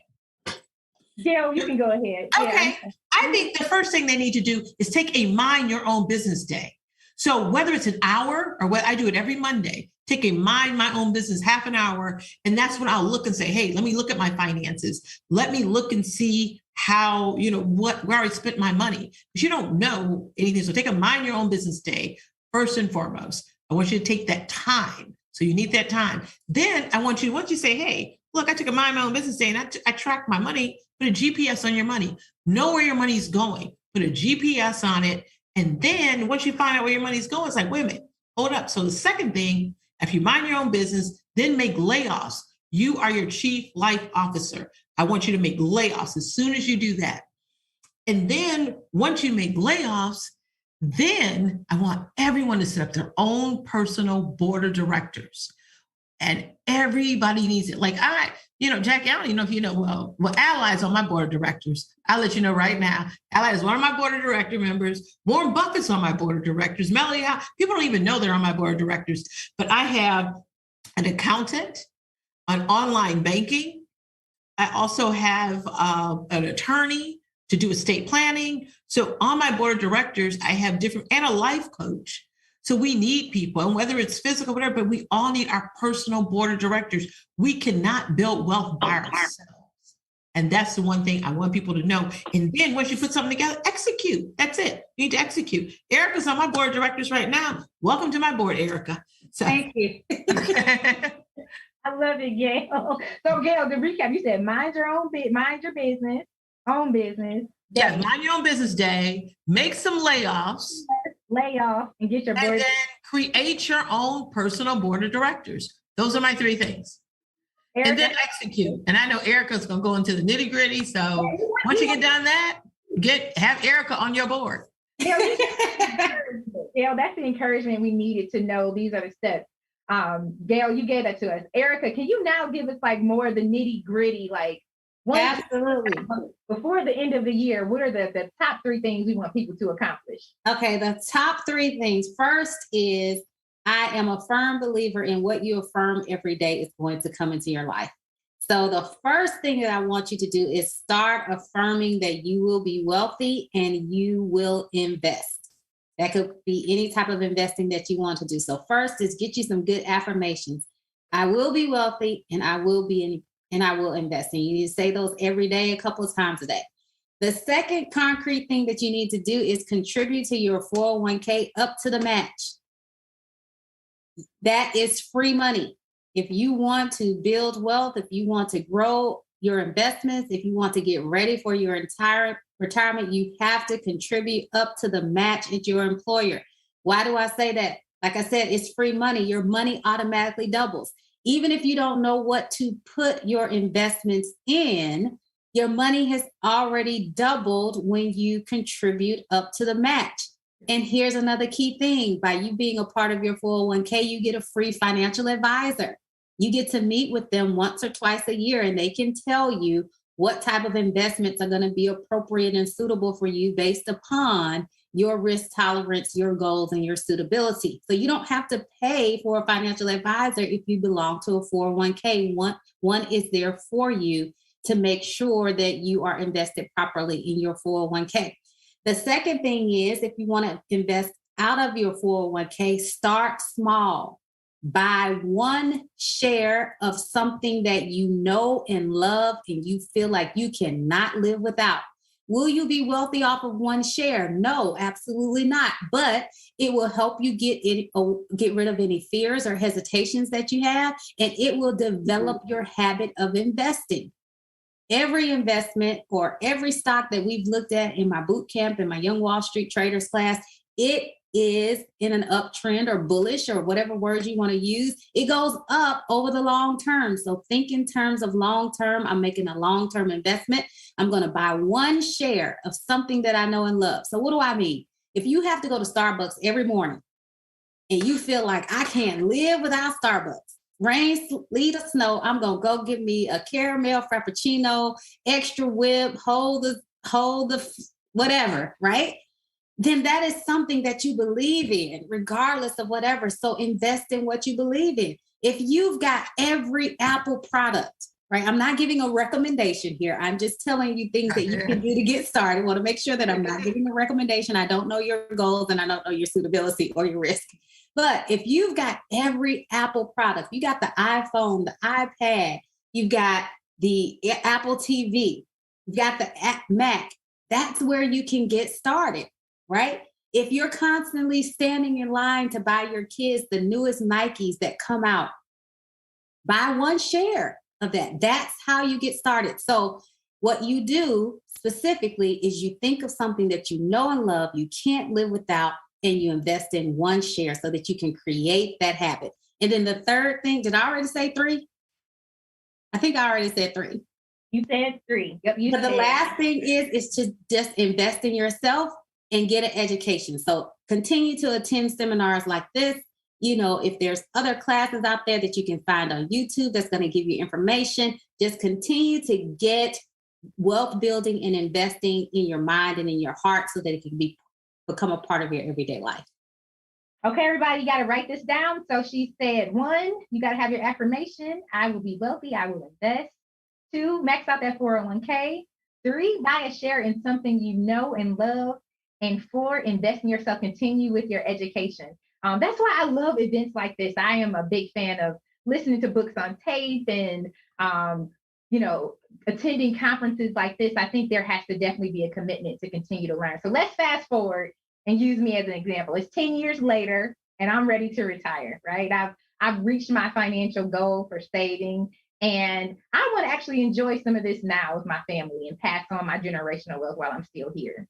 For those folks who may be more advanced and along in their journey and starting to think about how to transition some of these assets to their family and charities and all of the things that they work so hard to, get this money for, how do we pass it on? What is that process? How do we pass on our generational wealth? And I'll start with you, Erica, please. All right. So for me, what I have thought about for my kids, I have a special needs son. So I have to be very particular about how I pass on wealth. And there may be some others out there who have that situation as well, is that I have set up a trust for my kids, right? So I'm putting money into the trust and I'm making sure that the trust has specific guidelines on what the kids can have if something were to happen to me, right? So there are leniencies for lump sum distributions for houses or cars or education. There are other leniencies for monthly income, right? And then life insurance. People don't know that life insurance is the number one way to pass along wealth tax-free. So I would say get with a life insurance professional so they can do an analysis for you to tell you how much life insurance that you would need in order to be able to start that generational wealth. So again, the first thing is set up a trust so that you can dictate how the money can be spent. Of course, you want to have some freedom in there. The second thing is life insurance. It's paramount. Get with a good life insurance professional. And then the third thing is to talk to my kids about doing the exact same thing, saying, hey, this is what mom is doing to make sure your future is set up. Once you get of age, I need you to do this same thing to make sure that the next generation is set up and to teach it to your kids. Thank you. How about you, Gail? Okay, Jackie, you ready to retire? And I know you're never going to retire. So I know it. So say 10 years fast forward and you're still so young. So you're not going to retire in 10 years. But I will say, I think most people, the first thing you don't want to do is allow your money to retire before you. So that's one thing. It's like, wait a minute. And now if anybody has too much money for retirement, that's wonderful. But most people don't have enough money for retirement. So first of all, you want to make sure, and just what Erica said, she's like, look, you talk to your 401k, they can actually do a illustration. And that's the first thing you do. They can do a free illustration saying, hey, how much money will I need to retire at this age? And they can do absolutely. So I encourage you on your Mind Your Own Business Day is to get that illustration done. I don't care if you're in your 20s, your 30s, your 40s, or your 50s, get that illustration done, or 60s or 70s. So then once you do that, then you also don't want to let it retire before you, but then also life insurance. I agree. Everything Erica said, ditto. When you leave your job, Erica talked about life insurance being important, and it is. Your life insurance might leave with you. It might not come with you. It might just end. Then you have to get other life insurance at an older age. So I would say, make sure maybe you can convert that. Make sure you need your board of directors to say, hey, I have a life insurance agent on my board of directors.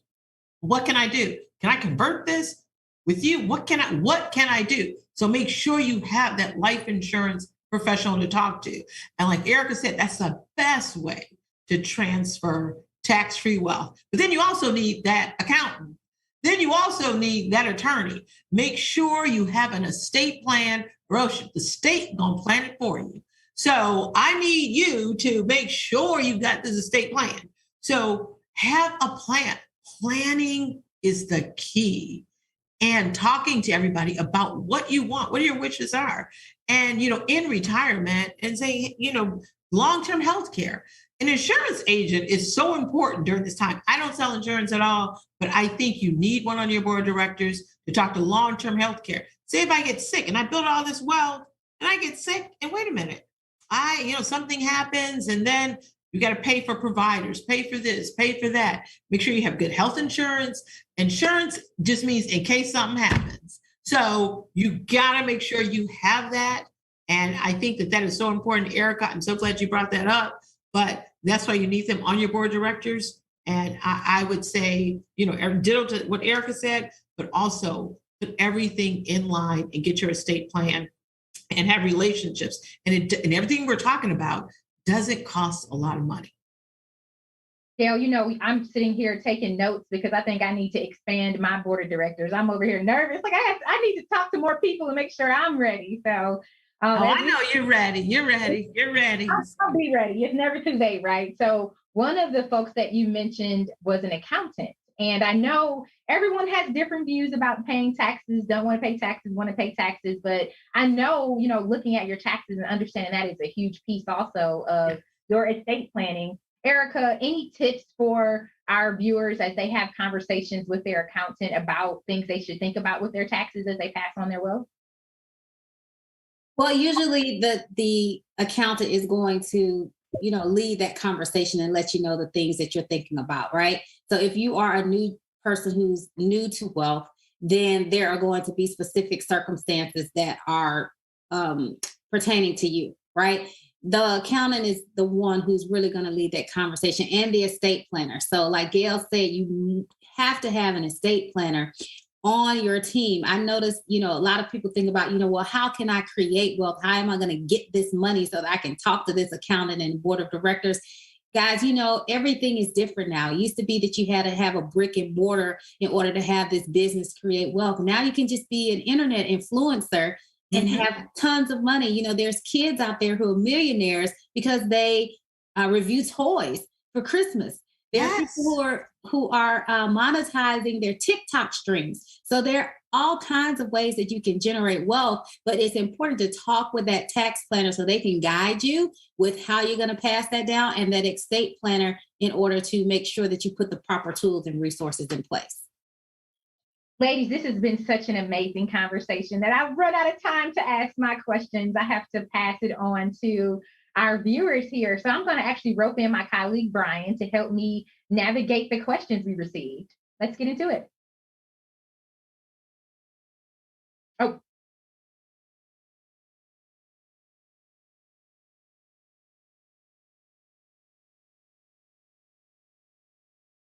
Thank you so much, Jack. And as we were passing the hosting baton, I didn't get to introduce myself. My name is Brian Overby. I'm the Senior Options Analyst here at Ally Invest, and I feel honored to be able to ask these awesome questions. If you have any questions, please put them in the chat box right now for all of our panelists. And we have a few to start with. Eli here says, are there any social groups for people who are trying to build generational wealth? How would viewers find ones that apply to their goals? And I think I'll start by passing that one to Gail. So okay, I don't know exact names of groups, but they do have groups on Clubhouse to talk about wealth. They do have so many different amazing podcasts. I know, Jackie, you told me about a podcast also, but they have different podcasts, different groups. So if you research the ones that fit your needs, Eli, then this way you could see how you could build wealth and maybe, build together. Like I, belong to a group called Stocks and Stilettos that I don't belong to it, but I talk to them all the time and follow them, and they do different things. So I try to do, look at different groups such as that. So look there, but start with Clubhouse. That is, I think, one of the places to go. And then also go to Motley Fool, Nerd Wallet. There's a lot of different places you could go like that with Nerd Wallet also. So look at those different places. All right. Excellent. I can chime in too, Brian. So Ally has partnered historically with, and we had one of our panelists was actually a board member for an organization called BetterInvesting. Oh, yes. They actually help people to set up investment clubs, and they're a nonprofit 501c3. They actually helped us earlier this year with launching our Ally Invest Stock Market Challenge for HBCU students. So I'm, want to put that out there also as a resource. All right. So we have a Tar Heel fan out here, and the Tar Heel fan would like to know, how do you factor longevity into building generational wealth? How do you preserve wealth for your future generations? And with that said, I'll pass that over to Erica Blair. All right, so that's a great question. So for longevity, it's about planning, right? Everything is about having a goal and planning it out. And for me, the best ways for the longevity is to bring in an estate planner. That estate planner can talk to you about how long you want the money to last, exactly what you want the money to do for you during those periods of times. And they're the ones who are the experts in that area. Now, one particular thing that I like that estate planners do is set up trusts. In the trust, you can dictate how long you want the money to last, whether you want your heirs or people that you're passing it down to be able to pull off the principal or just live off the income that the trust is generating. So it's best, like Gail said, have an estate planner on your board of directors, because they're going to be the ones who are able to direct you and guide you into how to make that money last as long as you can. Right. And I agree with that a lot, too. One of the biggest things that I always see a lot of people come in when they're looking at estate planners is they just say, I don't want that cost of going through that process. But in many ways, I just don't think that you can afford not to do it. And you have to think about it that way a lot, too. So Nicole comes back and says, can I set myself up to potentially build generational wealth when I don't think I have enough extra money to invest? And I guess I'll open that one up to the panel, because that's what this show is all about, right? In general, who wants to jump in on this one? Well, I can just start with it. I think we can all answer this one. Mm-hmm. So if you think, and I think Erica said it well at first, like, we can start with one share at a time. But I also think, and I always say, you probably can't get wealthy off your wages. So you do have to invest, turn your passion into your payment. You can start a business on the side. And I always tell people, you know what? Have 5 avenues of income. Erica mentioned about being an influencer, doing things that can create income, not just for yourself, but for your children and other people. So let's just not look at exchanging, dollars for hours all the time. You can do things to create wealth that you might not even realize just by turning your passion into your payment. There are people who cook and had made millions of dollars, or by just putting together, not just by putting together, but putting together lotions and doing different things. I just think entrepreneurship is another key. Real estate is one. And then even buying antiques, art, things like that. So we look at things as an investment. Let's start buying things that are assets versus liabilities. That's great, Gail. And to just piggyback off that, I want to say I definitely understand how it feels to think that you don't have enough money left over to invest. But this is the best time of entrepreneurship ever. Even if you don't know what you're passionate about, what is just something that you love to do, a hobby? Can you believe there is a TikTok influencer that pours different liquids in the toilet to see how it flushes, and they get over 1 million views, and she's able to monetize those views? No. She's pouring liquids in the toilet and getting paid. Right? You are kidding. I am not kidding. I saw it and I couldn't believe it, right? So all you have to do for the person, I think it was Nicole who asked that, if you like to dance, get on TikTok and dance. If you like to make bubbles, or there is a person who cannot cook and she gets on TikTok and shows how she messes up recipes, and she's able to monetize that. So before, there was not this type of opportunity. But now with the advent of the internet and, having access to people all over the world, pick a hobby, get on TikTok, show that hobby, and watch that money come in. And as you have enough money to take care of your necessities, take the extra and get with a professional and let them help you invest. And All right. I can close that out, Brian, with also, I think it's just the discipline of the money that you already have. Gail and Erica mentioned earlier, if you're wearing Nikes or a certain brand, you should own that brand in stock. And I do that in my life and with my kids. If you want a high ticket item, or you're saving for something, like, before you have all of these things that are consumer goods, make sure that you own it. So having that discipline also, in addition to finding those additional streams of income. All right. So now we do have a few more questions here. This one comes from Terry, and Terry's talking just about feelings overall. How can I combat my feelings of intimidation when I'm pursuing my financial goals? And I think Erica, I think I'll pass that one over to you with all the excitement that you're talking about, all these new different ways that people are finding to make money. How do you get over the angst of putting a toe in the water and trying these new things? Yep. So 3 things to get over that angst. One is those affirmations that I talked about before. Saying to yourself every day what you can and what you will do. And as the more that you say it, the more that subconsciously your mind will believe it. It's a crazy thing, but that's how our mind works. The more we hear something, think about a song that you might have heard on the radio that you didn't like, and then all of a sudden you heard it so much and you start liking that song, right? So the more you hear something, the more it influences you. So start with some good affirmations every day. The second thing is surround yourself around people who are talking about wealth and investing, who are not scared about it. Start just talking to your friends. Hey, is anybody, are any of you investing? What do you guys know about stock? And start gravitating towards those people, because that's going to make you get rid of some of that angst. And then the last thing, of course, is to just get started. What's something that you know and love? Find a professional that can help you, or just call up a brokerage firm and they'll show you how to buy one share of that. I promise you, when you take action, if you take action and see what it is and how it works, and see that your money is not going to go all down the drain, then you're going to be more apt to keep trying again. So again, 3 things. 1, get you some good affirmations. 2, get around people who are talking about wealth and investing. And then 3, take action. All right. Well, Jack, I'll let you give a few of the last words. But with that said, we're going to come to the end of this awesome session. Thank you, Brian.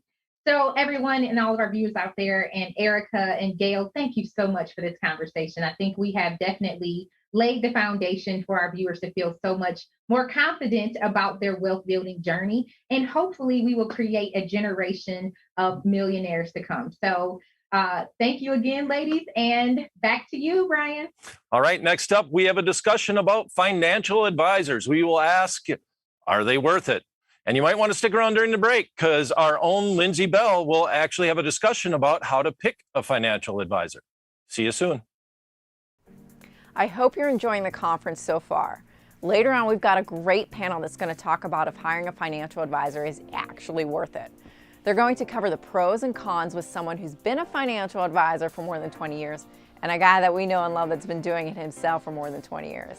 I have no doubt it's going to turn into a great debate. If after the debate you decide you're ready to hire a financial advisor, the next step is picking one.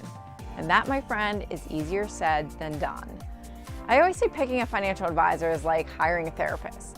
You got to find someone you trust and feel comfortable being vulnerable with about your financial life. They should also be someone that you feel like gets you and your financial goals. A great place to start looking for someone that fits that bill is by asking your family and friends for references. But don't stop there. It's worth shopping around to find your advisor. Start by thinking why you need or want financial advice.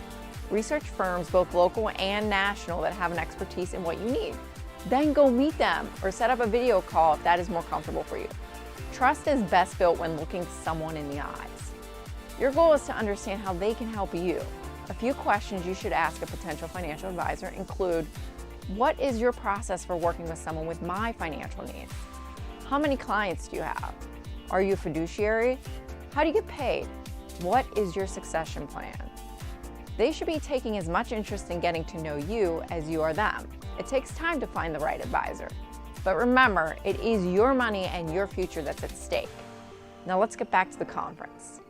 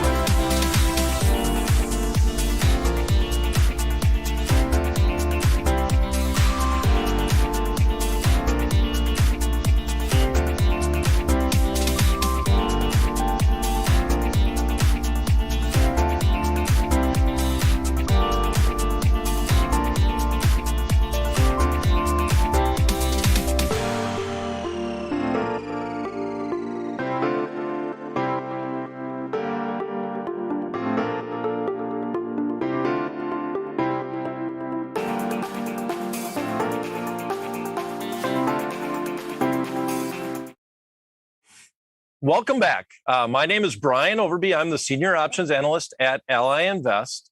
And I do want to let you know we're coming to the end of today's show.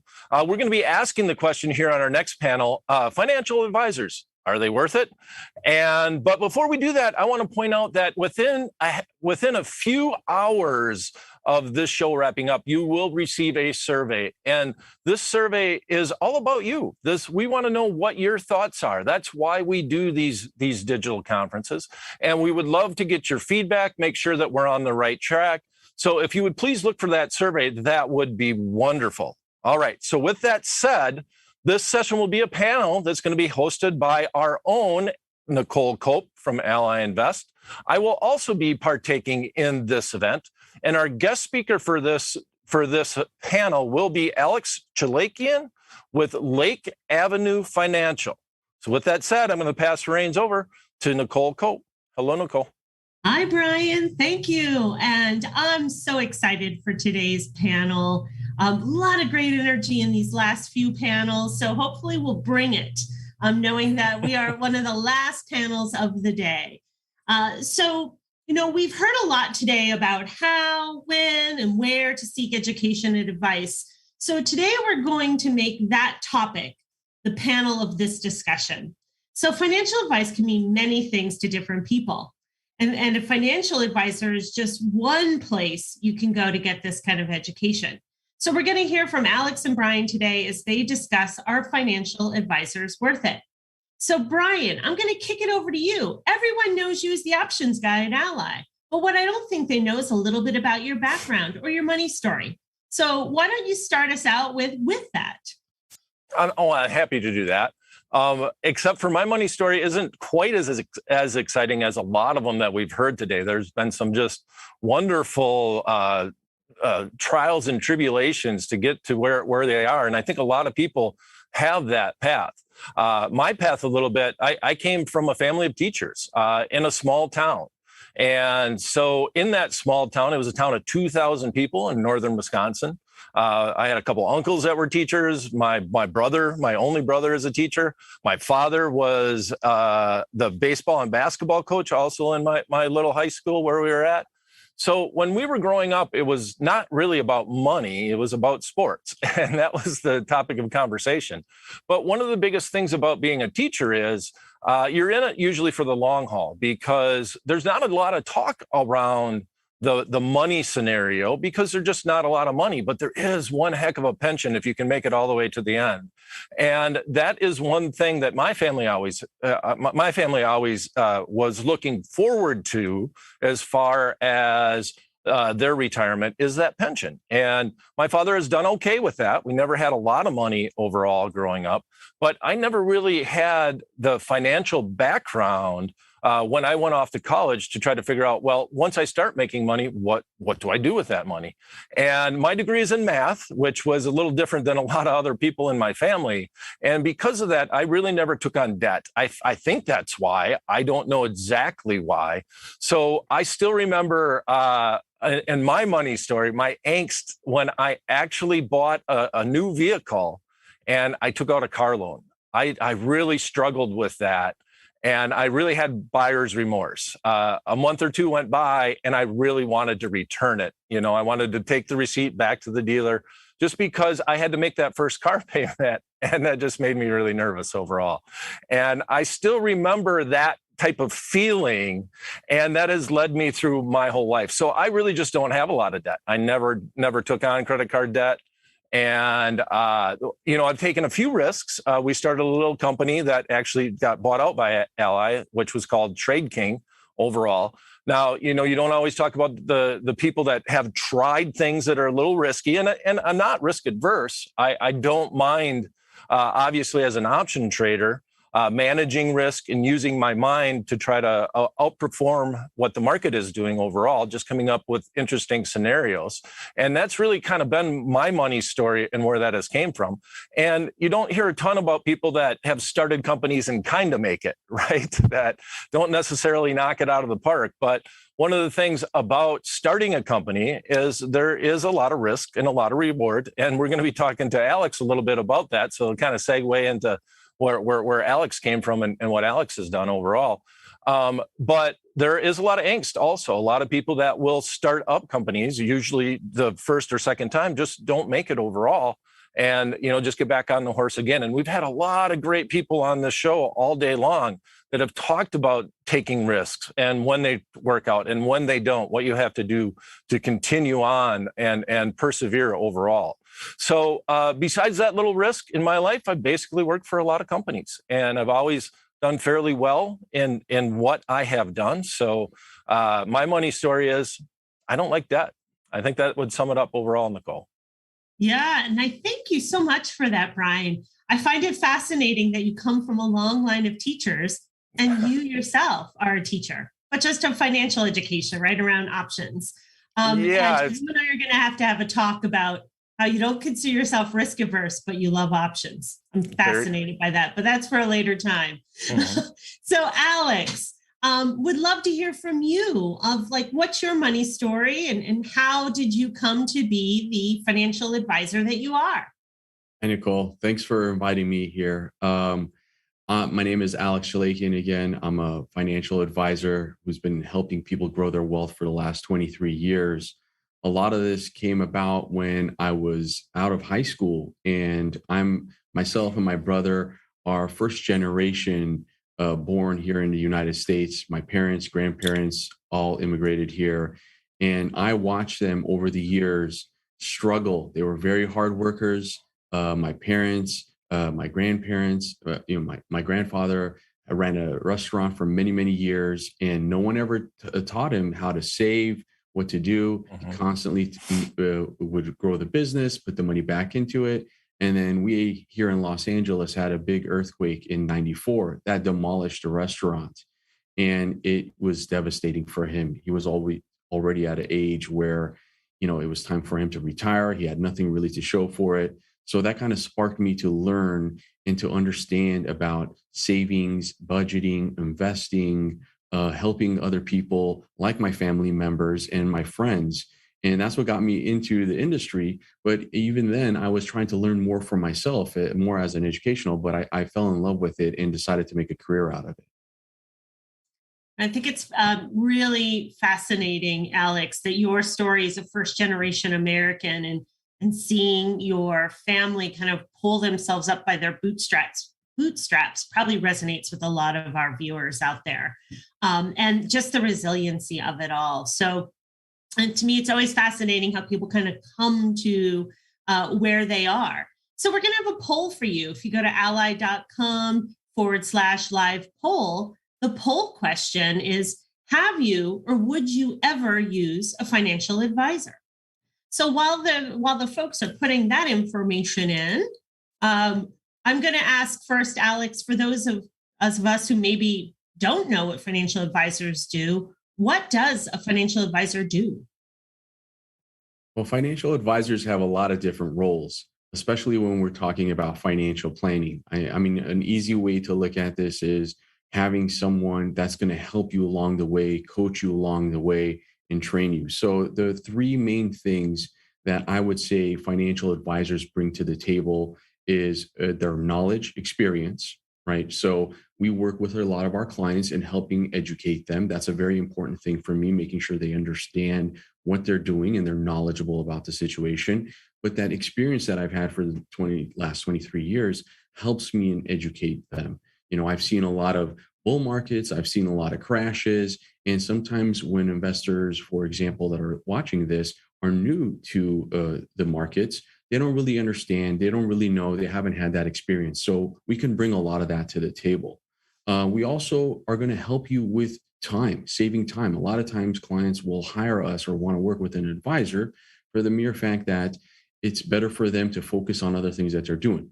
Whether they have busy lives or they have busy careers or family, and they don't want to necessarily worry about, do I have to learn the new tax laws, the estate laws, the new rules, the markets, all of that. They will rather focus on their time and put that time and effort elsewhere. And then lastly, we help our clients with not making costly mistakes, right? Sometimes you're your own worst enemy. And people like to shoot themselves in the foot. Unfortunately, with investing, especially if you're new, you can get some experience and learn from that. But we're here to help with that. Vanguard did a recent study where they found that those working with advisors were able to get up to about 3% net on an annual basis more than had they done it for themselves. And there's a lot of reasons for that. And we can go through that as well. So 3 things I heard from that is education, helping people get back time, which is, I think, the most precious of resources, and avoiding mistakes. So before I ask the follow-up question to that, Alex, I just wanted to take a look at our results of our poll. So it looks like a large percentage of you, over 60-ish% of you actually are working with a financial advisor. We have some folks out there that said maybe there's a little trepidation, and we had about 15% that said no. So I guess, understanding what do you do, I guess my follow-up question to you, Alex, is, so how do you typically do that? How do you educate? How do you help people get back the precious resource of time? And how do you help them avoid making mistakes? Yeah, there's a lot of different ways of how we could do that. One of them is through comprehensive financial planning. We spend the time with our clients, and every advisor is a little bit different, right? But we want to sit there and find out and ask the questions, what are your goals, whether they be long-term, short-term, in between? And in a scenario where, for example, there's a couple, they've never had this conversation. You asked me about my money story, and we asked them about their money story. We want to know what money means to them. We want to know, have they had the conversation? Most of the times, a couple will come into our office, or more virtually these days, and they've never actually talked about money. And now they're going to be combining their finances, whether it be for the first time, if they just recently got married, or they've been working separately. So we ask the right questions. We guide them through that. We help them with the discipline as well, trying to figure out what those strategies are, whether it be figuring out some cost-effective investments, helping them with behavioral coaching, asset allocation, helping them create a budget, some spending strategies, and a lot of times, and maybe we'll talk about this with Brian as well, a lot of investors will come in, they don't even know what their risk tolerance is, right? This might be their first time. So we'll try to identify what their risk tolerance is, as well as figure out what their buy and sell discipline is. Most investors, they might love to buy something, a stock, but they have no idea when to sell it. And we have to have those types of conversations with them. So it seems like you're doing a lot to take a lot of the work off of the advisor, or the client's plate or the investor's plate. So Brian, we did see that some folks that are thinking about using an advisor or we're not using an advisor. So they might want to do it themselves or be self-directed and go out, do it their own. So from your perspective, what does it take to be an effective DIY investor? Discipline, more than you ever can imagine with DIY investors. Now, I personally have been teaching options in general, that topic, just option trading overall, to go along with stock trading and investing in ETFs and mutual funds. But my main focus has always been options. And the only traders that make it are people that can take that approach at a very disciplined way, in that you're going to set up a plan. You're going to, when that plan happens, you act overall. And especially in option trading. Now, you talked about a little bit about being risk adverse and being an option trader overall. There's many ways that you can use options to actually enhance your portfolio above and beyond any potential dividends a stock might pay overall. And that's what I really focus on in a lot of my teachings as far as options are concerned. But one of the biggest things, if you're going to be, you're going to take the reins by yourself, is you got to put the research in.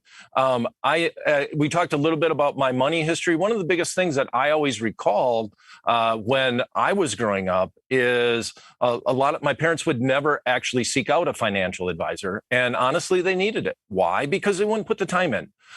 We were so busy in activities and everything else that we did that was always a second fiddle overall. My parents are fine. They did okay, mainly because of that was back in the day of the pension, and the pension didn't run dry, which was a major concern, coming into this new decade overall, is what are happening with these pensions and what are happening with these funds. So that's my biggest thing. If you are going to be on your own, is to know I need to set up a plan. I need to come up with a plan, and then I need to stick to that plan. And there's still some things out there like estate planning where you really do need another pair of eyes. And then lastly, my biggest thing is find like people. Find them. Go out to YouTube like you are right now, and find different groups that are like-minded and be able to toss some ideas off of those type of people. I think that's very important. The options trading world is very small overall, and people like to talk to one another. So seek those type of people out overall. I love that, Brian. I love the thought of seeking a community to educate yourself. And as we heard on our prior, some of our prior panels, was really kind of find your tribe, right? So it sounds to me like finding your tribe in the DIY world is really important. So Ally, we have a slide here to kind of talk a little bit about. Ally went out and did a survey on when do people think it makes sense to bring in a financial advisor? And surprisingly, a lot of people said it really dealt with your net worth. And so, on average, people are thinking that it's that 250 to 500,000 is when you really need to start seeking advice from an outside source. So my question is to you, Alex, when is a person, like when you see your clients coming into your office, like what are the indicators that they are ready to seek your advice?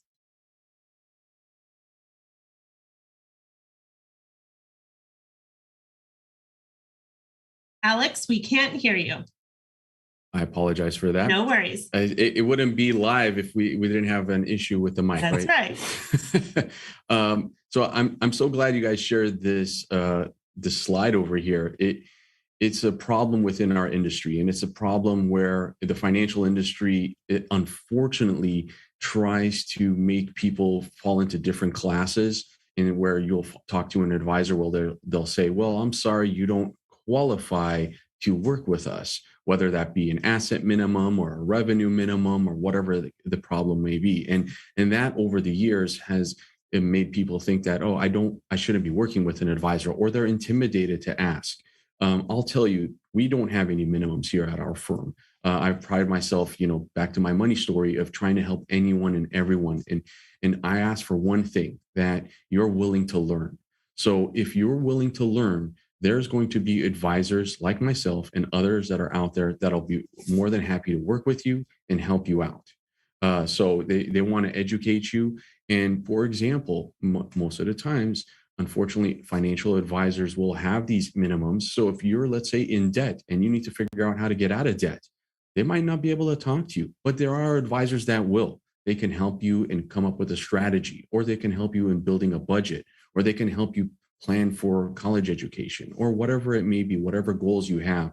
So you need to find someone that can help and figure out what your goals are, and is not trying to sell you a product, is not trying to focus on coming up with something on the back end, but can give you good advice and coach you along with whatever you want. But you have to go in there and be willing to learn. If you go in with the attitude of saying, I already know, or I don't need to get information from you, then it's not going to really work, because this is a long-term relationship that you're building with this advisor. Yeah. So you mentioned a couple of things of why individuals would come to you to seek advice. And so I'm thankful that you just didn't focus it on the dollar value. I think that's a big misnomer in our industry. So if you think about, you mentioned some of the goals of like college savings, paying off debt. What are some of the concerns that you typically see then from your clients as they come in to sit down with you? I think you have it right here on the slide. There's a lot of the stuff, whether they're going to be okay. That's one of the biggest questions that our clients want to find out. Will we be okay? Will our family be okay? Will I be able to leave a legacy? Will I be able to retire on time? What will happen to me if I lose my job? What will happen to me if I don't have enough for an emergency? Where will I be able to access these things? So everyone's story is a little bit different. So we have to make sure we're not using a cookie cutter approach, right, Nicole? And that you can basically customize a financial plan for them. So these are some of the goals and concerns most of the times people ask, but there's some other ones too that are a little bit more nuanced, and you try to make sure that you can figure out a strategy to help your clients reach them. Thank you so much for that. I appreciate that. It's important to understand, I think, for a lot of our audience that may be looking at using an advisor or have not used an advisor, that they can be there for just more than your portfolio management, right? They're there to help you with your whole financial health. Yeah, and if I could just add to that, it's important because I know we're talking about wealth here, and wealth is created in so many different ways. It's not just always about money. So you want to find out, when we're talking to a client, what does that wealth mean to them? You know, for me, it means time, it means my family, it means health. So it's a lot different, and investments are just a tool to help you get to that. Yeah, absolutely. Absolutely. So, we talked, Brian, you mentioned earlier that while, it's important to find your tribe and get comfortable with investing, especially if you're a DIY, but you need to surround yourselves with some other professionals. Estate planning is one thing that you mentioned. So is it safe for me to assume that you believe that a person can incorporate both strategies of DIY as well as seeking out advice of an advisor? Without a doubt. And I think that is the more common path that most people take. One of the things, like you asked the question, can I retire? I don't know how you can answer that question without talking to somebody about what type of money it takes to retire. Unless you know it on your own, what that magical number is, and you can just come up with that by doing all the accounting, doing all the background. And that's just a real hard thing to do without being willing to have a discussion. And in the olden days, a lot of people just weren't comfortable talking about a nest egg, talking about that type of money overall.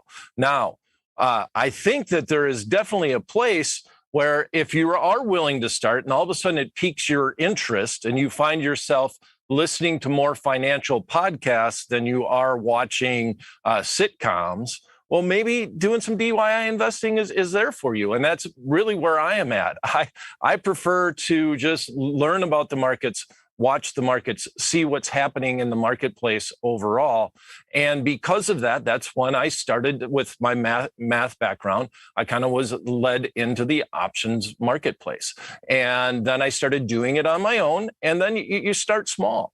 Actually, in some of my investing, I actually said to myself at one point in time, I am not doing enough of it on my own. And part of the reason why was, honestly, I should have had more months where I was having more losses overall. And because I wasn't taking I wasn't receiving those losses, I was actually losing some more upside potential. So you dip your toe in the water, see if you have the ability to follow through on your plan. See if you will put that time in. But overall, most people, and myself included, have some type of financial money manager overall, especially as retirement approaches. But I do love the concept of mixing both of them, deciding this is what I want to do with my money and my own environment, and then also seeking help from a professional from time to time. Yeah, it's interesting you would say that, Brian. I too, I'm in the industry, and I too have a financial advisor that I use. And people always ask, like my friends and family, like, why do you use a financial advisor? Like, you are one. And I always tell them it's cheaper than a divorce attorney, because it's important to have that third party there to kind of guide you through some of those difficult conversations. If you think about your relationships, some of the most heated arguments that couples have are over finances. So it's always good to just have that third party there that will help you navigate those conversations. So, Alex, I'm going to throw that question to you as well. Like, when you have clients coming in that want to do a little bit of both, right? They want to have some assets they're managing on their own, and they also seek the advice and want you to manage some of their assets. How do you help them balance that? Before I answer that question, we do a lot more therapy, I would say, and couples counseling than money management. This is part of our role. And, going back to what I said, a lot of times couples either haven't had this conversation or it becomes a heated issue, and it is a lot cheaper than a divorce. I promise you. Okay. So to answer your question, I think people should have a little bit of both. I'm not the believer that's going to say everyone has to work with an advisor. No, there is those that want to do it themselves, and I applaud that. I just want to make sure they get the information correctly from good resources. Getting investment advice from TikTok talking about Tesla YOLO options is probably not the best place to go, right? I know Brian deals with options, so maybe he might disagree with me on that one. But my point is, a lot of these people that are giving you advice are not necessarily licensed, don't really have experience. They're figuring it out themselves, and that's fine as well. But just be careful of where you get that information. That's one of the reasons why we're actually launching a financial well-being platform called FutureVest, because I do want to provide good experience, education, and so forth. So if people are interested to go and learn more about that and sign up, they can go to futurevest.com and sign up. So that hasn't launched just yet, but they could be first on the list. But we do help balance, because we will have clients that will come in and for lack of a better word, they say, I want to have some gambling money, right? And I do want to be able to buy and sell stuff to get, take care of that itch that I have. And we will siphon off a small portion, just like I would tell them, whatever you think you can afford to lose on the blackjack table, this is what you can do in there. And you know what? If you want to trade options, if you want to buy and sell stocks, whatever it may be, do it to your heart content. But as long as that doesn't affect your overall financial plan, know that whatever's in there, you might lose 100% of it. And if it doesn't take us off track, then no problem. So I'm okay with them having that balance, because even I like to do my own more aggressive investing. So I understand that. So I think it's good to be able to do both. But you need to work with an advisor that's going to be comfortable with that. Not all advisors are comfortable with that. Yeah. So futurevest.com is your education site. Yeah. That's a great place to start, right? Is education. Oftentimes we hear from our clients at Ally about, the use, we survey a lot about the use of, would they use an advisor? How would they use an advisor? One thing that comes up a lot is fees. There's a lot of, I think, misnomers or misinformation out there around, fees that advisors charge, and are they worth it? Are they not worth it? So let's talk about them. So Alex, we always hear that fees is just, the value of a service is in the eye of that beholder who's paying that fee. So what value does an advisor bring to the client relationship? So we've talked a lot about this. A lot of the stuff that we do is to bring value, right? For example, if you want to look at it to the nitty gritty, if we are working with a client and we're helping them in overall tax planning strategy, if I can help clients save thousands of dollars in tax planning, or hundreds of thousands of dollars over the years for their estate, that's something that you could bring value to, even if you're charging, I don't know, a couple $1,000s to do a financial plan, or maybe you're charging on managing the assets, whatever that may be. So there's the value there. It's very hard, and the industry is changing for the better, where fees are starting to come down. And I really, truly appreciate that. You're starting to see that asset management and money management costs are coming down. And that's where you're going to differentiate, where is an advisor really making their earning or living in managing those assets, or giving you good advice, right? So if you're getting the advice and there was a value that they're bringing to the table, hopefully they can show that to you. And it might not be something that you're going to see right away, but when you sit down with a client, I can show them with using specific tools or placing assets in different buckets as opposed to what they wanted to do over the long term, let's say 10, 20, 30 years with compounding, that can make hundreds of thousands of dollars of difference. So how do you value that? It's very tough, right? So in this marketplace that we're in, we have to show the clients what the value is, what we bring to the table, and hopefully they can see that and recognize that the relationship is worthwhile. It's got to make sense for both parties. Yeah, I appreciate that. So don't forget, we will have a Q&A. So if you have some questions, leave them down in the chat box. I'm going to have two final questions before we look to what our listeners are asking. So Brian, this question is for you. With all the excitement around meme stocks and the increase of financial influencers and education really at our fingertips, how do you see that self-directed DIY investor evolving? Well, first of all, I would consider myself a professional in the financial space, and I do want to go out there and talk about GameStops or some of those meme stops, as I throw in GameStop with that, which would happen to be up 20% today overall. For some reason, I saw that little alert this morning. But with that being said, they came up with a plan and they actually forced their will upon the marketplace overall.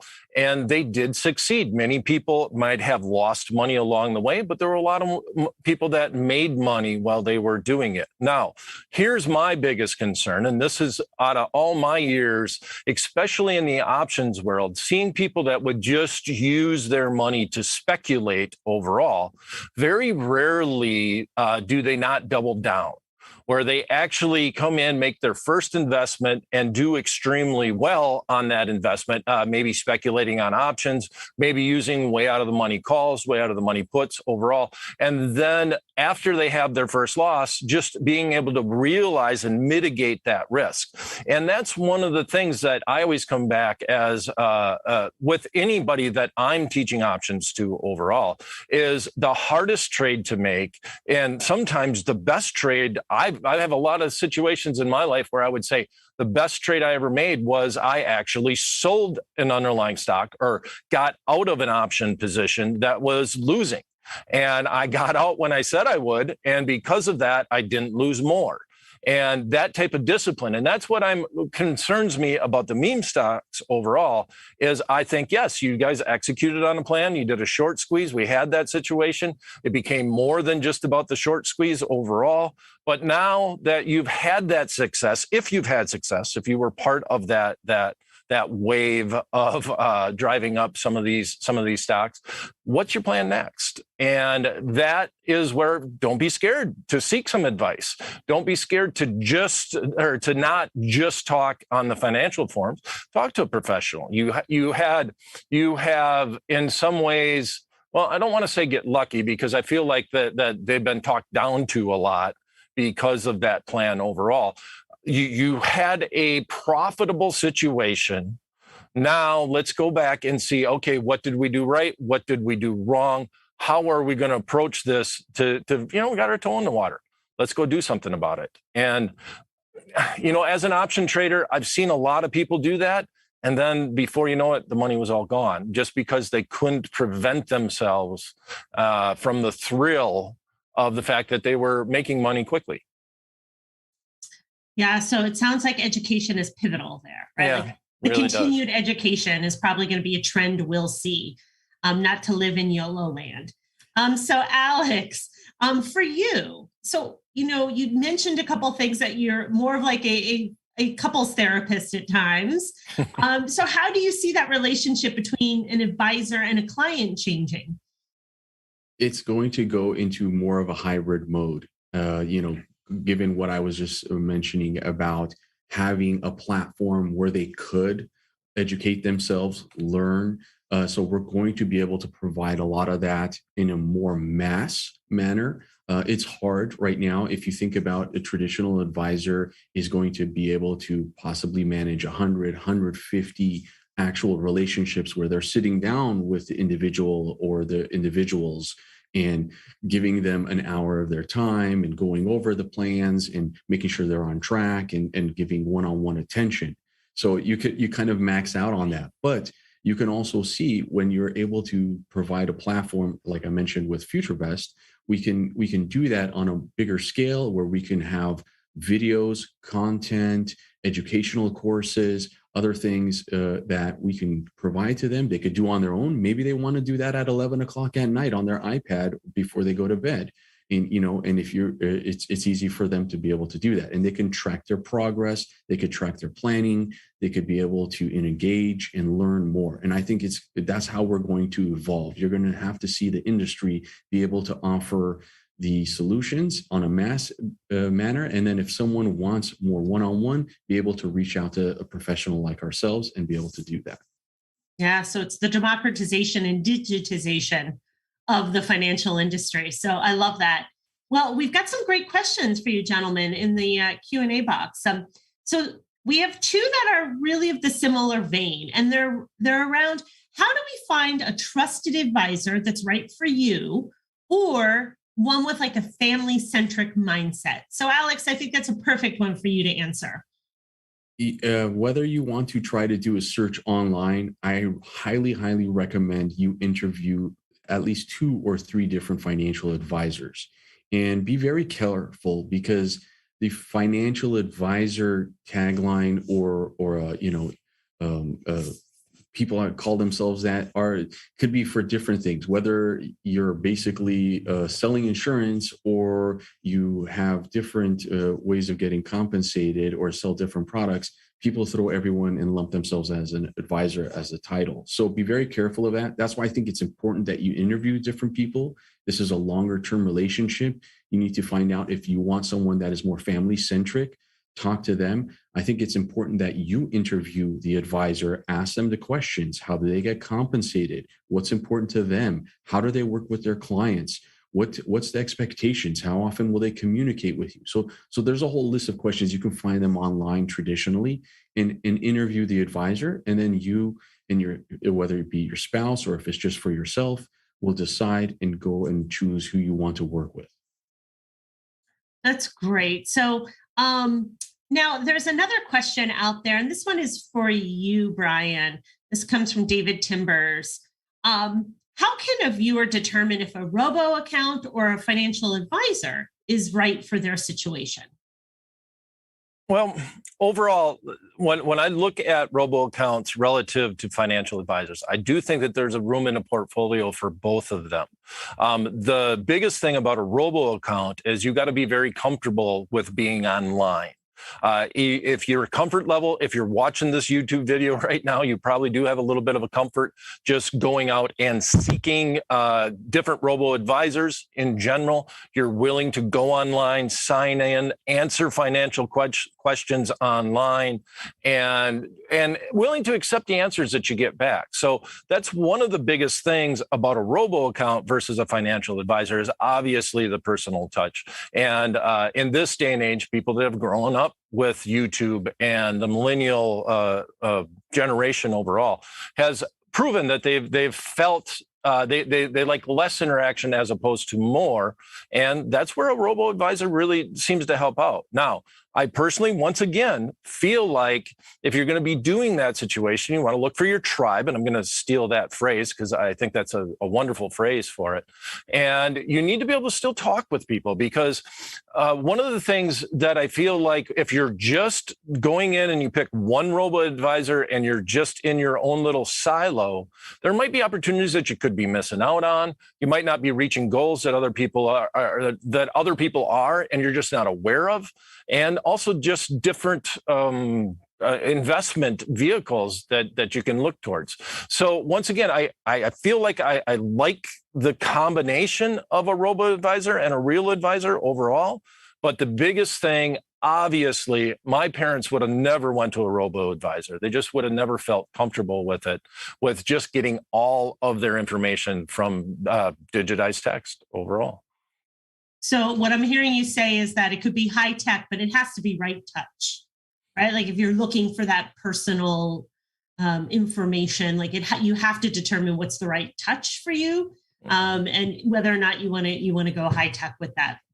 And I'd throw in, you need to track, you need to set benchmarks, you need to see what's going on in the rest of the marketplace. Just don't go in and invest once again and just let it ride in that scenario.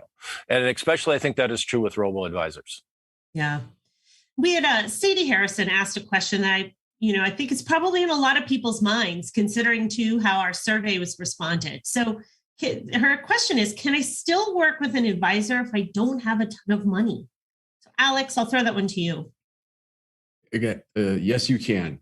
You have to find the right advisor. There's a lot of different advisors like myself that don't necessarily have asset minimums, and they're more here to help as much as they possibly can. And there's advisors that focus a lot on helping those that don't have a lot of assets or are in debt, or maybe they have a lot of school loans or whatever it may be. There's a lot of those types of advisors. So you have to find them. And I think during your interview process, or even if you're calling around through the search, find out if they work with someone like yourself, or find out if they have account minimums or asset minimums or revenue minimums, and just identify it off the bat so you don't have to even waste your time spending an hour with them and getting into wrapped up into some sort of a meeting that was not necessary.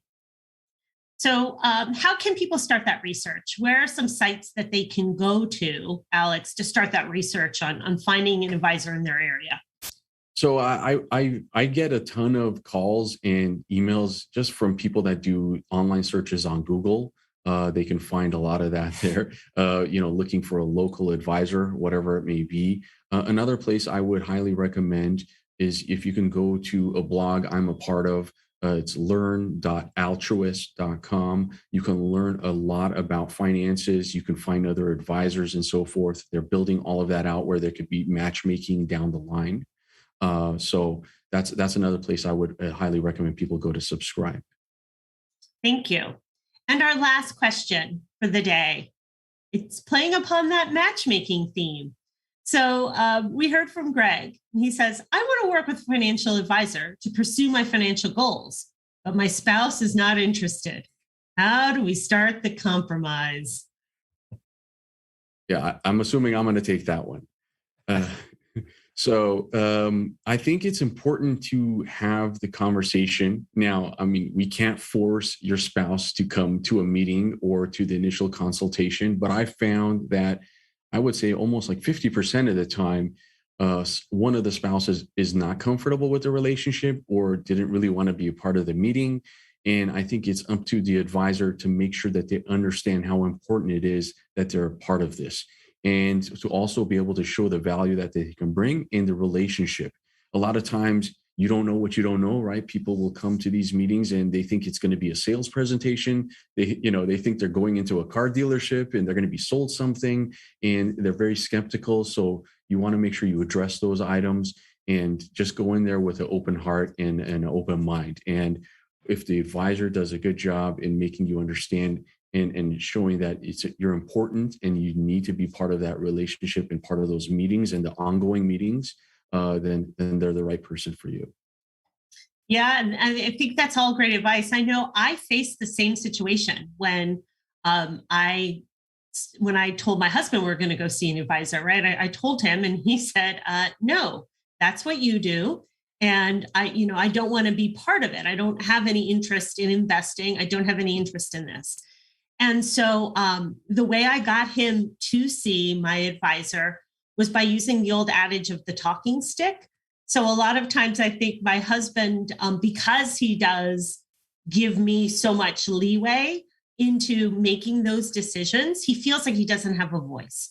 And so I said to him, like, here's an hour uninterrupted by me giving an opinion for you to really hold the talking stick and talk about what's important to you today and in our future, and how you feel money and investing plays a part in that. And I think once I framed it to him that way, that it wasn't about, she wasn't going to sit there and talk about Sharpe ratios and alpha and all of that, that she really just wanted to understand what this money is going to fuel for us. What do we want it to do?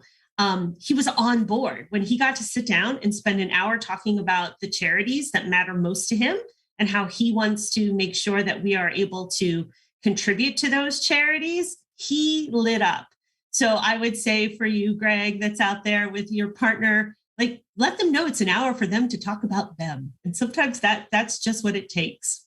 Nicole, you hit the nail right on the head. I think one of the main things in again, I'm a little bit different and every advisor is different, but in that initial meeting, I discover those items, the hot buttons, and then I also make those the spouse that's maybe doesn't want to be there understand that I'm a neutral third party and I'm going to help a lot of the times, because there's things that when you ask the question, what are your financial goals? It's very rare that both spouses have all the same exact goals and prioritize them as well. So I'm a good balancing act there, and I can help them juggle those conversations as well as find out what's important to them when the other spouse had never asked them that.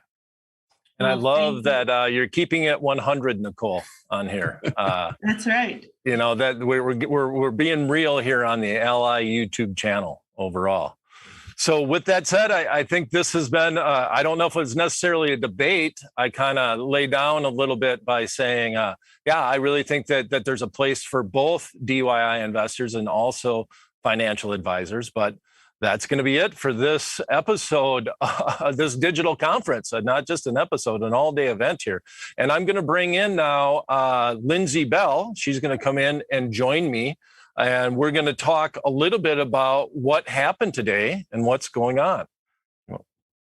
So with that said, Lindsey, what was your favorite session today on the show overall? Yeah, you did a lot of hosting, by the way. Great job in general. Yeah, no, it was, what a day. It was awesome. A wonderful day. We heard from some really great, amazing speakers about really great topics. I don't know if I could really pick my own favorite. What I really loved was everybody's own stories. While you view a lot of the people that were speaking today as experts, they all had their own journey to figuring out how to become more financially literate themselves. And so I think that was really a great highlight for me, because if we could do it, you all can do it, right? How about you? What was your favorite? I agree. Well, but before I even get there, how about we ask the crowd out there? We actually have one last poll question.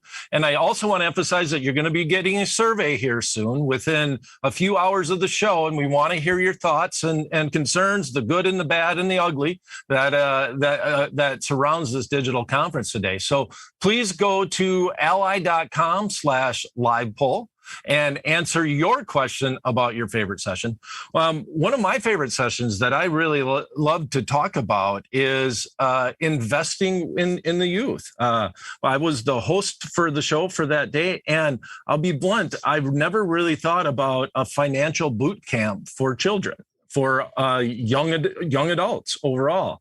Back in the day when I was a kid, I thought about baseball camp. I thought about basketball camp. I never thought about a financial boot camp. And I do think, and I have a son, a younger son, and I do think that I'm going to consider that, and I'm going to look into it as more of a possibility overall. Yeah, I think that's a good idea, especially if he's got a mathematical mind like you do, Brian. I thought that was a really great session. And it definitely opened the minds, I think, of our viewers to getting started early and how important it is. You hear that and you think that, and you always think you're starting too late, but you can help your kids or younger relatives or friends start early too. So I think that's a really great one. I really enjoyed also too, and maybe I'm a little biased because I got to speak to Jaspreet Singh, but I thought he had some really interesting things today about the social media influence on the financial markets, on financial literacy, and everything that he's doing. So I really enjoyed that. Well, and I had Nicole ask me about my money story. And after listening to that entire event, I'm like, oh, wow, I'm going to have to follow that. That was a little tough because that was one heck of a money story from beginning to end as far as Jaspreet is concerned. So let's see what we got as far as our poll is concerned. I'm going to have to pull forward here a little bit. What was your favorite poll overall? And we come up with the very, well, as usual, well, actually investing in your legacy. So they kind of agree with me, with Jack Howard and Gail Perry Mason and Erica Blair overall. And yeah, I have to agree with a lot of people that we're talking about that. And then coming in next, we have money talks, social media influence, and then financial advisors, the poll that we were just on, talking a little bit about how to find a financial advisor overall with Nicole and Alex and myself. So thanks for participating in all the polls today. But if you are hankering for a little bit more education, we do have a lot of information that is available to you overall.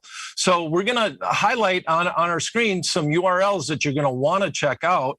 And let me start by saying here, if for Lindsey, you want to check out Oh, no, I'll pass it back to you, Lindsey. Okay. Brian's absolutely right. We have so much information. Not only do we hear from all of our speakers about some of their favorite books, blogs, and other places to get information and get educated on, personal finance as well as investing and all other topics that we covered today. You can follow some of us Ally experts here. You can follow my information. I write weekly, a weekly viewpoint. And if you go to ally.com/market insights, you can sign up to receive those emails weekly. Now, Brian, he mentioned throughout the conference that he's going to be hosting an options for rookies, little 3-part mini series coming up here real soon. And the sign up for that is at ally.com/options for rookies. Highly recommend seeing that.